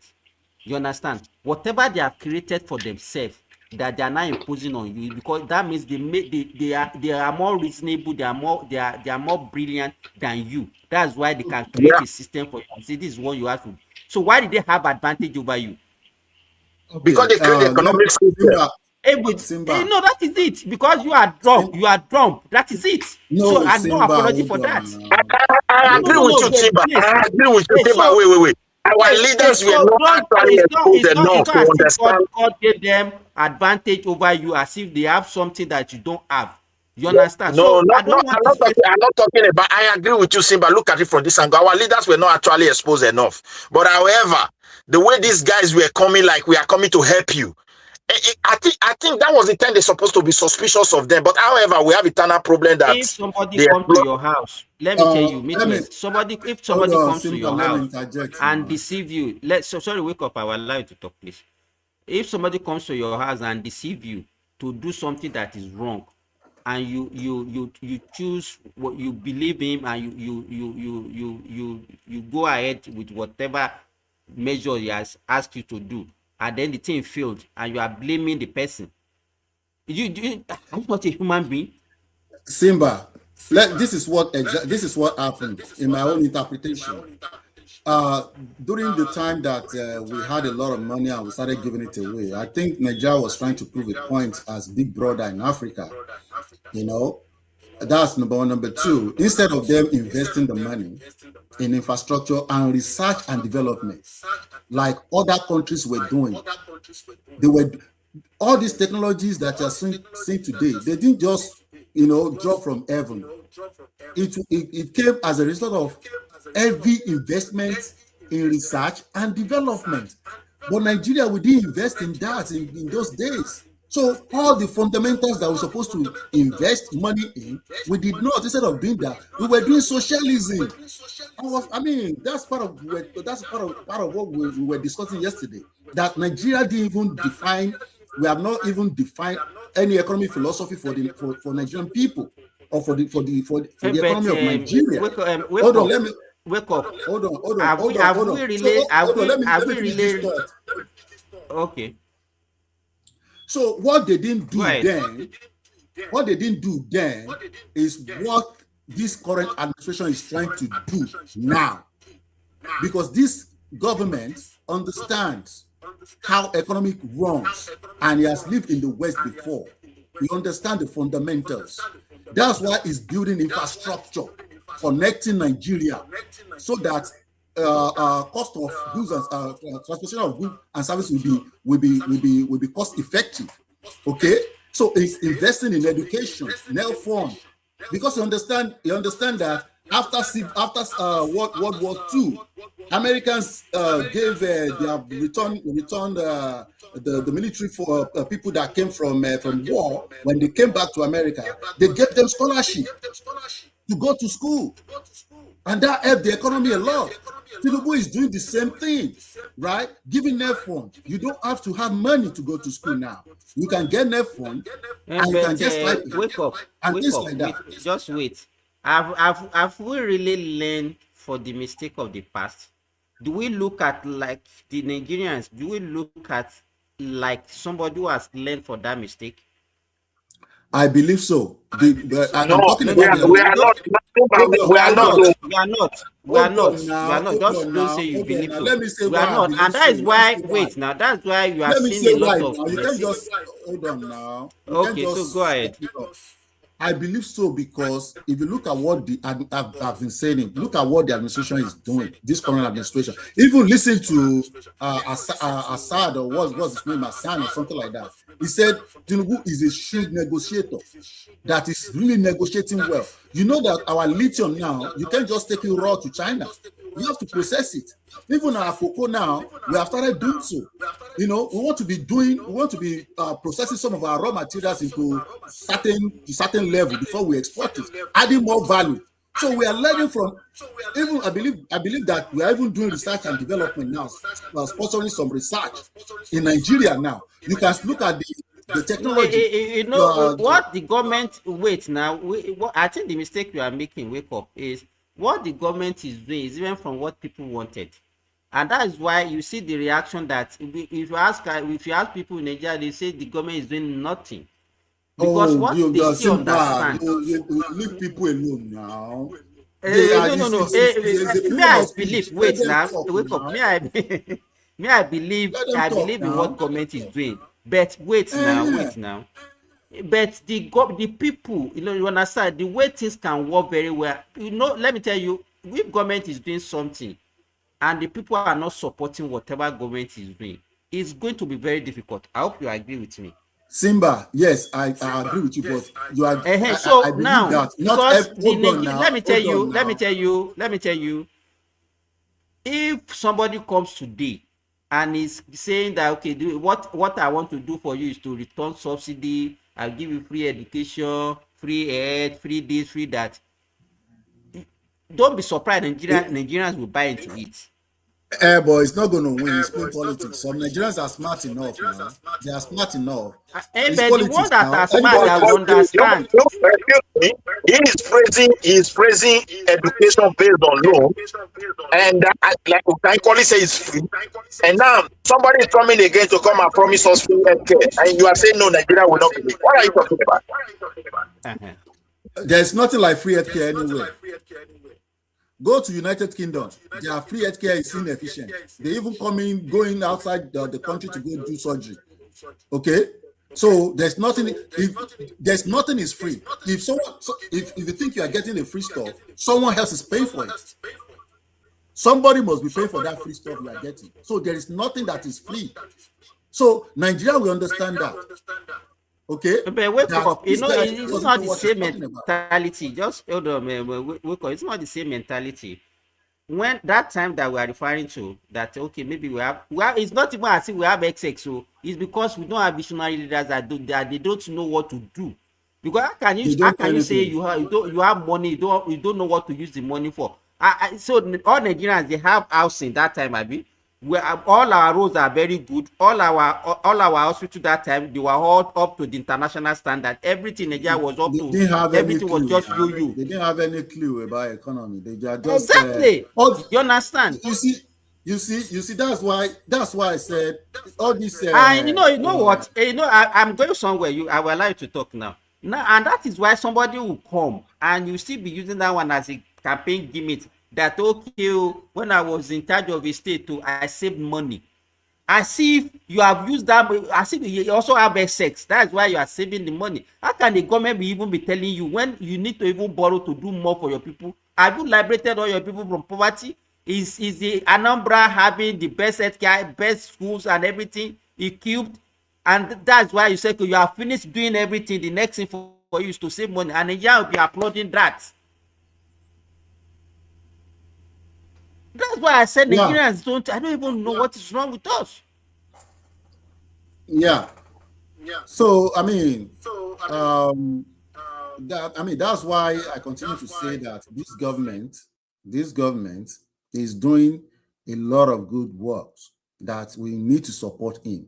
You see the infrastructure that is doing, that is major. Is major. And I also heard that they are doing they are installing solar. They want to install about 5,000 megawatts, maybe in Southeast. I know they are doing a lot in the North. You know, that is how you start to build. Nigeria have not built anything in the last 40, 50 years other than the Third Mainland Bridge. Even the refinery is in comatose. We didn't do the past, they didn't do anything. Nothing. You know, all these past presidents that have ruled us, they have this mentality of giving free stuff to Nigeria instead of developing them to have more money. Because they know that the mentality of Nigeria is just for them. Just give them food. Everything is okay. No, military caused that. Military caused that. Military administration caused that. They were trying to create a nanny state. You remember that United Kingdom used to be a welfare state too. I believe they are getting wiser now. United Kingdom used to be a welfare state, whereby some people, they can even tell you that they have not worked before in their life. You know, because government is taxing the rich people, taking that money to give to the poor. And they feel disincentive to work because what you are giving them, when they compare it to what they will be making when they go to work, they're almost close. So Nigeria military too, at that time, they were looking at what the UK was doing, what the Saudi Arabia was doing, instead of using the money to develop infrastructure, develop healthcare in Nigeria. They were trying to give money to create like a feeding bottle economy. And we still have feeding bottle economy today, you know. So what I'm praying is that I want to be able to make more contribution now. But my distance the echo, I don't know what's happening. See, I've been at nice show. Hello. Okay, it's okay. Go ahead, I can hear you. Yeah, my brother, you'll be saying a lot of things good about the government. Yeah, the government want to do this, they are doing this, they are doing that. I assure you, every past government till we get to this situation, they have been doing, they have been building, They've been building new things, trying to repair. The status quo remain. The greatest problem we have in Nigeria as a country is just the loopholes. It's too much. We have had a fake agency, and as a result of that, there is a serious distrust between the people and the governors. So in that case, yes, I agree. I can sense a lot of effort by this administration to do things differently. But doing it with the same people, the same mindset to come and loot, to create loopholes everywhere, that is the greatest challenge. We need to be honest with that. Because he is not even tackling it properly. It's like, okay, I give you good promises. I'm building coastal road. Small time, bring more money. How do you even capture the expenditure of that road in the first case? So if you look at the whole thing, my brother, let us be honest. I understand that some of them that really mean well, like that Minister of Interior, I think with the diaspora, we can categorically say that we have benefited a lot from him. I know when I call some people I was having in this Stockholm, Nigeria embassy, Stockholm, that used to pick my telephone. Okay, we will help you. When I call, they tell me, no, just go to internet. This time around, no call. I thought it's a joke. I recommended people, they dump it. I can see Nigeria now behaving upright, trying to follow procedures, because no chance for you to be excusing innocent people to a point where they will not be the one that will be telling you, let me bribe you so that the job can move forward. So I give credit to him. If I wish other 60% of those appointees can emulate that, I think the common masses will see the impact. But if Tinubu is not willing to really tackle that excess of looting, just forget about whatever they are putting there. It's like putting a doctor is here, just throwing somebody you want to treat so virus and bacteria environment. So it's not, you are not going to help that person. That's just Yeah, I agree with you. That's why I will continue to advocate for restructuring. You see, this current system is so faulty. It's so faulty. It's going to be difficult for any president to have a serious progress or serious breakthrough. But even with this faulty system, I still need to give president a lot of kudos for what he's been able to achieve in this short period of time. There's never been a president like this president. Look at the infrastructure. We continue to say it. Look at the fundamentals of the economy. Look at how it's helping the students. It's huge. No strikes. No strike in there's no ASU strike. There's no queue for oil, because time is money.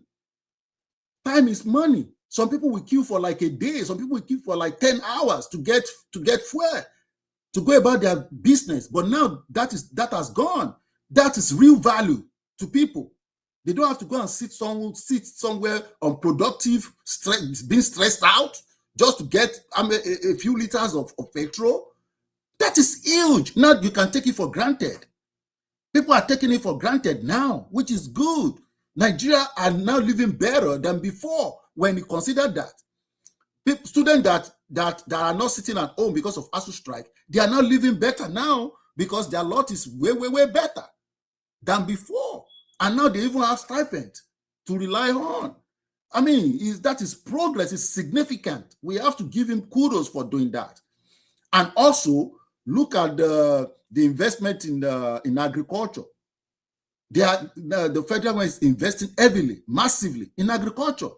Then I need to also applaud the technology. Our technology sector is growing. People are coding anything in Nigeria now. The person that built my website for my business is in Nigeria. We're even discussing other projects. People are making money on social media, making money on coding, writing codes, AI, all those things. People just need to go key in. Look at stock market roaring, booming, bullish. And Nigerians are on social media complaining instead of them putting money on the Dangote, putting money in stock, let it double, triple, quadruple, because that is what the stock market has done. From 30 trillion to 151 and 60 trillion. That is more than 5x. God damn it. The economy is roaring. They just need to continue to support this man And what I will expect from him the second time is to restructure that country. Because if he leaves the system the way it's currently constituted, the next administration will just, if we didn't get a nice, if we don't get a nice president, we will just go and destroy the system. Before you, we have to be honest with reality. Even Tinubu from the beginning, he said we're going to have pain. Yeah, Nigerians are passing through a lot at the moment. It's a part of the pain to build a country. I quite agreed. But when you don't inform the people properly, it carries a lot of risk. And that risk is playing out today. As you said, I agree with you. Most of these policies these guys are putting on ground, if they are able to seal that looting to some certain level, the impact will play on the life of the common man. You cannot expect common man that like, wait, 100,000 naira a month that barely feed you as saying stock. These are made for people that already have some levels of. I want to engage you on the corruption. I want to engage you on that corruption that you're saying. I want to engage you on that corruption that you're saying, that I should fight corruption. Yeah. Two of the major corruption in Nigeria that we have are subsidy in petrol, subsidy in exchange rate. That is that's the two major corruption. Because you can ask me why I say that, and I will tell you the reason. Look at the amount of corruption that was going on in subsidy. You know, some people will just bring empty ship, and they will invoice Nigeria and take money and go. Or some people will bring the petrol, invoice Nigeria, take money and go sell it at a higher price in another country. Very, very big corruption. Look at the exchange rate.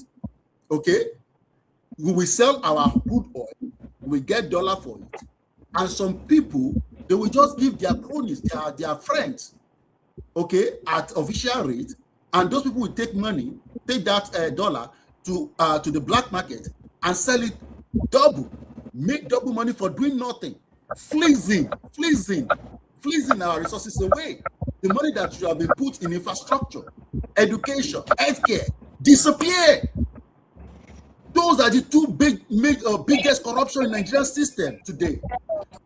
The other corruption that are left, they are just minor. People stealing money from government, people stealing money, you know, what's that? Yeah. People padding budget, people doing all those things. You cannot quantify, I mean, you cannot compare that kind of corruption with billions of dollar corruption that was going on in the FX and in the subsidy and petrol. You can't compare it. Those two things that I mentioned, those two items that I mentioned, they are the major corruption. So nobody has fought corruption like Tinubu. I will make that case, because if you look at the value, the quantum of money he has saved the economy, and the quantum of money that are going to the states to develop their states and pay salaries, build infrastructures.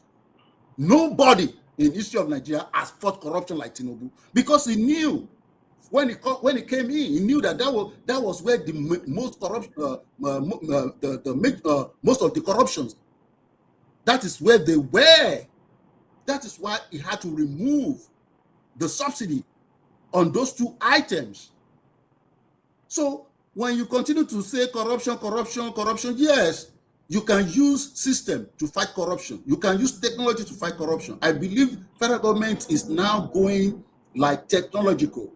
They are using, instead of you collecting money directly for, maybe government is rendering a particular service that you have to pay for, instead of you collecting that money, collecting cash, now you have to go to the bank and pay. Do it online. If you want to get passport, go and pay online. So removing corruption even in the passport sector, removing corruption. Nobody, no other president has fought corruption like this president, because you have to put value on what he has done. Can anybody hear me? Am I talking to myself? Yeah, we can hear you. And I think you're right on point.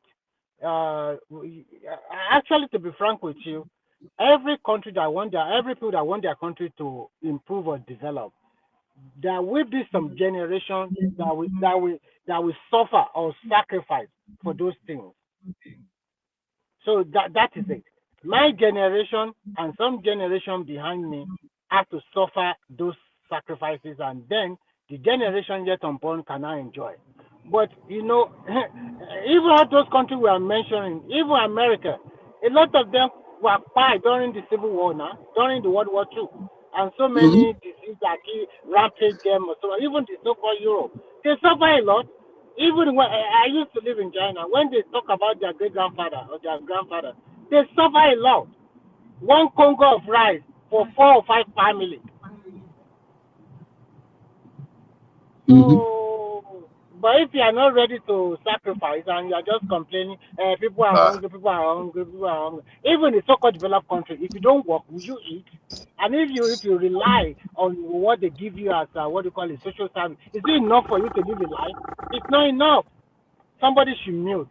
Simba, is it Midwest? Midwest, did you listen to my explanation regarding the corruption that you've been talking about, my rebuttal? No, sorry, I did. My this thing just stopped. I have to come in again. Okay, I know it's you. Okay, what we are just trying to say is that every country, people of that country must be ready to sacrifice for generations yet unborn. But if the people there are complaining about being is hungry, is he hungry? Even in so-called advanced countries, a lot of people are hungry to death, if not because of the government that provide them something, and they're already overstretched. An average country in Europe is already deficit to more than 80 billion euro. The country I'm living in, we are in recession now, and people are suffering too. But they will never castigate their government because they know this is the time to sacrifice for their country to make their country grow again. That is how they have trust over their leaders. They have trust over their Nigerians are also let me say this. Let me quickly say this, and then you will come. I will not take time now. Let me say this. Do you think this recession period, a lot of the people here, they already lost their job? They continue to cut their benefit as well, the social service benefit, they cut it as well. They are also suffering. We went to the same supermarket to buy things. We are doing the same thing together. They are also suffering a lot, big suffering. What can they do? The worst they can do is to vote the government out, and if they are also bringing another government, they are not sure that they will go out of that recession quickly. Nigeria is even lucky that we quickly went out of, we came out of recession. These people, they might be there. You are also living in Europe now. They can be there in the next 4 or 5 years. Go and ask Italy and Poland and the rest. How much years does it take them to come out of recession? 10 years. The so-called form of a developed nation. And you cannot ever hear their people talking about everybody will readjust their life according to the reality of the situation. So you can go ahead, sir. The thing is this, my brother. What I want to tell, corruption is in everywhere. Yeah, the economy globally is really becoming very concerning. We have to be honest with that, because even things are getting increased, and sometimes salaries are even going down. So some of the benefits companies can no longer afford it; they just take it away because some conditions were attached to it, and sometimes they even add more volumes of job task for you to do daily for them to survive. So we can't take that away. But however, when people make sacrifice and they trust their government to do the needful for them, it's quite different from whether we have excess, we have low, we don't know. You understand me? So it's like running a mafia state where only those who are in power, they benefit from the sacrifice that others are making. And those who are actually the commoners who are actually paying those sacrifices, they don't get anything tangible for it. You go across Nigeria, you cannot say that in Nigeria of today. What about those their children that is going to university that they are giving them 20,000 in a month? Poor children. You can't say what that. You also have to know. Listen, look, let me ask you a question. I don't want to even. I give credit to the president, but I will not. Let me ask you this question, and then you continue. Do you have option in Nigeria to take your children to public school or private school? Do you have option? If you have money, you can take to private. So that means if you don't have money, you can go to public. Yes or no? You go to public school if it is So primary. why are we not talking? They already make Hold on now. for them now. If it is public school, about I can say 60%, they don't even have roof. Everywhere is bushy. It's a lie. It's lie. Quite, There's one school. You know, I went to Nigeria recently. I said 60%. I said 60%. I said 60%. I think I'm correct on that. Remy, Midwest. I don't love people just throw out statistics without having anything to back it up. Where did you get that 60%? I don't know. Hold on. Wait. The government don't even give statistics about dilapidated schools within the state. So it's just individual. Hold on a moment. Wait now. Let me land this one. On individual basis, sometimes when they show the school you attended some years ago, you wouldn't even believe your eyes, you know, what you're going to see there. You can talk about your state. Talk about your joy alone. Don't talk about but when you talk, you are like generalizing, like. Hold on a moment. Edo is even better than so many states. I don't even know what you're talking about. Talk about Edo alone. So what I'm trying to tell you, in the southwest, it's very difficult for them not to. They don't even have a wall. They don't even have a structure. They have even shown a place that look like bush in some part of this country, in our country, where nothing is left. So what we are trying to tell you is very simple. You might be right that in some states, some of their schools are dilapidated. I'm not saying that all the schools in your state are well good or in good state. That's why I just look at it. No, you should actually, the reason why I made that thing is that the government already gave you an option that no money, go to free education up to secondary school. Now, even at university, you can get loan for it. It's free for you to go to primary school and secondary school in Nigeria. I have to tell you my own mind. Do you understand me? I'm not going to say giving students. No, I'm talking about common man. Yeah, common man can no need to pay school fees. So let me look at it from different angle. Because giving the loan for me, what is try to understand me a little bit. Let me put this one before you. Giving that loan to support people. If it is well managed and it's going good, it's good. But at the same time, to support students, what I mean, student loan, that's what I'm talking about now. Is it not also helping families? Yeah. The body Midwest. Do you but know? However, however, the source of the money is not quite defined. After this administration, maybe you see the next administration. To you when we talked about this program before. Oh my God, this Midwest got a. Remy and Midwest. Hold on. Midwest. Why are you even concerned about the source of the money if it's going to the people? Right? Look at my concern. Hold on a moment now. Hold on.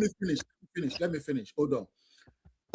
If the money is going to the people and the people that the money is going to, they are not complaining. That's number one. Do you know the number of students that are benefiting from this? Over 1 million. Do you know how many households that will affect?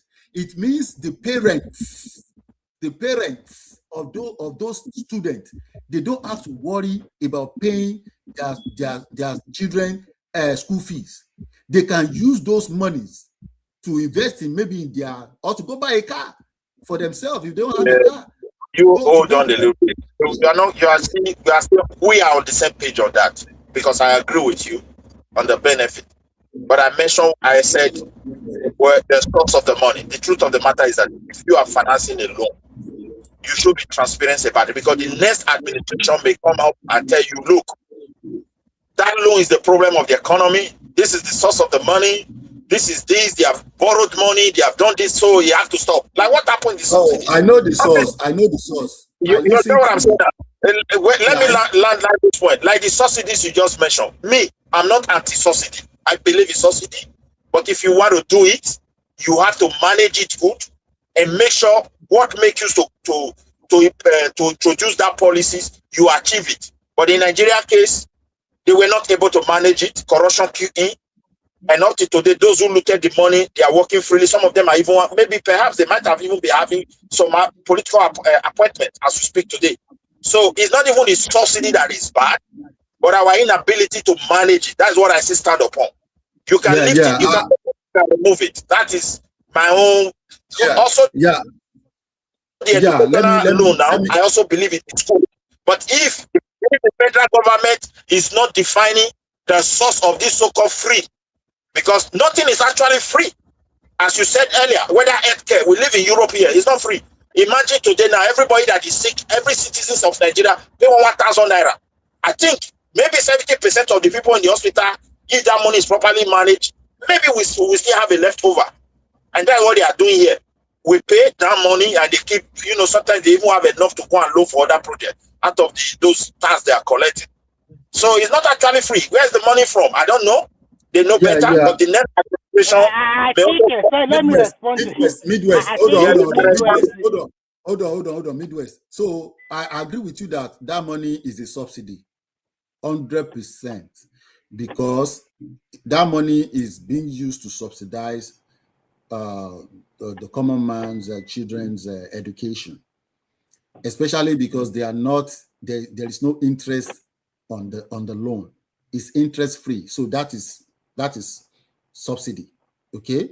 But it's a good subsidy because it's a public good. Education is a public good that has positive externalities.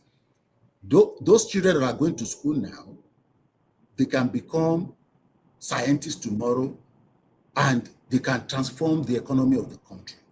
As regards to the source, I remember I watched the EFCC boss.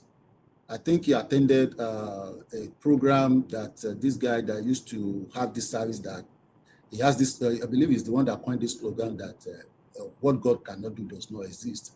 I think I saw the EFCC boss attending that program, and he said some money that they recover from people that looted some money, that money, about maybe 150 billion. He said he went to Mr. President. He said that your student, the plan that you have for student loan scheme and things like that, can't we use this money? He said that money was part of what they first used for the student loan scheme. That's number one. Number two, I've also listened to some people in the administration stating that the money was also coming as a result of money they save from subsidy, okay, and increasing revenue generation. So, and if you even look at it, it's just 350 billion naira. It is not huge money.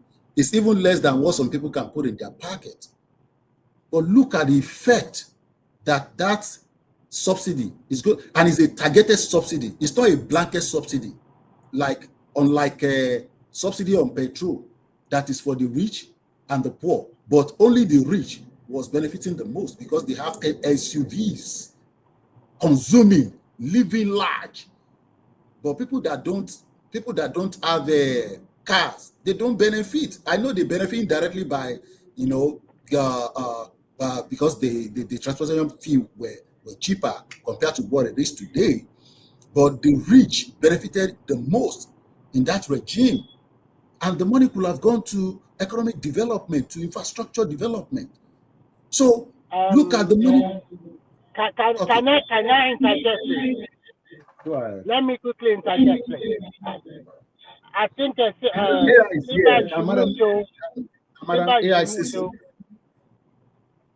it's me. It's Remy.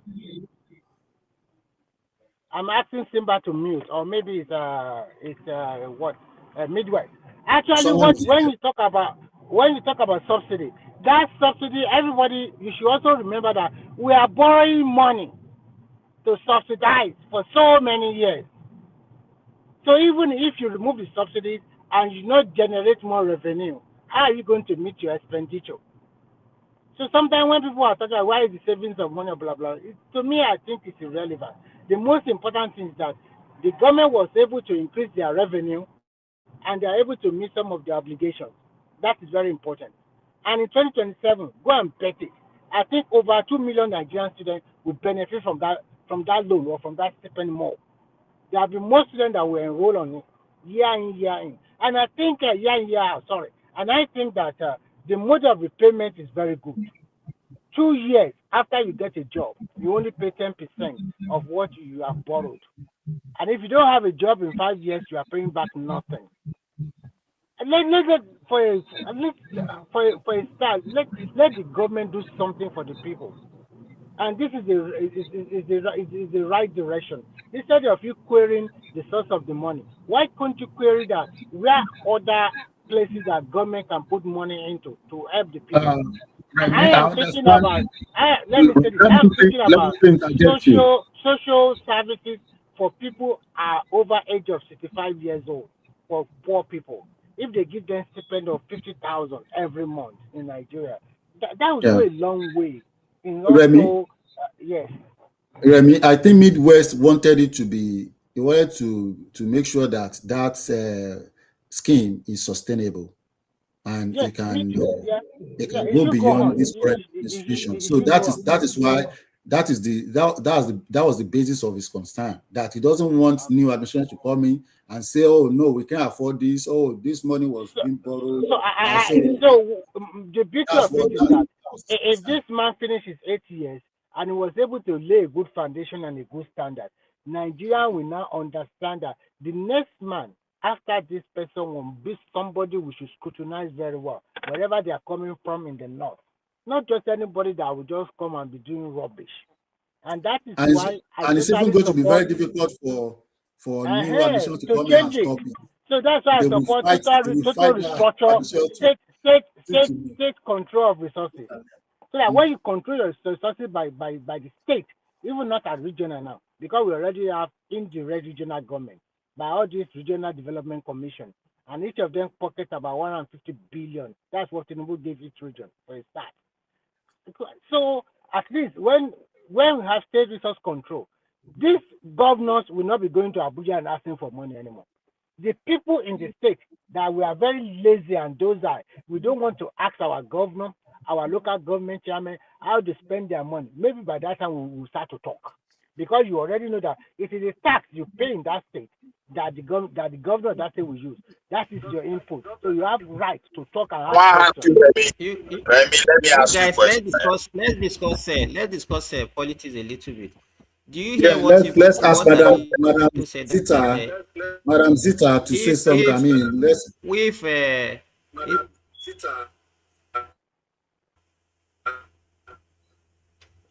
I think Madam Zita is here. I think she's around. She will talk, or maybe she does not want to talk yet. Oh, okay. Yeah, I want to go to bed. I want to talk about the 500,000 naira minimum wage. This is like 1:30 a.m. I gotta go. Good night. Okay, thank you. Wake up. Good night. Bye bye. Let me go ahead. The 500,000. Who is going to pay the money? The government now. Which government? Nigerian government. How can Nigerian government pay 500,000 minimum? Simba, it is very possible. Yes. Let me tell you one thing. The problem of Nigeria today, why people are not any good. Number one, the loopholes is too much and it's getting bigger almost on a daily basis. And two, there is no proper tax structure. Because when government release money, they go after that money with tax. And that's what they are doing here in Europe. Let me give you an example. 500,000 minimum wage is not possible in Nigeria. Now, why are you talking about it? Possible. Maybe you will use what is going to happen.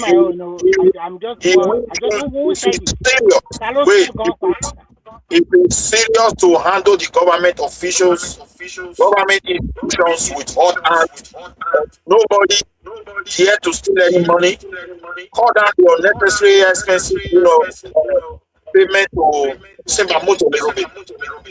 what is it called? All this day-to-day running of the government, like say, out of rent, giving them money for construction development. At the end, maybe 90% they see it as their free money. My dear brother, why won't they be able to pay? Let me give you an example. Somebody died. I don't know where, allegedly, I don't know whether you people had the also correct.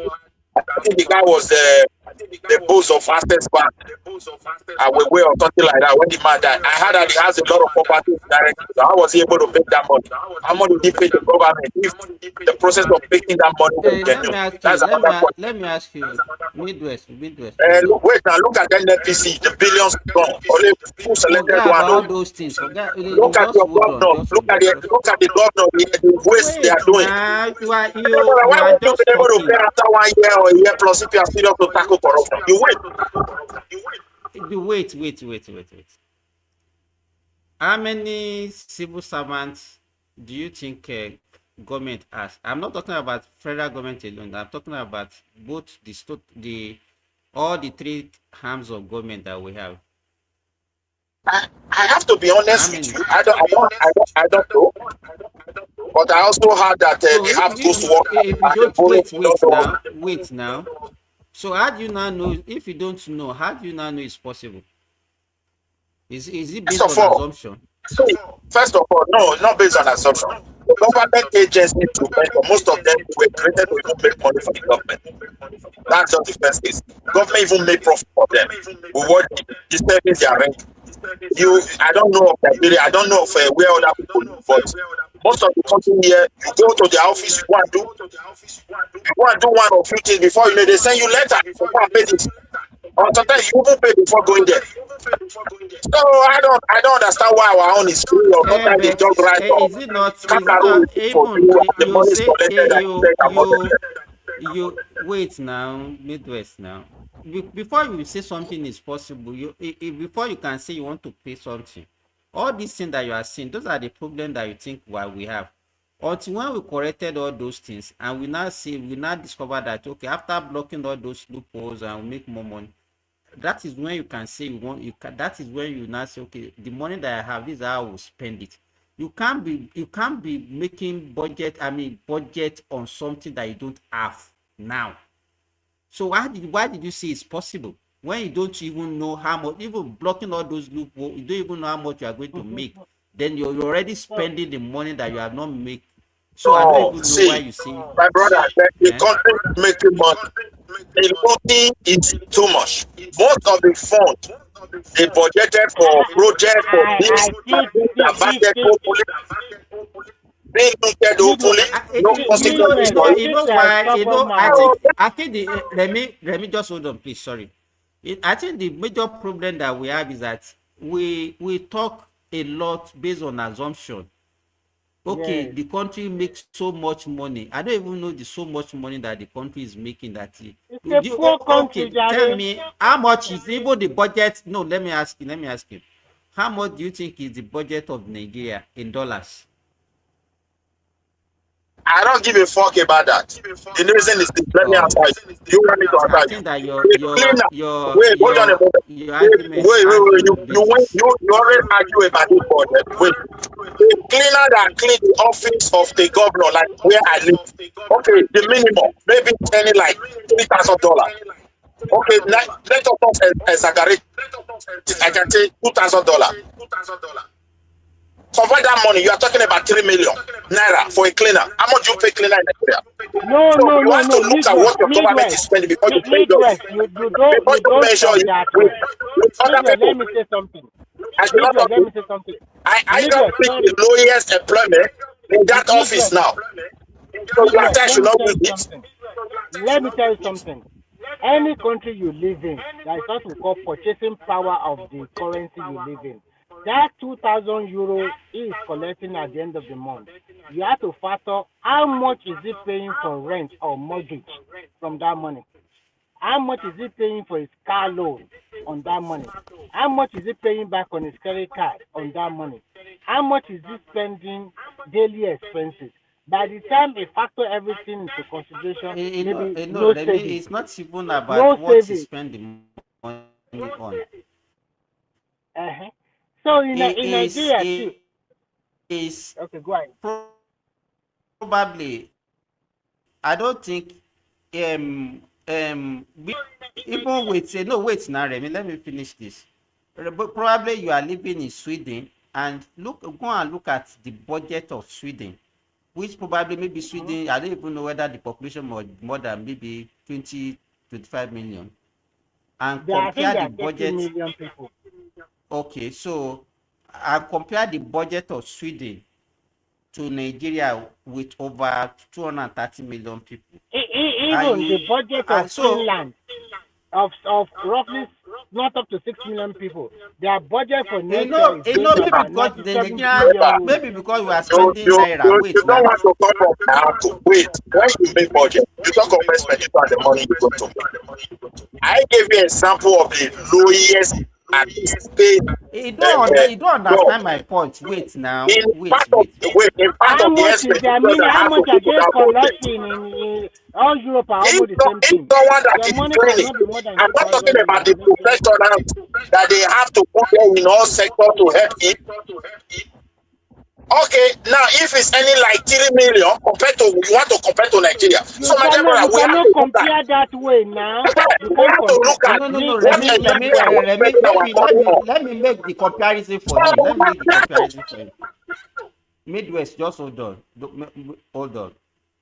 Let's say the budget of Sweden maybe is about $150 billion annually. It's possible. And they have a population of 30 million people.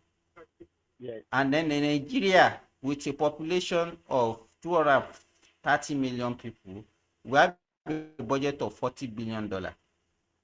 Yes. So do you think that's the two countries can spend money the same way? Never. You have to look at capital income per head when you are talking about this very problem. What do you pay your people? You get what I'm saying now? Oh, you do not understand. Wait. How much do you budget for? When you have wait now, income per head. If you are making it, wait now, let's use individual now. If you don't understand the analogy that I gave to you as a country, you Midwest and me Simba, I have 230 children, and you have, let's say, 30 children. You understand?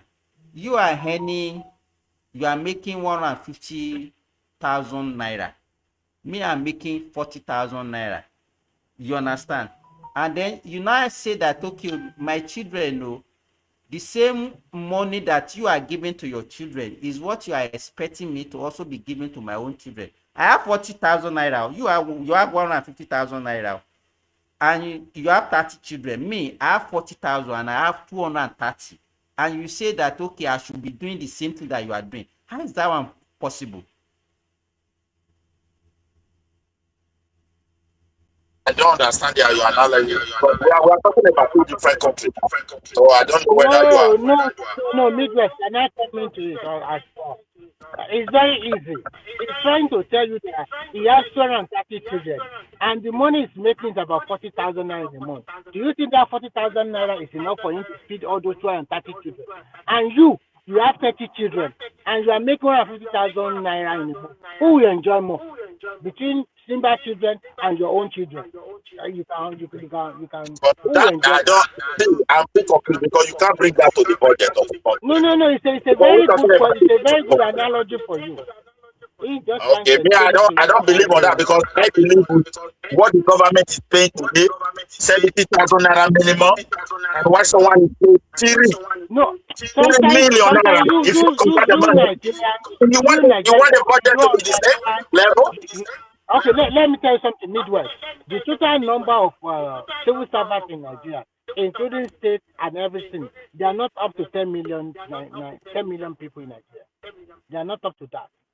So that means if your minimum wage is 70,000, that means you are in level 1. level 1, and you are not collecting that 70,000 as your take-home pay, because your take-home pay will also include several allowances. According to what I checked, it's about 110 or 120. Remy, don't try. Let me tell you, Remy, don't try even justify. The money is small. Your answer is small. We are talking about what is affordable that even we are making. If we want to make our government to be better and our people to earn, we must talk reasonably of what is possible, what is visible. Yes. So we are not looking at the visibility. Can our government afford to be paying minimum? Because that's minimum. That is the 500,000. Don't be surprised that some people will be earning 4 million, some people will be earning 5 million. Yes. With that minimum wage of 50,000. Yes. I mean 500,000. So people will be it will push Look at some it from people prayer. wage where to are we like going to 4 ever million, get the 5 money million. to pay Look at half a million naira minimum? So so we are now looking what we are discussing. Midwest, what we are discussing is that can the government afford it? That is what we are discussing. We are not saying we can't just be making blanket. Okay, wait now. Wait. Yeah. You can't just be making blanket comparison that in Europe where you live, the workers are earning 3 million there. So in Nigeria too, they should be earning 3 million. You can't be doing that now. It cannot work that way now. You're not making that. That's not the comparison I'm making. The comparison is based on budget, and budget is supposed to expenditure. So that's why I draw that comparison. Because if you look at what Nigeria government is spending and what this government is spending, it's different. The way they pay. Okay, so you think wait. Remy, let me ask him. So you think that Nigerian government spend more than what the Sweden government spend? Is that what you are thinking? Yes. No, what I'm saying is that what I'm trying to tell you that in Nigeria case we spend less.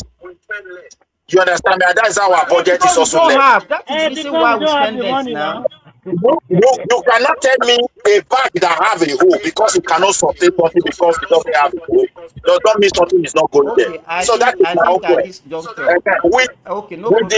If we wait now, even these countries you are referring to, the kind of money leaving our country, where one person will tell you they have 100 houses in UK. I don't know whether it's arbitrary anyway. My brother, how can the government, if you take that money away, the country will collapse. There's no two ways about it. There's no two ways. There's no problem. Niger man, you are welcome. How are you? Good morning, everyone. Good morning, sir. Good morning, my guys. You just sleep, wake up. That's when you remember us. I just wake up. I just honestly, I've been licensed this 1 month started, but I was just listening in bed there. Because I woke late. I came late who's winning our election in my state now? Who's winning the election? But Davido said that Davido said that if his uncle did not win, he will go to Trump. He will go and report Tinubu. That one is even. That one is even. I don't even follow the election. People know the point where if they run the election, if they run it, it's going to report them. I don't even like the Trump. Everybody knows that is a joke. The Trump answer to Davido or what? Well, that one is just a joke. They're just trying to make a joke. No, that one is not even. I don't even follow the one that is trending there. The Edo and Osun states. You don't see what is trending. Both of them, they are attacking themselves. That is what is most trending now. You know, Okpebolo said that he's not the that it doesn't come for meeting, that it comes late for meeting. Go and bring the result out. It's on the stage. That they are now showing the Adeleke project and the project. Was it the jar? Not be smart, you know. Simba, what do you think the influence of Oyinlola supporting APC candidate? Does he have any influence? No, but there's something. Please, Mr. But there's something that surprised me. like what one man was playing this was I watched it when that lady and that man came talking in there. Even the Ambo, there's a big documentary they do about that. 1,500 people who are all the old workers, everything, everybody that is working in that government, they are all from there, this and that. I say, why is it that every time that is election, I'm coming. Why is it every time that is election that before they are not bringing all this, if this is not true, every time there's election where there's when a politician but I think at least Davido also sorry, can you sorry, let me ask Naijama, repeat yourself. Repeat yourself. I didn't I said these people that is saying they are doing discovery now, that there's that the Ambo, there's another documentary that is going on online that they are not showing. They said everybody that is working in that government, they are all from there. 2,000 from here, 1,000. To the government, this so many and those women now still come out on TV. Yeah. I said, why is it that now that is election coming, is that they are doing, they are revealing all those things? Why are they not be saying this is all this time? Now they will bring it out. They won't bring it out when it's there. They will bring it out now just to. That is something I don't believe. That's why I don't believe all what they are saying, because I don't believe. No, there is element of truth there. And there may be element of truth there, but why is it so bogus like that? Not so bogus. So why is it now that they're not doing documentary? But that's your government that. But Nigeria, that your government that say Adeleke is dancing with his daughter in government house where they are speaking. It's true. It's true. That one is true. Everybody know Adeleke is dancing. So why is that? No, not dancing. Not dancing alone. They are partying every day. Barbecue, chicken, wine, everything. They are just spending Simba, can you guys hear me? Yes, can hear you. Yeah, sorry, just I think this is one of the problems we have as people. A governor of a state went to campaign in an election rally, and it was encouraging the people that if they give them money, they should take the money. At what point does he not understand what electoral fraud is? At what point does he not understand? He's sending 20K to them now. Yeah, but at what point do you not understand? Do you stand in the public forum and be promoting fraud? You can ask him about is their governor. It's not only that started that. It's not only that started that one. Wait. Let me be clear. I'm coming. Don't let me talk. And I just cut my mouth. Who is saying that? Bebolo. So okay, that if the opposition, he said if Adeleke give them money, they should collect the money and still vote for APC. But it's not the first person that said it. It's not the first person that said that. Is it the person that's collecting the money? No, okay. So is the idea, the mindset that a governor, everybody knows these things happen, but for a governor to stand on a public forum in a campaign stage to encourage people to behave in that manner. Do you not that does not tell you the mindset? You should have asked them not to collect the money. Is that what you are saying? Of course, you tell them not to collect money. Even if you know that they're going to collect it, you cannot be promoting such behaviors in public forums. I think you have a beef for Pebolo. I think that's why you are saying. No, I don't understand the point. Simba, you're wherever you live. Hakim, is it the first Hold on. No. So wherever you live, a politician will campaign and tell people to commit fraud. It's not fraud. As far as I'm concerned, that's not fraud. Okay. I'll continue to listen to you guys. Okay, that's not fraud. They are not the one committing the fraud. It's the people that you are not even commenting about the person that is taking the state fund to be given to be using for election. So it's the people that are collecting the money that are committing fraud. Mm. No, Hakim is biased towards Okudolu from day one. No, if it was Adeleke that did that, all of you guys here will be here. All of them are doing the same thing. All of you will be up in hand. Remy, just hold on. Remy, hold on. Who is offering the money? Who is using? Who is It giving is the not people money? about offering the money. It's No, about no. it's He the said it is mindset that a Adeleke. Wait governor. now. It's Wait. a mindset He that a said it is sitting governor. Adeleke. Everybody, wait now. Akim, I Listen, don't even listen, come understand here. your Let me argument. explain something to you. During the last election, Adeleke came out and said, if it's money, we have money. We will share dollar, we will share pounds, we will share everything. Everybody condemn Adeleke. Everybody, including myself. But see, they still share the money now. They still But share the money. They still No. vote in Just there. hold They on, have to Remy. get Now let's them. know where he's going. Let's know where he's going. Okay, go ahead. How do you guys, right, start to condone certain behaviors in public forums? This is what I don't understand. How do you think that is normal that somebody will be promoting electoral fraud? Why is he promoting electoral fraud? He's not the one offering them the money now. Is he Yeah, the one but offering them the money? why do you find a way to defend something that is not I'm not defensible? defending. Let me tell you. This is not the first time somebody will be talking that way. It takes two to Remy. Let me explain something to you. Let me explain something to you. It takes two to tango, Akim. Wait Let me now. explain something to you, right? If I support somebody and the person did something, you know what I'll say? I'll say, you know what? I don't support that statement. I think it's a wrong statement.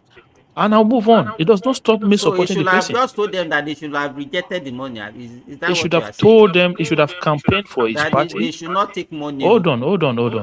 He should have campaigned for his party, give the people the reason why they should vote for his party, and that's it. Why are you encouraging people to collect money? You are coming from another mood. Politics Is there any party with ideology in Nigeria? Did they campaign in Nigeria how did they say it? Did they say it this thing with what they are going to do or what they are going to or any good proposal? Okay, Simba, I want to ask you one question again. You see, when Ebolo was running for governor, right? He also made a comment then that he will fix federal road with state money, and when he want to go and collect the money, he will then increase the money and collect double or triple from federal government. So is that no investment? Invest my money, I will not collect it. I invest my money, will not collect it. The federal road, is it everybody? Is it only those people that will be following that federal? Is it not everybody in Nigeria? I will invest my state money. At least he is doing it. What Is about it those that are not doing nothing? Simba, so that's investment, right? It's a good investment for all the whole states. Even when a weekend did federal road, don't you see when the Buhari said that he will not pay because he didn't call the federal government supposed to be there, that go to back and front. He was not telling Tinubu. Somebody is asking me, who am I supporting?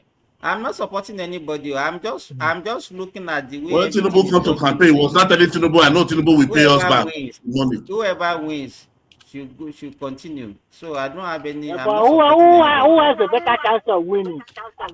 2023, wait, I'm coming, Mr. Simba. 2023, when President Peter Obi come on podium, what did he say in Lagos? He said if they give them the money, election, they should collect it and vote for him.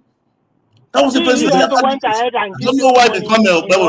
A problem. Yeah, but everybody criticizes Obi. You are the one even saying it now. Are you not criticizing him? When Obi went to Port Harcourt, hold on, Remy, hold on. When Obi went to Port Harcourt, and he said to them, vote for them at governorship level and vote for us at presidential level. I condemn him. That was anti-party. You can look. There are certain things once you have lived in Western society for a very long time. Once you have lived in Western society for there are things you should not condone. It doesn't make sense. Like you cannot be condoning it. Let me ask you something. Let me ask you one question, please. So, is it better for you to tell the electorate to be taking oaths and be paying them? What do you mean oath? You use your electorate to take oaths. You give them money. You say they should take an oath. That if you give them this money, they are going to vote for you, and you make them to swear their oath to it. Is that no? It's not better. This is what I'm saying to you. That's what I'm saying to you. We can condemn everything that is not good. That's all I'm saying. If it's not good, it's not good. Don't say because one person don't say one person is. Don't say because one person, the person that you like did it is good. If the other person does it, it's not good. No, if it's not good, it's not good, regardless of who is committing that crime. That's it. You say Nigeria is no. We are debating. You're having conversation about political We are still in poverty. We don't collect the money. They are still going to loot the money. That's what the people will enjoy. That does not. What about your own? What about your own conscience when it comes to having this conversation? Who's not conscious? People that are leading you doesn't have conscience. Is it that want to have conscience? Yeah, are you benefiting from the conscience? Of course. This is what I'm saying. Of course, because if you think that is right, or because No, God, don't misunderstand me. I'm not saying it's right. I'm just saying but if you don't think it's right, then what's the goal of the conversation then? No, for me, I don't see what you are dragging. I don't see anything there. Say because people will say that they should go and collect money and vote for them. So even though they didn't collect that money, they are still going to loot that money. That is facts. Which me and you know. But what, do you know how far-reaching those kind of conversation could get to? Do you know the people that were watching those rally? Do you know how many foreign nations were watching that rally? They look at it and say, "Okay, hang on, is he actually telling these people?" Are we not collecting Gunje here to vote? Which Gunje they collect to vote? All those ones that during the election that will come and giving us package. They'll be giving us putting money in our account. Say they are doing maybe for light. They are supporting you for. They don't give you money during They don't give you any money during elections, bro. They give you packages or whatever to support your challenge period. Why do I say election come? Election come. Is it not during election they share those things? We share with what did they share? Maybe a year to election. Why are they doing this? Is it not for you to look at that party and vote? All right, guys, listen. Because Nigeria is just public. All these people, they do something mature. Why after them? Why are they not sharing the same thing? When they come, well, since then, why are they not sharing anything? Why are they not sharing anything for anybody here now? When it's coming to election period, now you not see. Akim just came to come and attack Okpebolo. I think that's what he just came. Maybe that I think so because maybe that is what I can see. Maybe I think Edo politics is tough. It's really tough, man. I think what I can see, Remy, what I see in Edo is that when you see, if you look at the person who is ruling, let's say they have a governor. People from the south, if the governor is from the south, you see the Benin people, all those people from the Benin supporting the person, irrespective of whether the person is doing well or not.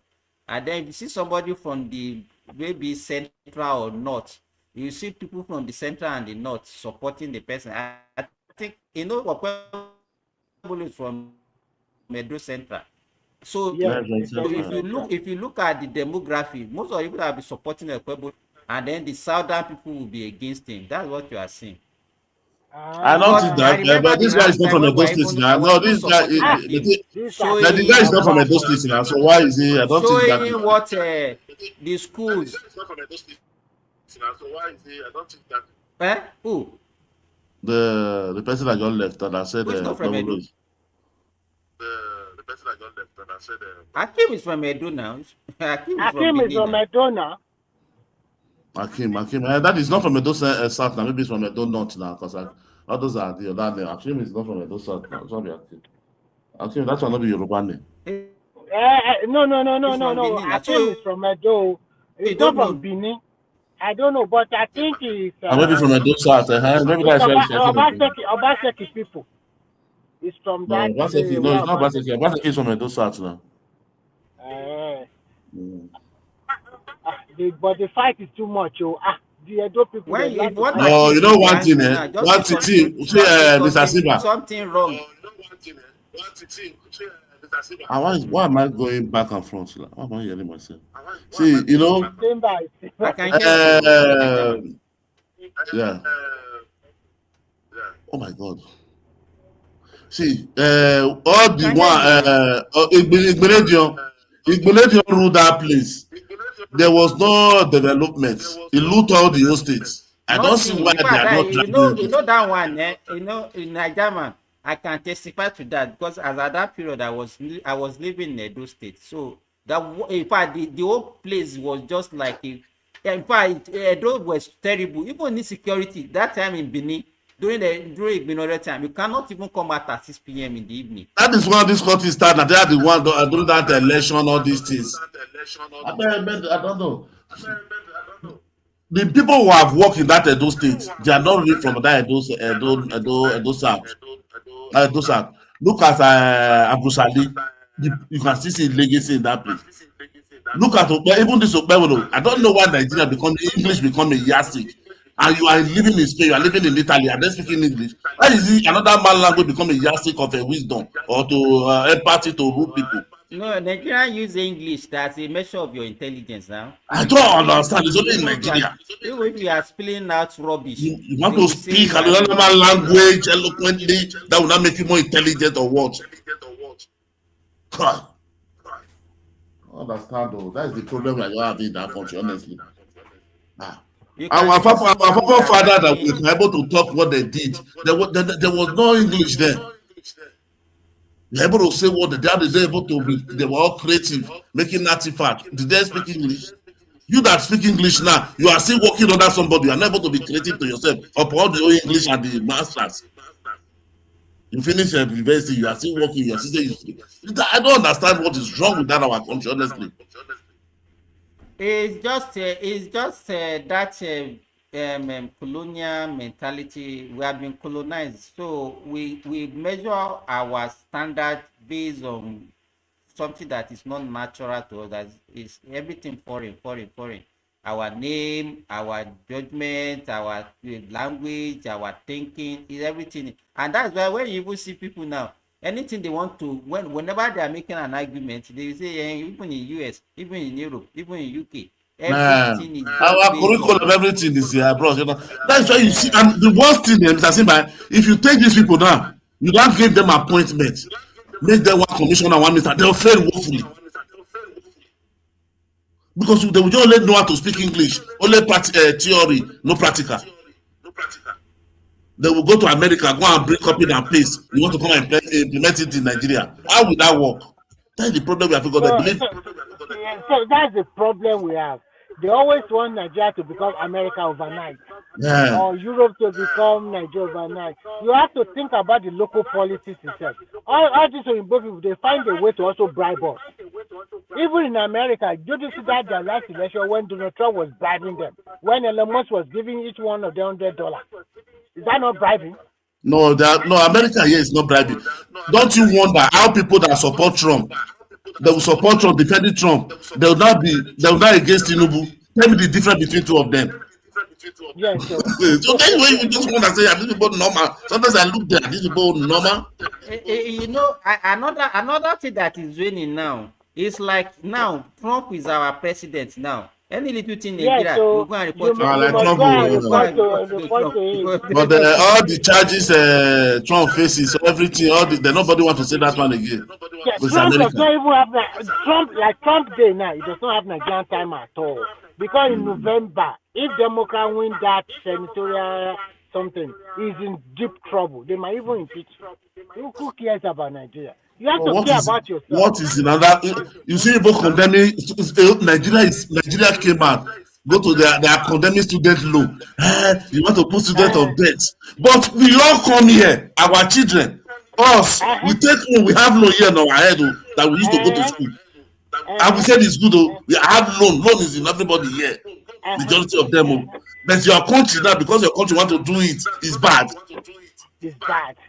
The cities here, they take loan here. They are going to school. Abroad, they say that is Uru. But they want to make it more. Nigeria, we don't love ourselves. We should stop this ourselves. Because that's want to favor poor man. They will not educate them tomorrow. That's why Nigeria is against it. Nothing more. Nigeria man, the same students loan, they offer it in Ghana, they offer it in Kenya. And even in Kenya and Ghana is with interest. So let's now flip it. If Nigeria is the one taking interest and Ghana and Kenya, they are not taking interest, Nigeria will start referring to even the loan when they are giving them in Kenya, they don't take interest. So Nigeria is not taking interest now. They cannot propagate, they cannot say this thing that their country is doing is better than what they are doing in Ghana. Nigerians don't like their country. That's what I just. They don't like their country. We have to be sincere, honestly. They don't like it. Are pretenders and emotional and sentimental. They don't want anything good for that country. That's why whatever you see people, okay, look at people who have been crying for police. State police is the solution. The last time state police, the same Nigeria are condemning it. It's not right time. What is right time for you? They say after 2027 election. Obi said the soldiers The soldiers should reject the increment after 2027. If they pass the bill today, is it possible to have state police before that? The way Nigerians think sometimes, I not wonder possible. whether I think they have to No, train the police then officer now. you have to understand. Go and listen to Soludo. He said, listen, see, let me tell you, Mr. Smart, go and listen to Soludo. He said Nigeria brain. Let me put, I want to generalize it now, but he use it to Anambra. Maybe they don't want to put it out of his state. He said they believe that as you become a governor, there's a button in your office, you press it, there will be light. There's a button, you press it, there will be road. That is what they are meant, they believe. Nigeria, the worst part of it is also that when they now construct the road, somebody will ask you where they get the money. The road is too expensive. And when they never do nothing, you are complaining they never do nothing. Now how was the performance? Did they follow due process? How did they get the money to do it? I don't understand. How did they get the money and then look at it when they are building let me give you one. Simba, let me just say this. When they are constructing Lagos to Calabar Highway, a lot of people said, no, it's a waste of money. But immediately they film that Lagos towards Ogun State. Come and see the speed on that highway. Come and see they are putting on there. They are saying, this Nigeria. Nigeria is getting better. No, no, let me give you another one in those states. When Okpebolo came, it now start the project of that first flyover. They were asking, how did they get the money? Somebody who had not been in office. And say, there was one platform where I say, the constitution allowed the state to spend money for 6 months before they pass it to budget after 1 year. So that is not anything. He said, no, he didn't know, he didn't do any this thing. There's no procurement. There's no this one. Where is the contractor? How we just announce it? So as announce it, people now mobilize to that place and start working. You use your sense now. Don't you think you have made the contractor they have been doing this thing? Maybe have been doing this is part of his plan for more than 2 years or a year during his campaign. He told you. Don't you know you have already assessed it, know the project, know everything. But today, the same people are condemning. They are the one use that flower become an amusement park now. And they are doing video. They rush there. All of them rush there to go and take a picture and take. They have to go and block some parts now. That place is that's where they do video now. Everybody. Let me tell you this, Niger man. I just want to say this. Say all the people they they condemn Coastal Road. None of them they condemn Sokoto Badagry Road. No, Coastal Road will be say go even give southern people benefit. Obi they condemn them, but Lagos Badagry, Sokoto Badagry, condemn that one because say that one are not, and he won't vote for not. Now that south, that is the other problem. Because say northern vote if he condemn that one. What I noticed is that he doesn't love northern, but the one way will benefit his own people, he they condemn him. They condemn her, yeah. It's just that man. They're not go vote for him. Just forget it. No, that is when one guy asked Okonkwo. He said, "Okay, why are you guys not condemning a second Niger bridge? Crude oil was $10 during COVID. Buhari was still borrowing money to finish that second Niger bridge. Nobody condemned it that time. Why is it the Coastal Road? I remember even on this platform. Wait. On this same they will platform, not get any votes from South around 2023 because when the campaign starts, we are going to remind them. IBB, Patrick, the South people will remind them that look, see what you wanna tell us. The one will come our place. The one will come our place when they condemn her. IBB, are you hearing us? Me, I can hear you, but I can't hear every other person. Can you hear me? Make I check something. Okay, Mr. Simba, let me tell you, when IBB started constructing Abuja, everybody they were against him. They said it's a big elephant project. It cannot work. In fact, all those things are. This same Abuja is not the pride of the nation now. The same thing when he was constructing the third mainland bridge, same thing that they were saying. You understand? Well, some naysayers, people like Baba, this big man from Lagos, this former Ondo State governor, the one that Obasanjo in prison, but they judge But and all those. but they judge. Okay, military, military administration. So But there they were judge some now. people like that. No, look at the way they are condemning Wike in Abuja when they came. Hey, Wike is collecting land, but today, see all of them. Train. There is a train now to airport. Look at Abuja now. All of them are parking to Abuja. The land is now, if your land is 400,000 before, it's 4 million. Today now, Wike open up the whole road. It's now 20 million. It's now 30 million your land now. Come to Abuja now. Come and invest. I want to ask you a question. You live in Europe. Do you think Abuja is not beautiful than most European capital cities? Mostly like UK, come to Belfast, come see wetin I be.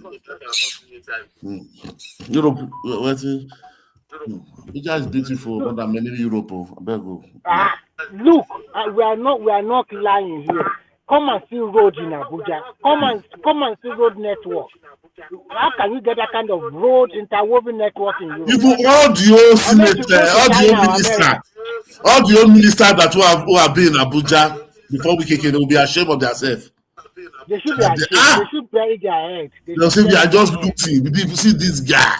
He just come and disgrace all of us from 1999. That guy is a potential presidential material for Nigeria. If Wike is just building only road. By now we have people like that since 1999. By now we'll not be talking about road again. Everywhere could have been motorable. If you guys are just giving us good road first. See the Abuja town, Abuja city gate.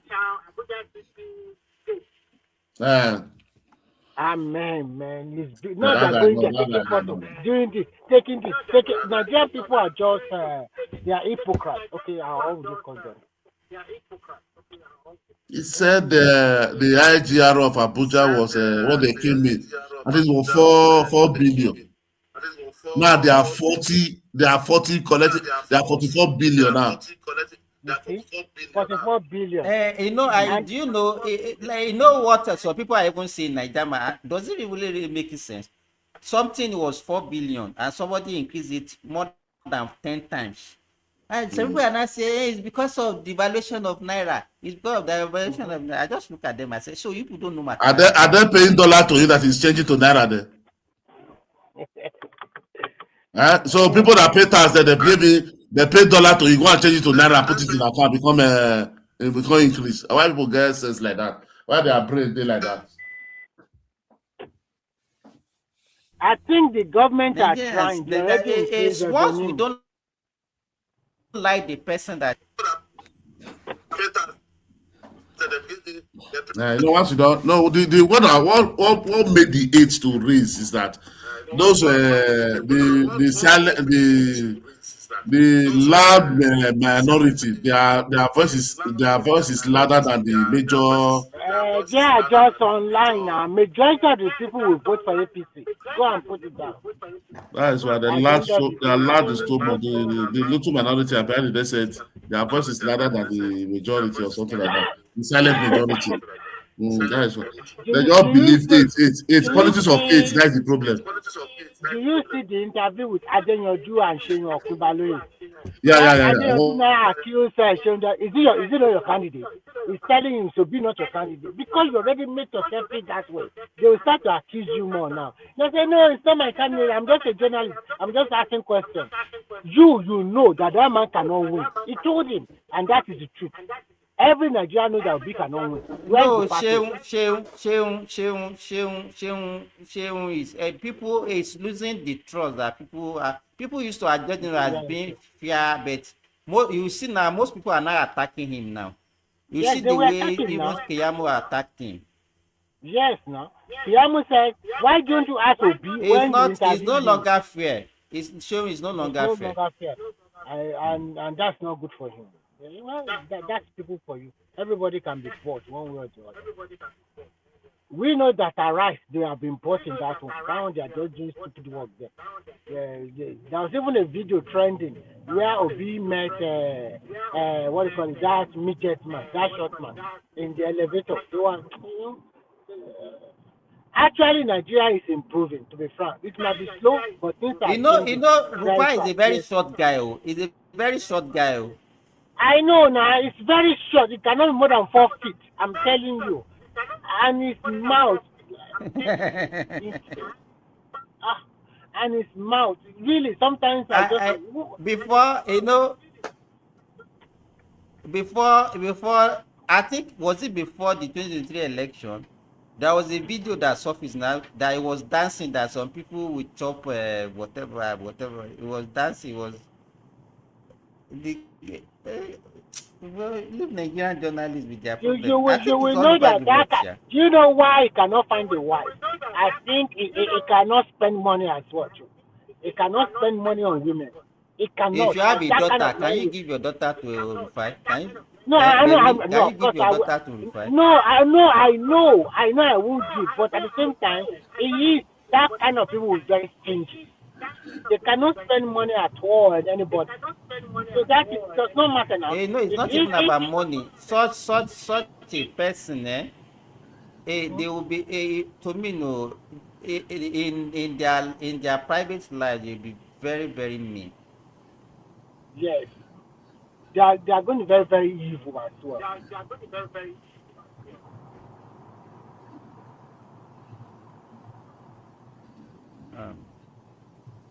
So we have today is Monday. We have just 4 days left for. Who is Rufai? Yes. Rufai, I don't think Rufai want to marry.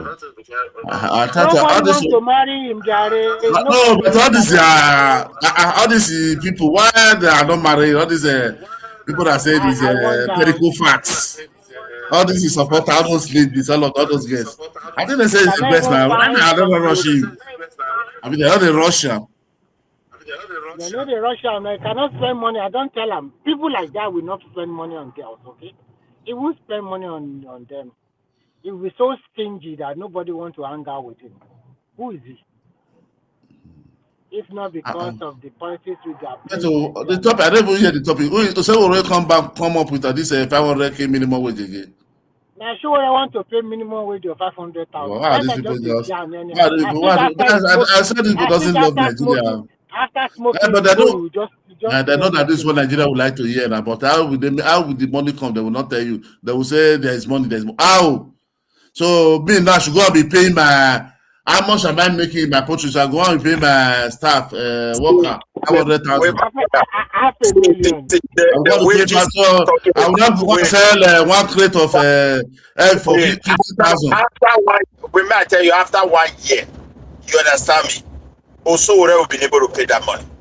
As far as Nigeria is concerned, you cannot. You say minimum wage, okay? It's not federal, only for government.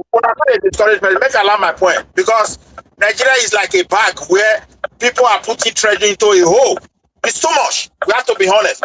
So if we are able to seal it, Nigerians, government will pay that money, and once they release that money to the society, how the money is come from? Where will the money come from? Everything is too cheap, no tax, nothing. You are even talking about your business now. Good. These are small scale business. The ones, okay, the local business you are even talking about today. Most of those land, building houses, you see private people that are building. No, Midwest. Wait, Midwest. You are when I say minimum wage, it become a law.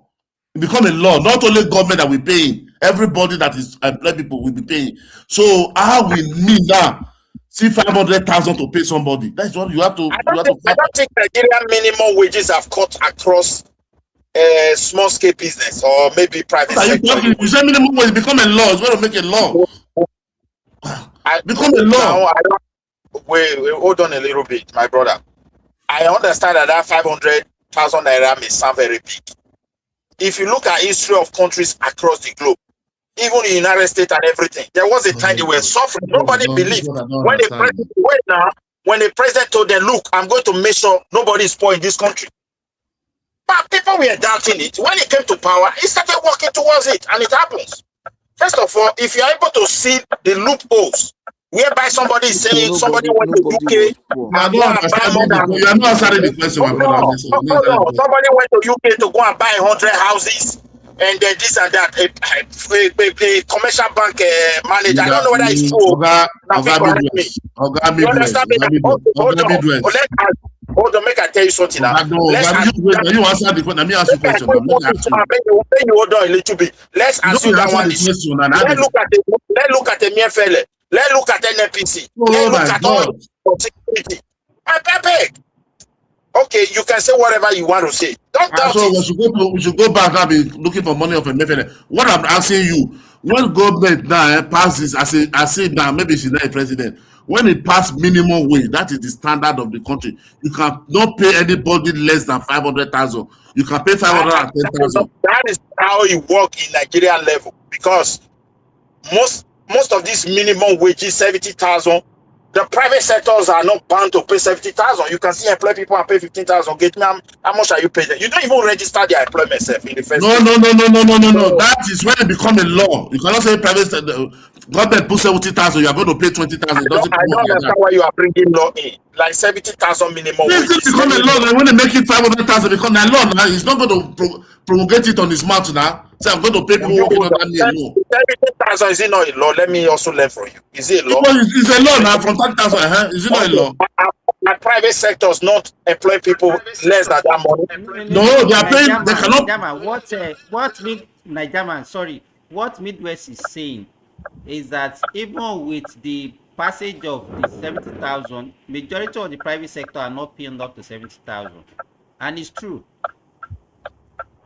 So they are not paying. Even if you say you want, see the problem with Nigeria, we are enjoying free things, and the economy is so big to be so informal. We can't jump from 70,000 to 500,000. For God's sake, my brother, economy cannot handle it now. I don't even see. I don't have clear view of the old data, but the truth of the matter is this: the way they loot the country is too much. Even if we have the clear view, sir, we cannot jump like that. It is impossible. We're already on 6 hours. Let me just wait.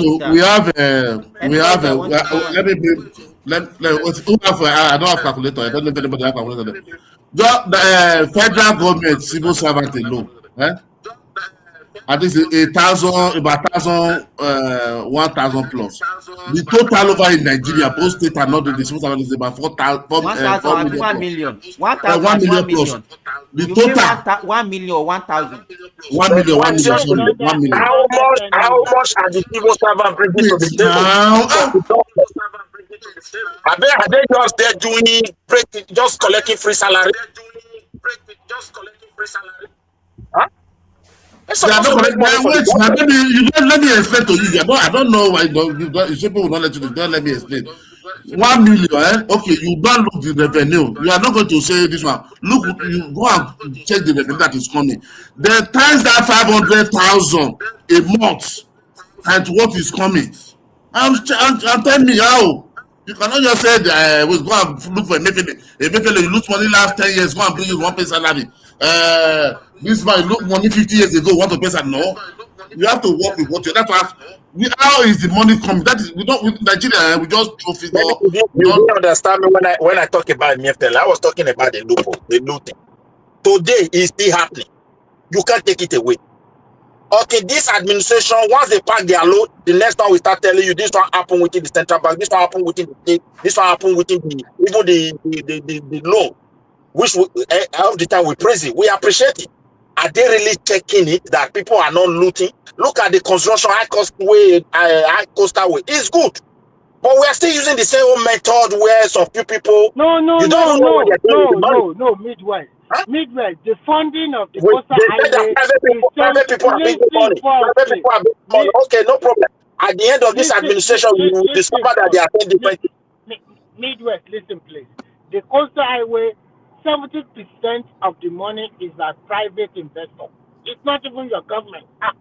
These you people, Nigeria, concept. Do you think with our budget we have?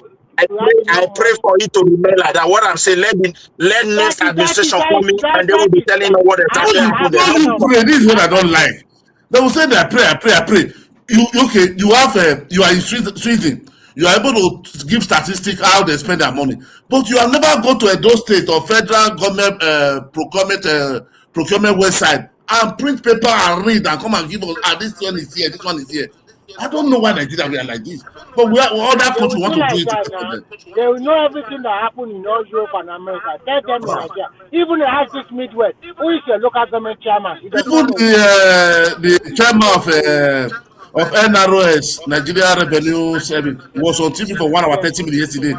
He still said they still asking this question. This is what the Minister of Finance, that Tasma, have explained severally. Need too many conferences.